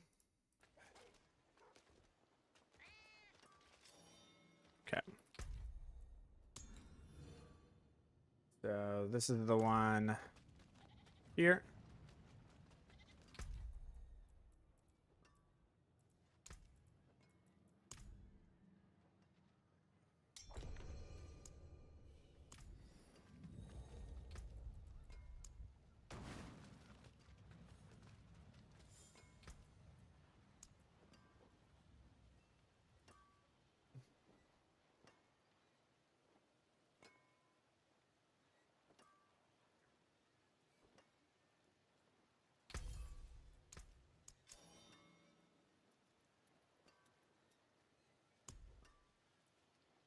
One bill.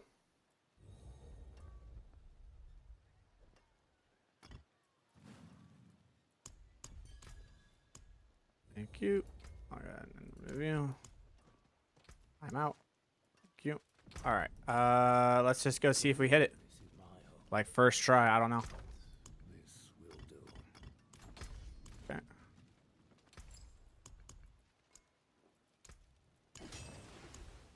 Nope, didn't hit it. Damn. Fuck. All right. That means I am going to have to.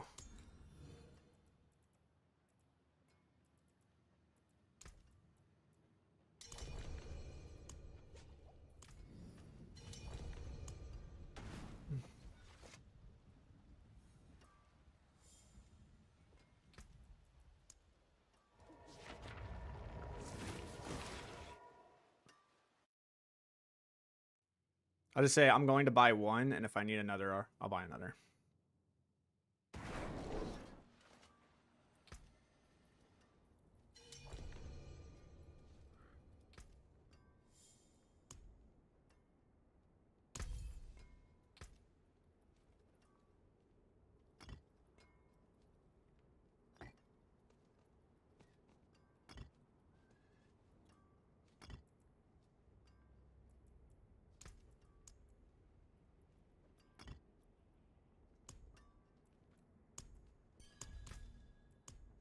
Okay.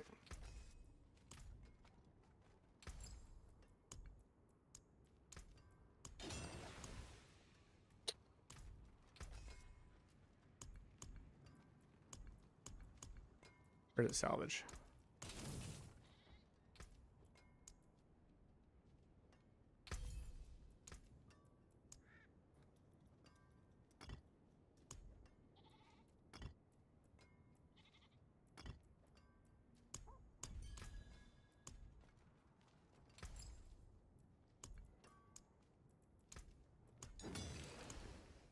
You know, sometimes that's just the game, bro. You know? Come back and see us.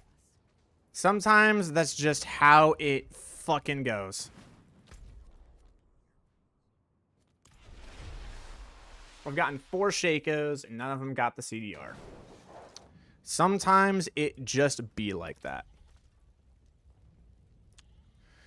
Which means I need to try to sell my other ones.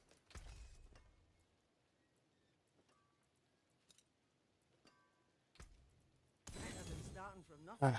Man, Hammer sings on your return. I only have 1 Resplendent Spark, too.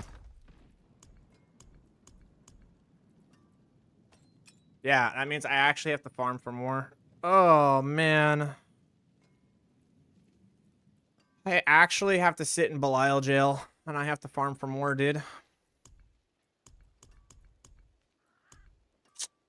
Oof. Well, in the meantime, what I could do is try to roll these Bloodmoon Breaches.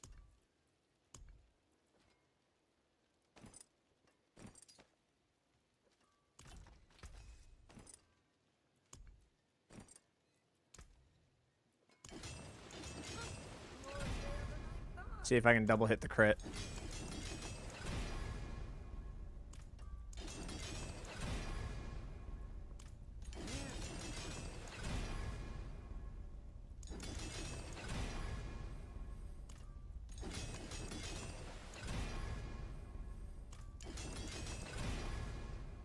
Damn.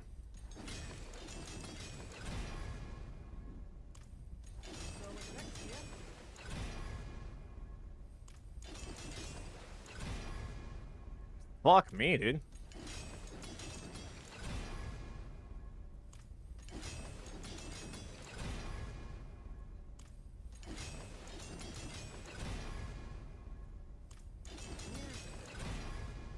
There we go. All right, double hit the crit.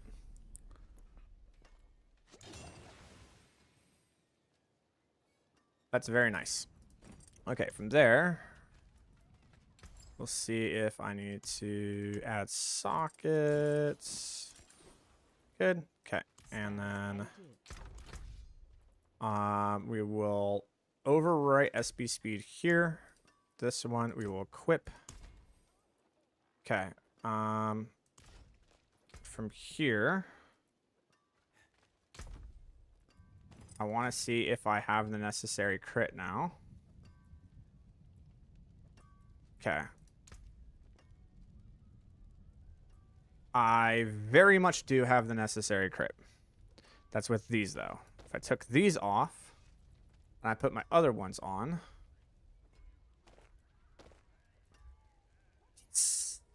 I have the crit. Okay, okay, okay. This is very good. This is very, very good. We have the crit, which means I have the curse size, which means I have the curse size, which means now I can roll into these, because I have the mobility iteration tempers. I can actually go for the actual boots that I have, the big ones. The booty boots. These ones, I can actually go for soul rift duration and mobility in it. And the thing is, I can use them for both builds, which is fucking awesome. Some steel you need. So I'm gonna need both, but what would be more important? The mobility. Well, I mean, for both builds, soul rift duration would be really important. And then I need a scroll of retempering, which I do have. Okay, so we're gonna go for utility, and we need soul rift. This one, we need soul rift duration. Max soul rift duration temper. Feels good. Okay, now we need a mobility cooldown reduction.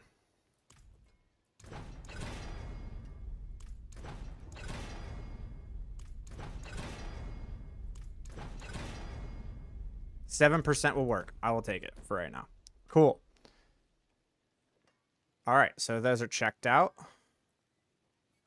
And now I can go ahead and put inexorables on them.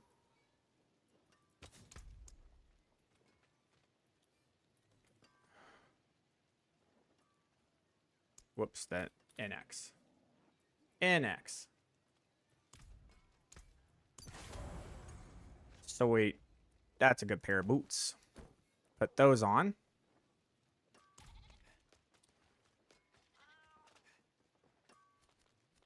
Why is my armor 2,000 in Torment 4? What? I'm sorry, why do I have that much armor? I'm not fond of people. Is that because of the Shaco? It's got to be because of the Shaco. It is because of the Shaco. The Shaco is giving me 500 armor. That means any armor rolls I have in my Paragon, I do not need.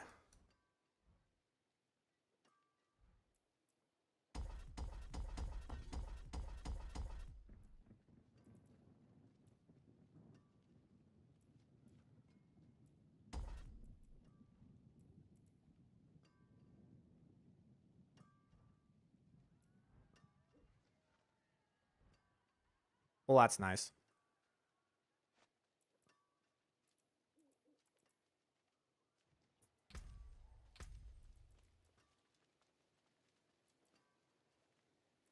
Okay.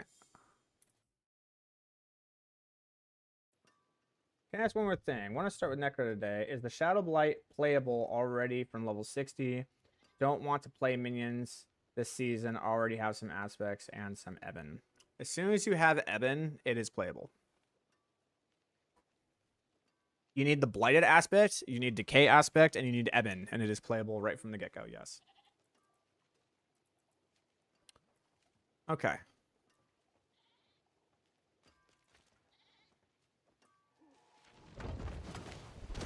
All right, so now because of this cooldown reduction here, what's the inexorable 2.2 seconds? Is that right? How is that?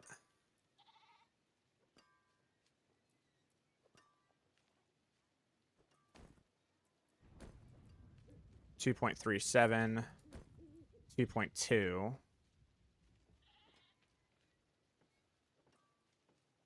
We got it down to like 1 point something. So how did that happen? Hold on. The math's not mathin', dude. 2.2 seconds.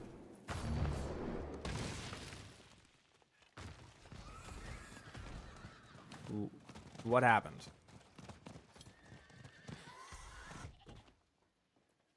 Oh, the catalytic skill doesn't have it. It's not on the catalytic skill. That's why. 1.65. There we go. Okay. Cool. So now we're at 1.65 seconds. That's good. It's getting better. It's getting better. And then from here... That's really risky, man, to like try to go for it. I just don't feel like that extra percent's worth it right now. Okay. Now, as for the ones that we wanted Igni Jaw.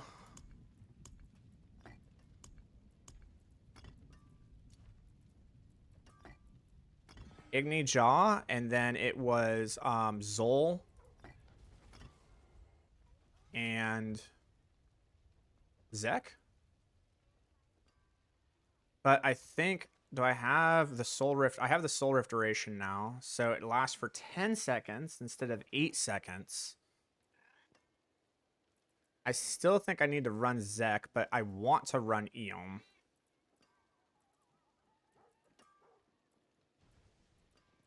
I think we just run Zek right now.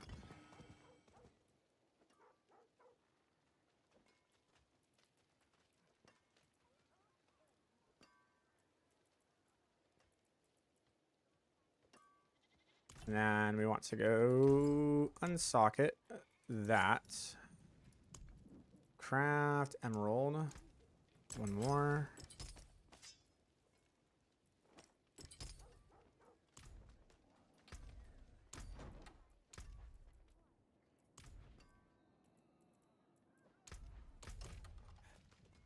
That's definitely not the look of my scythe.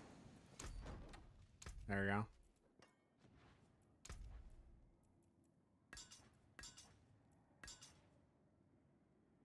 Really like that. Nah, it's this one, dude. Damn, that's a big scythe. Okay. All right. I think we're good, dude. I think we're solid. Yeah, Searthul is what I run on the other one. And then honestly, what I should do is I should swap out these. That's what I should do. Okay, what we're gonna do here is we're gonna go here. We're gonna unsocket this. We're gonna place these there. I am going to need these for the other ones, but what I can do instead now is run Igni and Jaw here. That way, when I swap, it swaps the Perdition out. Yeah. Now we're thinking. Now we're thinking.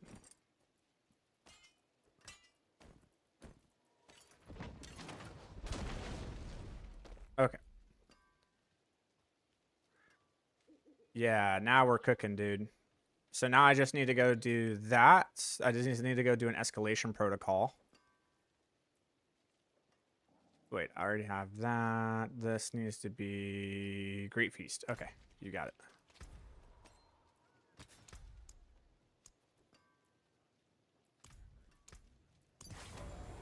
Okay, Great Feast. I don't know if I got an upgrade to my Conceited, so let's find out. I did not. Okay. Don't think I got an upgrade to my Sacrificial. It's 53. Yeah, still not. And that's buffed up all the way. I don't think I have one for, or not Decay, Blighted. I'm pretty sure Blighted is still.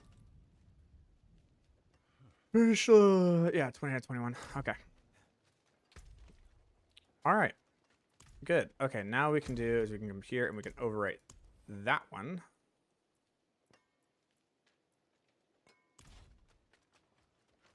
Okay. And then what we need to do is we need to go create these.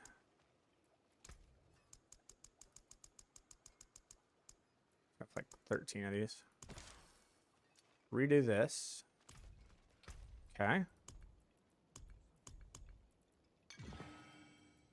All right, so with that upgrade, okay, so what did we do with that upgrade? Like, what was the big thing that we were able to do? It means we were able to run mobility cooldown reduction in this temper. That's what we were able to do.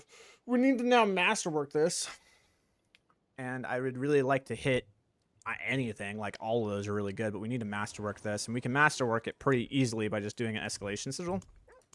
So what we're going to do over the next 8 minutes is we will do exactly that. We're going to do some escalation sigils. I'm going to attribute radiance. That's nice.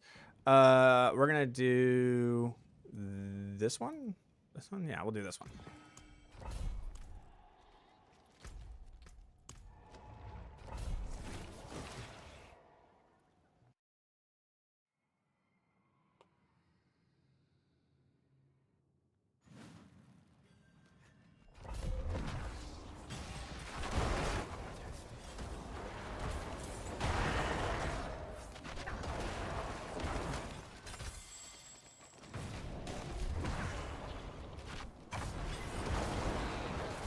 Oh shit, there's a strong room. Nice. You definitely want to do these because the strong room gives a shitload of opposite.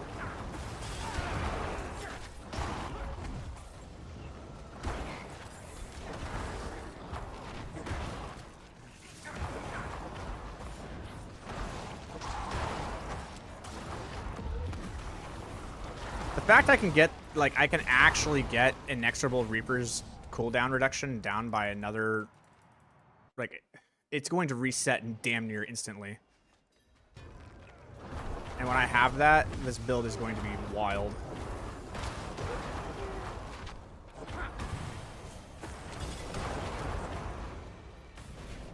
Let's see here. Do that one. Do that one. Do that one. Okay, we'll do this one. Sweet. Here we go.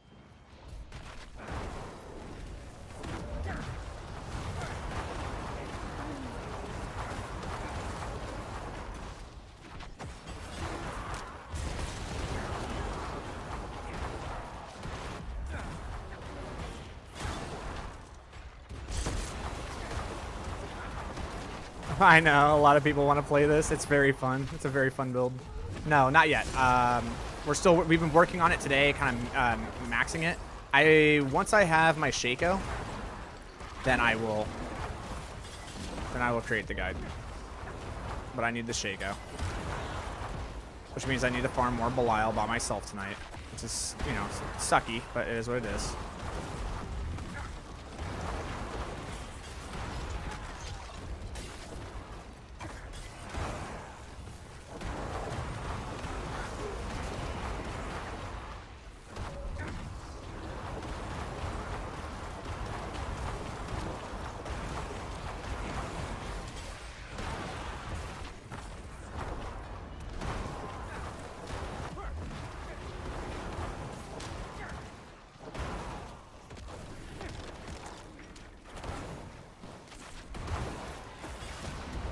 Goodbye.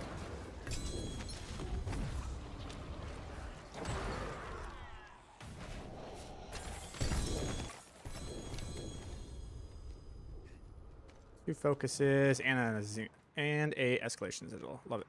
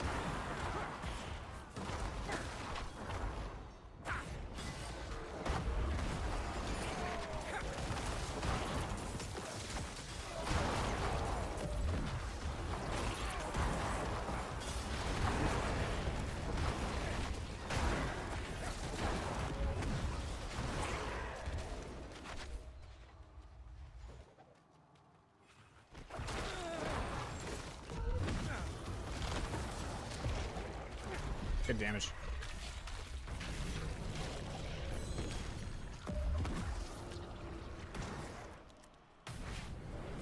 That was the first one.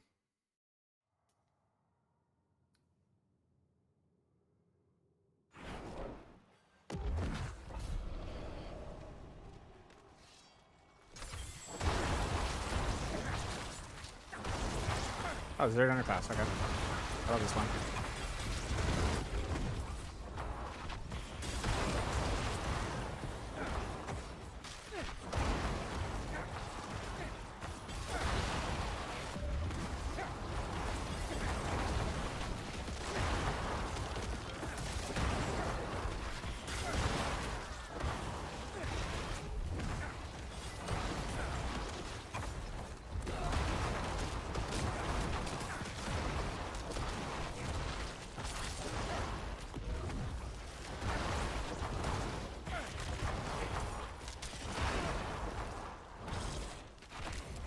That's lame. There we go.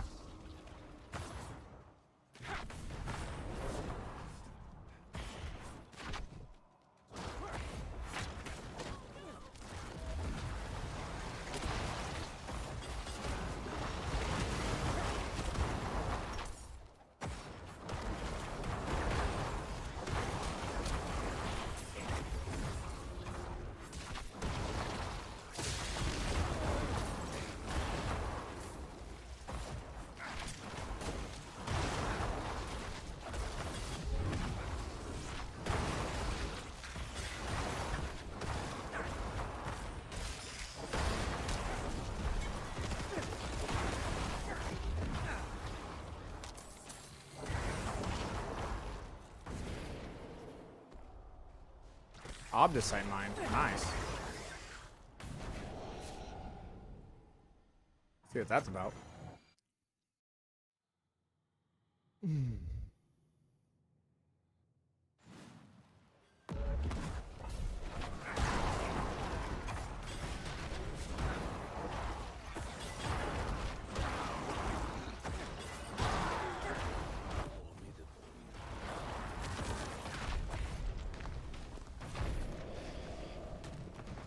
Wow, I can't teleport for that.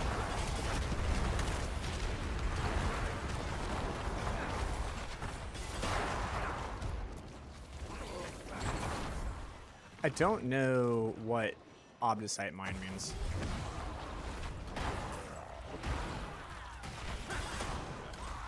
Hold on, let me look at it.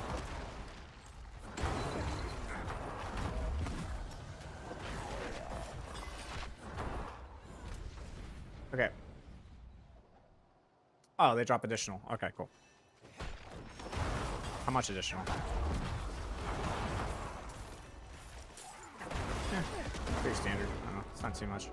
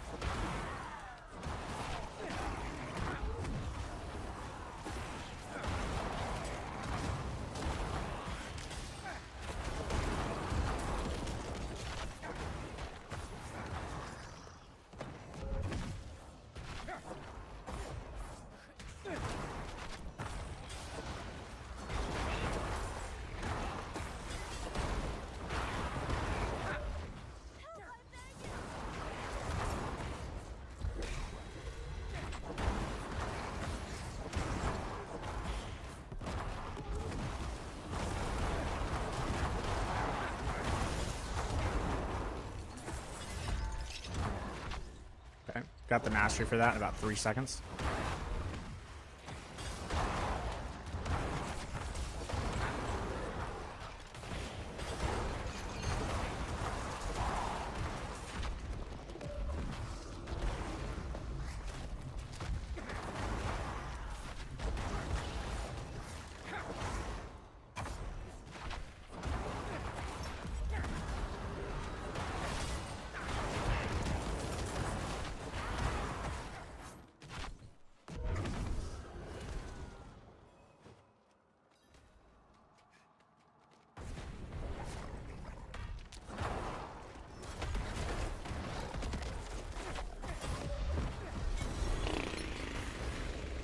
That feels good. Practicing that combo. Varshan's offering, Rich Vials, Grim Secrets. I think this is the actual boss. Oh, butter.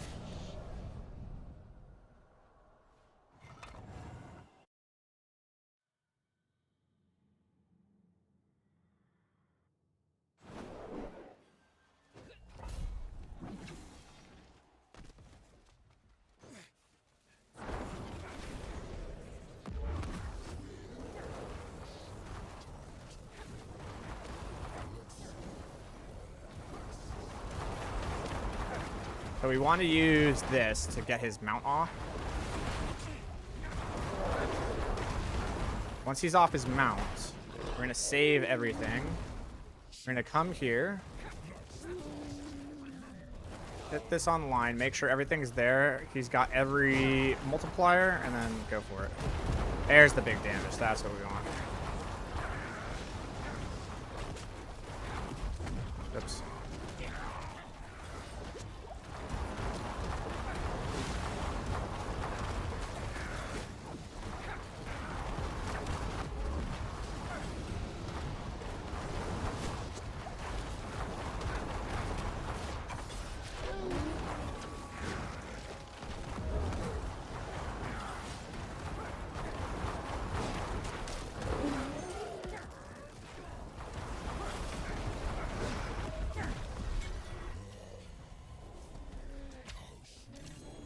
So it absolutely can do Astaroth.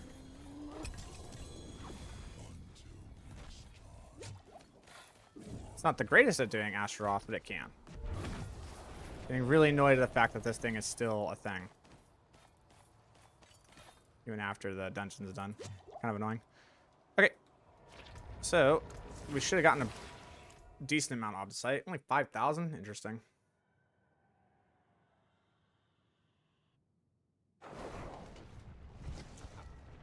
But you're having trouble getting it starting to download? I mean, I don't know. I don't know how to help you there, man. I really don't. I'm sorry. I wish I did. Int, crit, it's all poop. It's all poop. It's all bad. Alright. Let's get this masterworked. Did we get the triple crit? We did not. It's okay. Let's go ahead and start getting these masterworked. That's nice. That's very nice. For right now, it's a very good thing to have.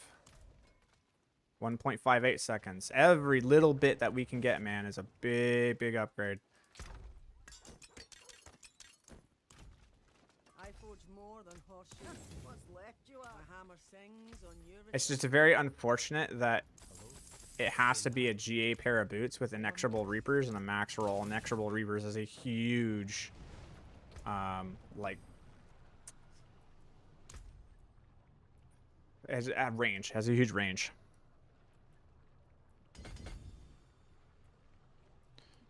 So make sure I have pretty much all the additive damage I can get everywhere on the board, and then from there we can just go focus on stacking intelligence wherever we can get it. And it looks like we do not. We have those two. Okay. I think that's it. Okay, from here we can just start stacking the intelligence.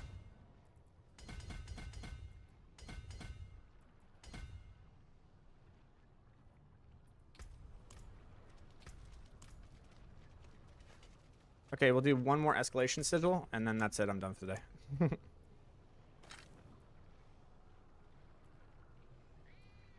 Rogic Vial, Mr. Oh, that's another thing I want to do, is to see how much this thing I have. We have 10 here, but then I can also buy this stuff. The substantial ones. Pretty sure I have literally everything upgraded for the vials. I do, so I can just sit here and just do this.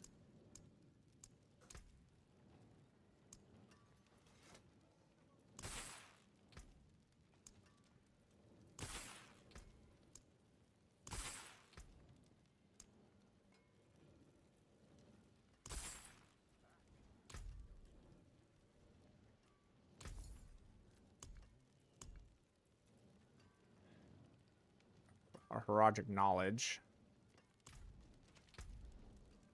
It did like nothing. That's hilarious. It does like absolutely nothing to help with that. That's crazy.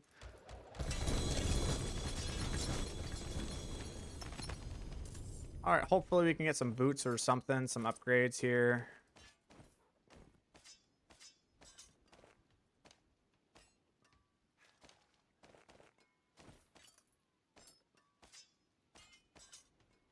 That would be very cool. All right. Indira's, which sucks. Unmakers, which sucks. This sucks. 3 to bone skills is nah. Or is nothing there, nothing there. That's unfortunate. Okay. Well, we got nothing. So it'll just be an aspect. See some Hunt. steel you need. Aspect of the void, title, phasing poltergeist is okay. And that's it. That's it. All right. Well, sometimes it just be like that.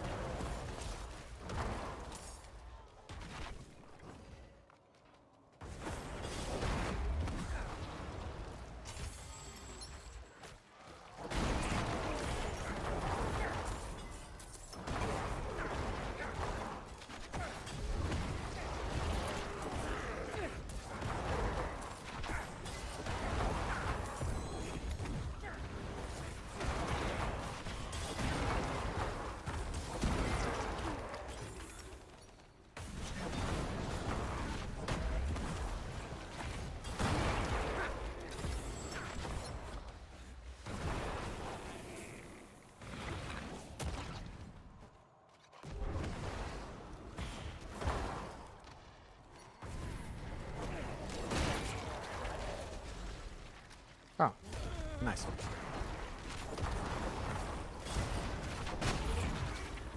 if I can find the other animals.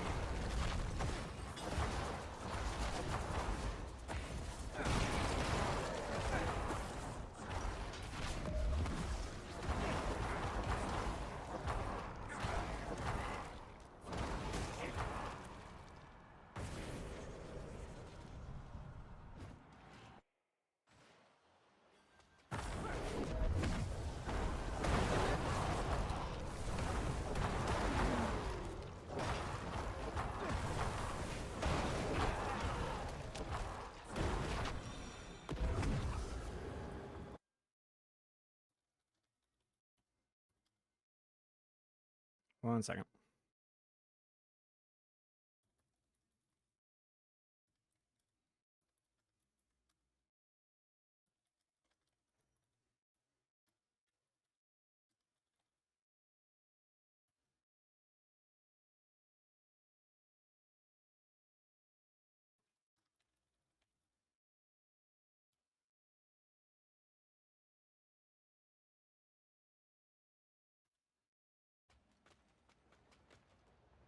Let's see. This one. Oh, wait, no, that. Oh, I did take it. Damn it. That's so bad. It's so bad. Oh, wait, that's my evade cooldown. I actually don't care. Never mind. Actually, I literally don't care. Okay. Cool.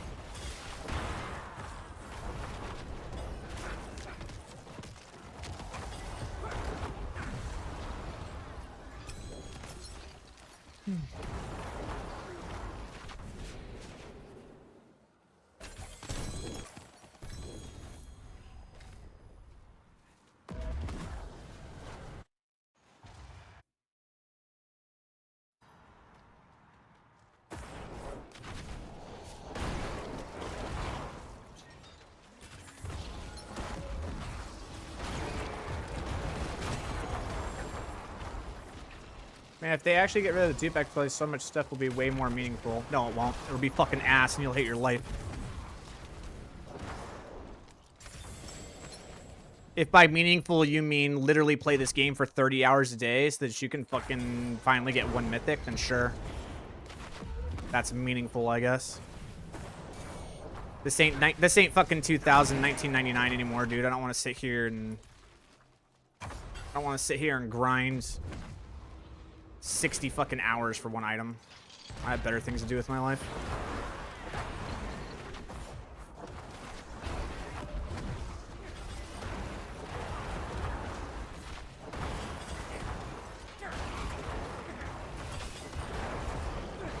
The dupes are unironically, the duping is literally what's keeping this game alive.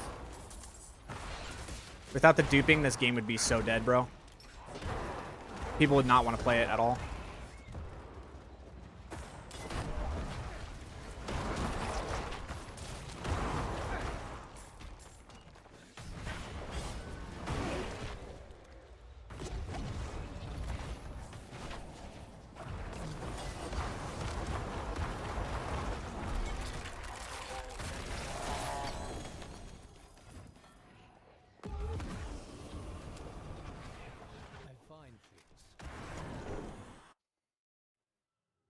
Not gonna lie, I do feel like I'm doing like less damage. I don't know. Quite a large margin, I should say. Like one of my aspects isn't right or something. Uh-huh. Yeah, that would make sense. I knew it. I'm sitting here, I'm like, I just feel like I'm not doing damage. Turns out I'm not doing damage. That is correct.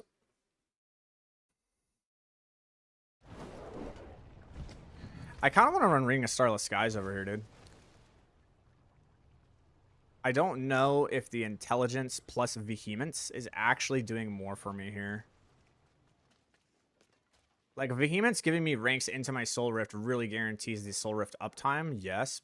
And then, but the shadow damage, it's the shadow damage and the intelligence plus the ultimate cooldown reduction. It is really, really good. I think it's more... Yep. Anyways, it's vehemence.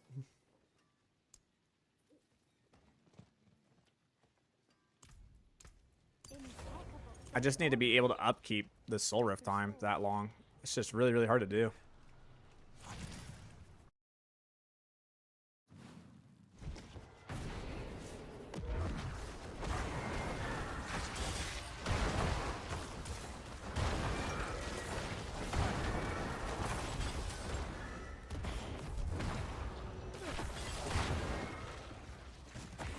Thank you very much for the follow. Welcome to the stream.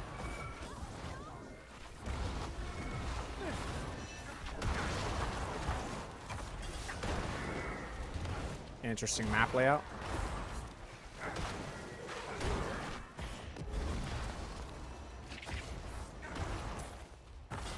God dang it.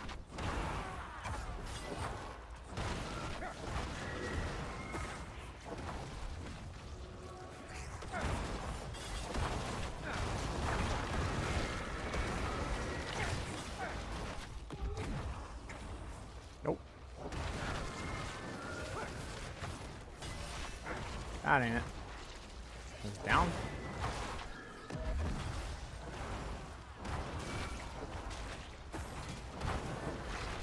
Dude, what is this place? Get me out.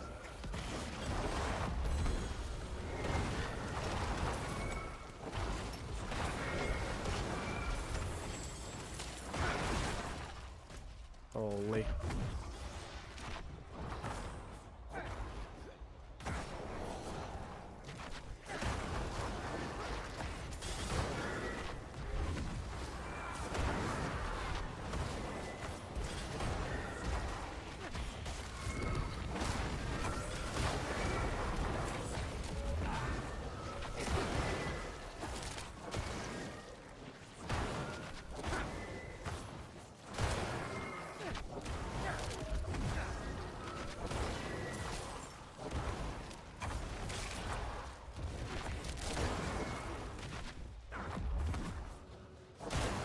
Dude, what is this fucking layout? I'm choose giant fucking circle?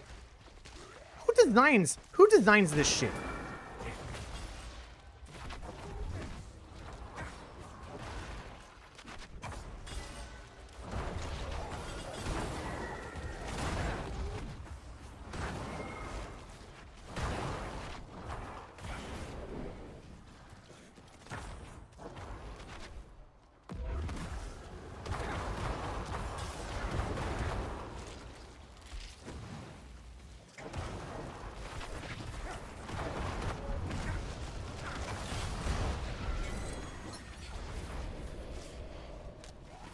Stupid.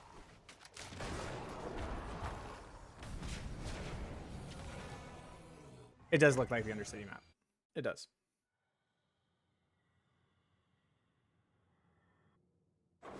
What is this build about? You cast curses and you fly at Mach 10 and you clear the whole map with one button? That's what this build's about.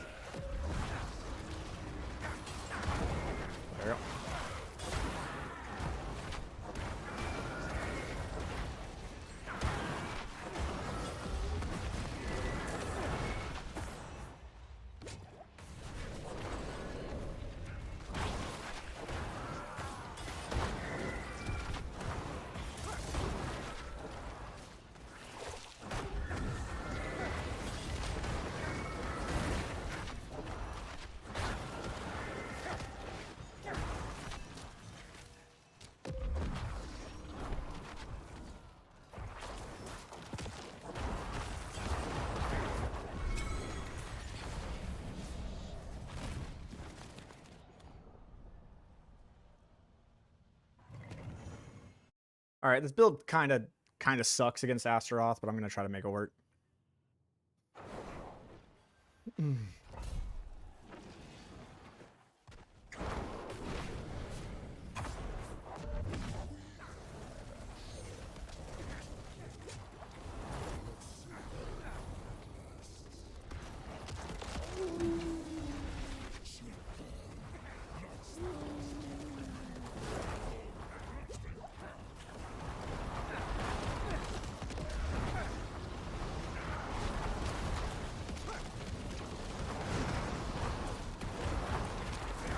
Okay, we got our anomalies out in just a second. Okay, going for it. Nice, big burst damage. Not bad, like, honestly.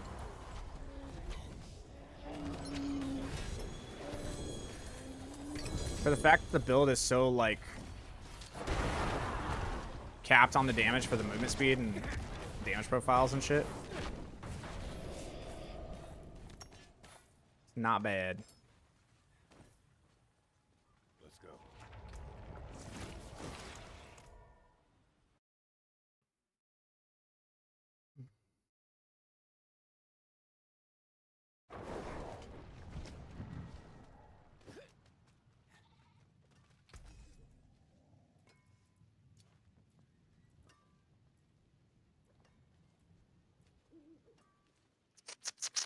Critical hit chance with... Oh, that's good. People are going to want that. Let's see here. Let's go ahead and salvage. Did I actually save it, though? Ooh. Okay. Repair. Masterworking. You. How much did I get? 7,000? Sick. Intelligence. Very nice. All right. Max life. All right. I'd really like it to double hit the intelligence, man. Like, I'm not gonna lie, I kind of want to reroll this and just try to hit the intelligence. Try to double hit the intelligence. The mobility cooldown is really, really nice, but like, I want to hit the double hit. I want to double hit the intelligence.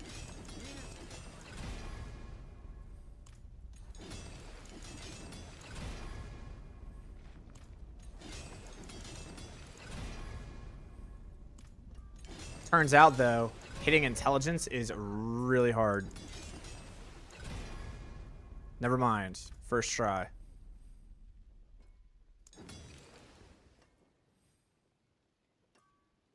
Okay. Yeah, hitting intelligence is awesome because we have a multiplier for our intelligence right here. So hitting anything that increases our intelligence is super, super good stuff. And then we would love a GA intelligence, GA attack speed here. That'll actually throw our intelligence probably up to like 3,600. If we had a GA intelligence here, like we could legitimately actually go up and hit like 4,000 int. Which would be really, really nice. Do I want to do one more before I head out? Nah, I want to do some pits. I want to see what the pits are looking like now that we are where we're at.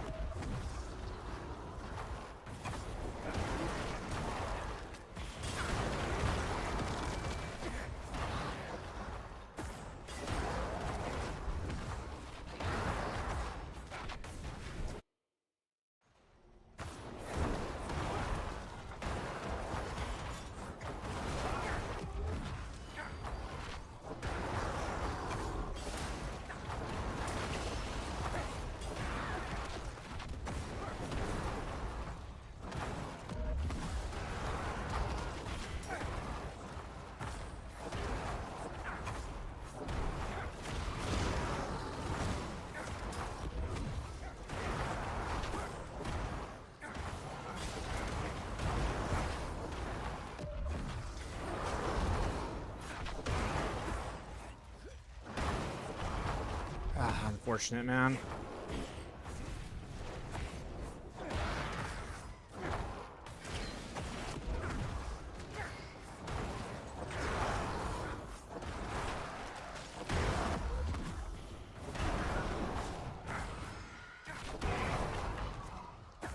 God damn.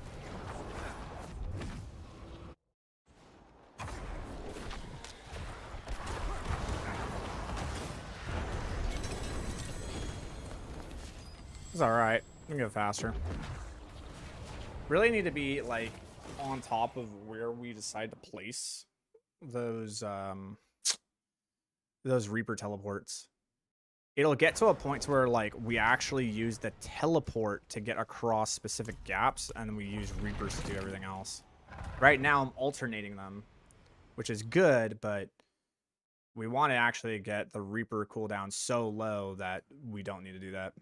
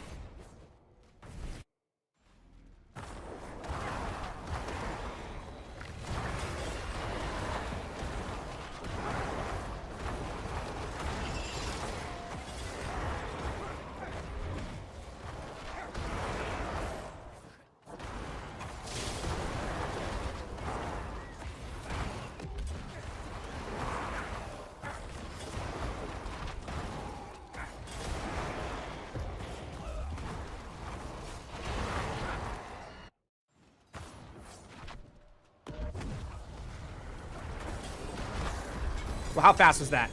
How fast was that? If it wasn't for... Okay, hold up. Was that like a 105, a 106?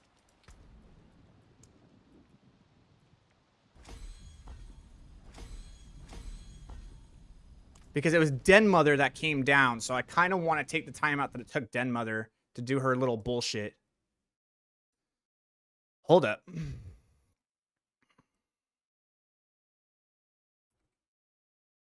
Okay, so we're at 106 right now, but she took 3 seconds. Okay, 1 second. So it's 153. Subtract 3 seconds. 53.7, that's a 104. Because Den Mother takes 3 seconds to drop.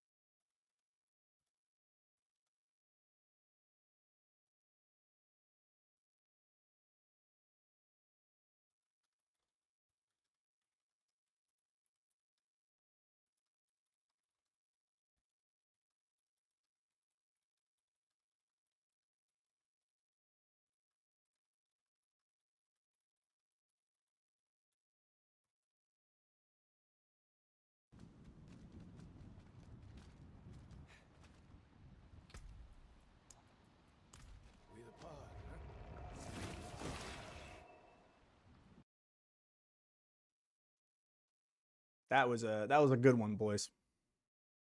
Granted, we got lucky because we got that cooldown shrine, and we just got a really, really good map. So we got a great map mixed with we got a great map mixed with the right pylon, which is great. That's awesome. But like, the thing is if I can get inexorables, like I'm telling you, if I can get the max rolled inexorables, it's over.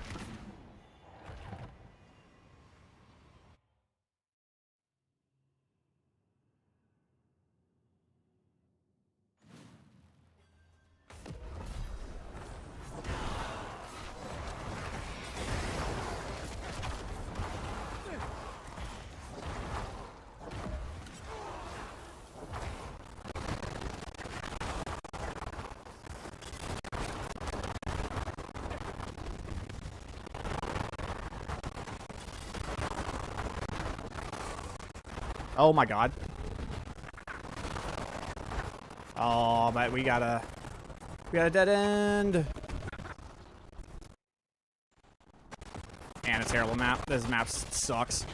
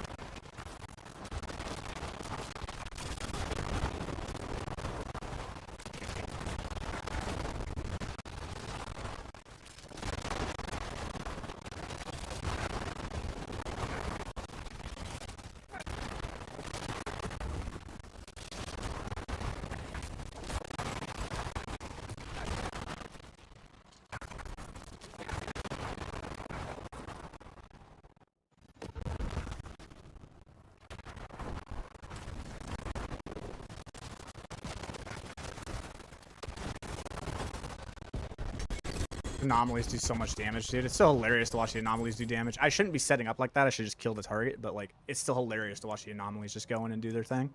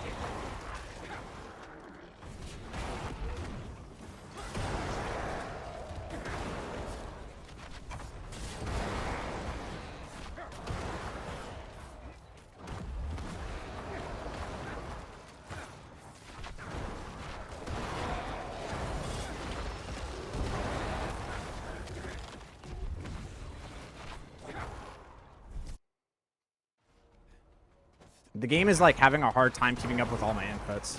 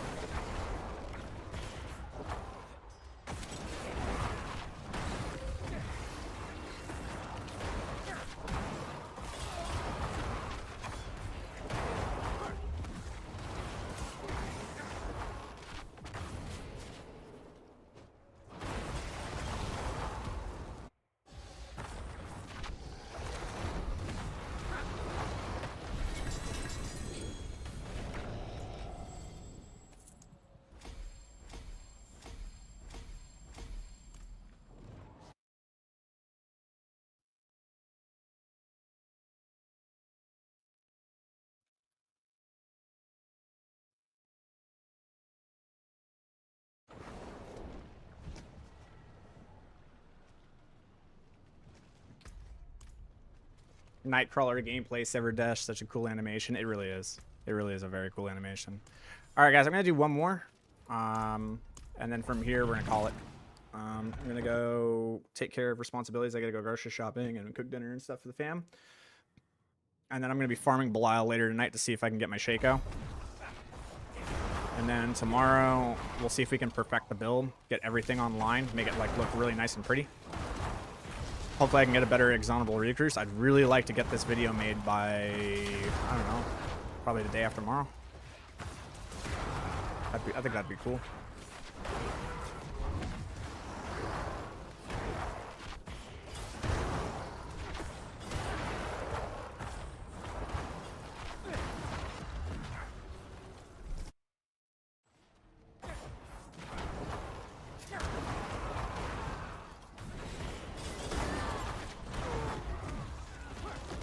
Is it? Are y'all at least entertained?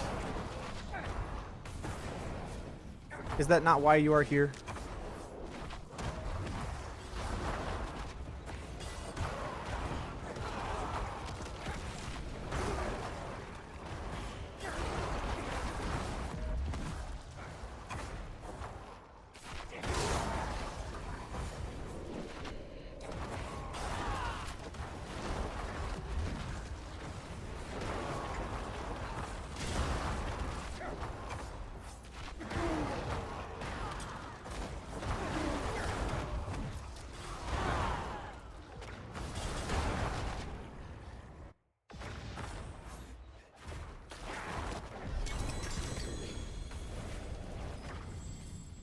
Well, that was satisfying.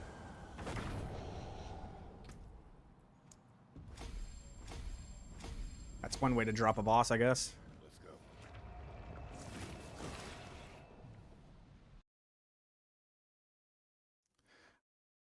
All right, well, let's see if we can.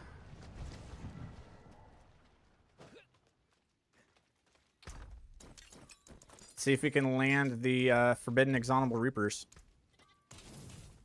It's not exonerable, it's inexorable is how it's pronounced. Inexorable is how it's actually pronounced. But my tongue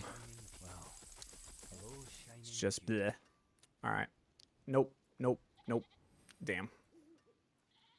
All finished, are you? This is literally the only way to get it, dude. Could you imagine? Like, this sucks.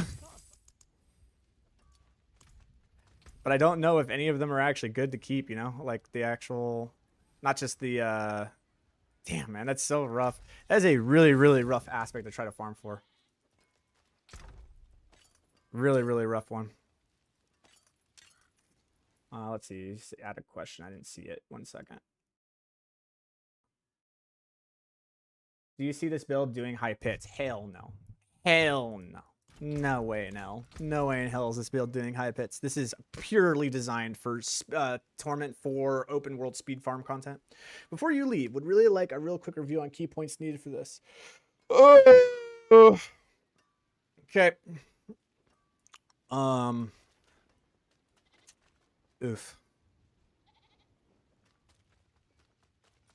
Well, I'll try to be super fast about it.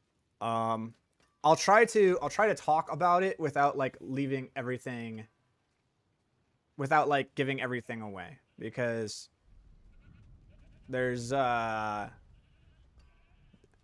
are individuals that watch streams and can kind of wreck things if you let everything. Obviously, it's Affliction, and obviously we're using an Inexorable Reaper, and obviously we are trying to get the Jaw Rune up. So we're trying to swap between an Inexorable Reaper and Jaw Rune to keep our mobility up. There obviously is a cooldown involved with an Inexorable Reaper, so you can pick that one up and figure out basically how we need to get that one going. And then as for the Affliction, Affliction has a temper that doubles its damage, and Affliction counts as shadow damage, and it can crit. It can do anything that shadow damage can do. So anything and everything that we can do to get shadow damage to do shadow damage things is basically how that works. Yeah, there you go. There will be more to it. I will reveal more, but unfortunately, we have had a long history of people coming in and doing some shady shit. And I don't want shady shit to happen because I'm very proud of this thing that I've made with the help of Mike that came in with that suggestion with the Inexorables. So I'm going to keep it a little bit quiet for now, but you'll only have to wait a day or two in order for the full build guide to come out, all right? But yeah, you can view it and have fun with it, and you can use your brain. Like, a lot of you are smart. A lot of you are really smart cookies. You can probably figure this out, all right? So we'll see what happens here, and we'll get the build up and running and perfected by tomorrow, and then really see it in action, and hopefully I can get a sub 1 minute. That's the goal. If we can get a sub 1 minute tier 55 on a Necro without bullshit, oh my god. It's like, you know what I'm saying? Like, dude, if we could get a sub 1 minute C55 on a Necro, that is going to be history. That will be history. So I'm very, very excited to try to get that. Sub 1 minute, tier 55 will be Necro history speedrunning. So I'm going to go for it. Anyways, I'll see you guys tomorrow, and we'll get going. Take it easy, guys.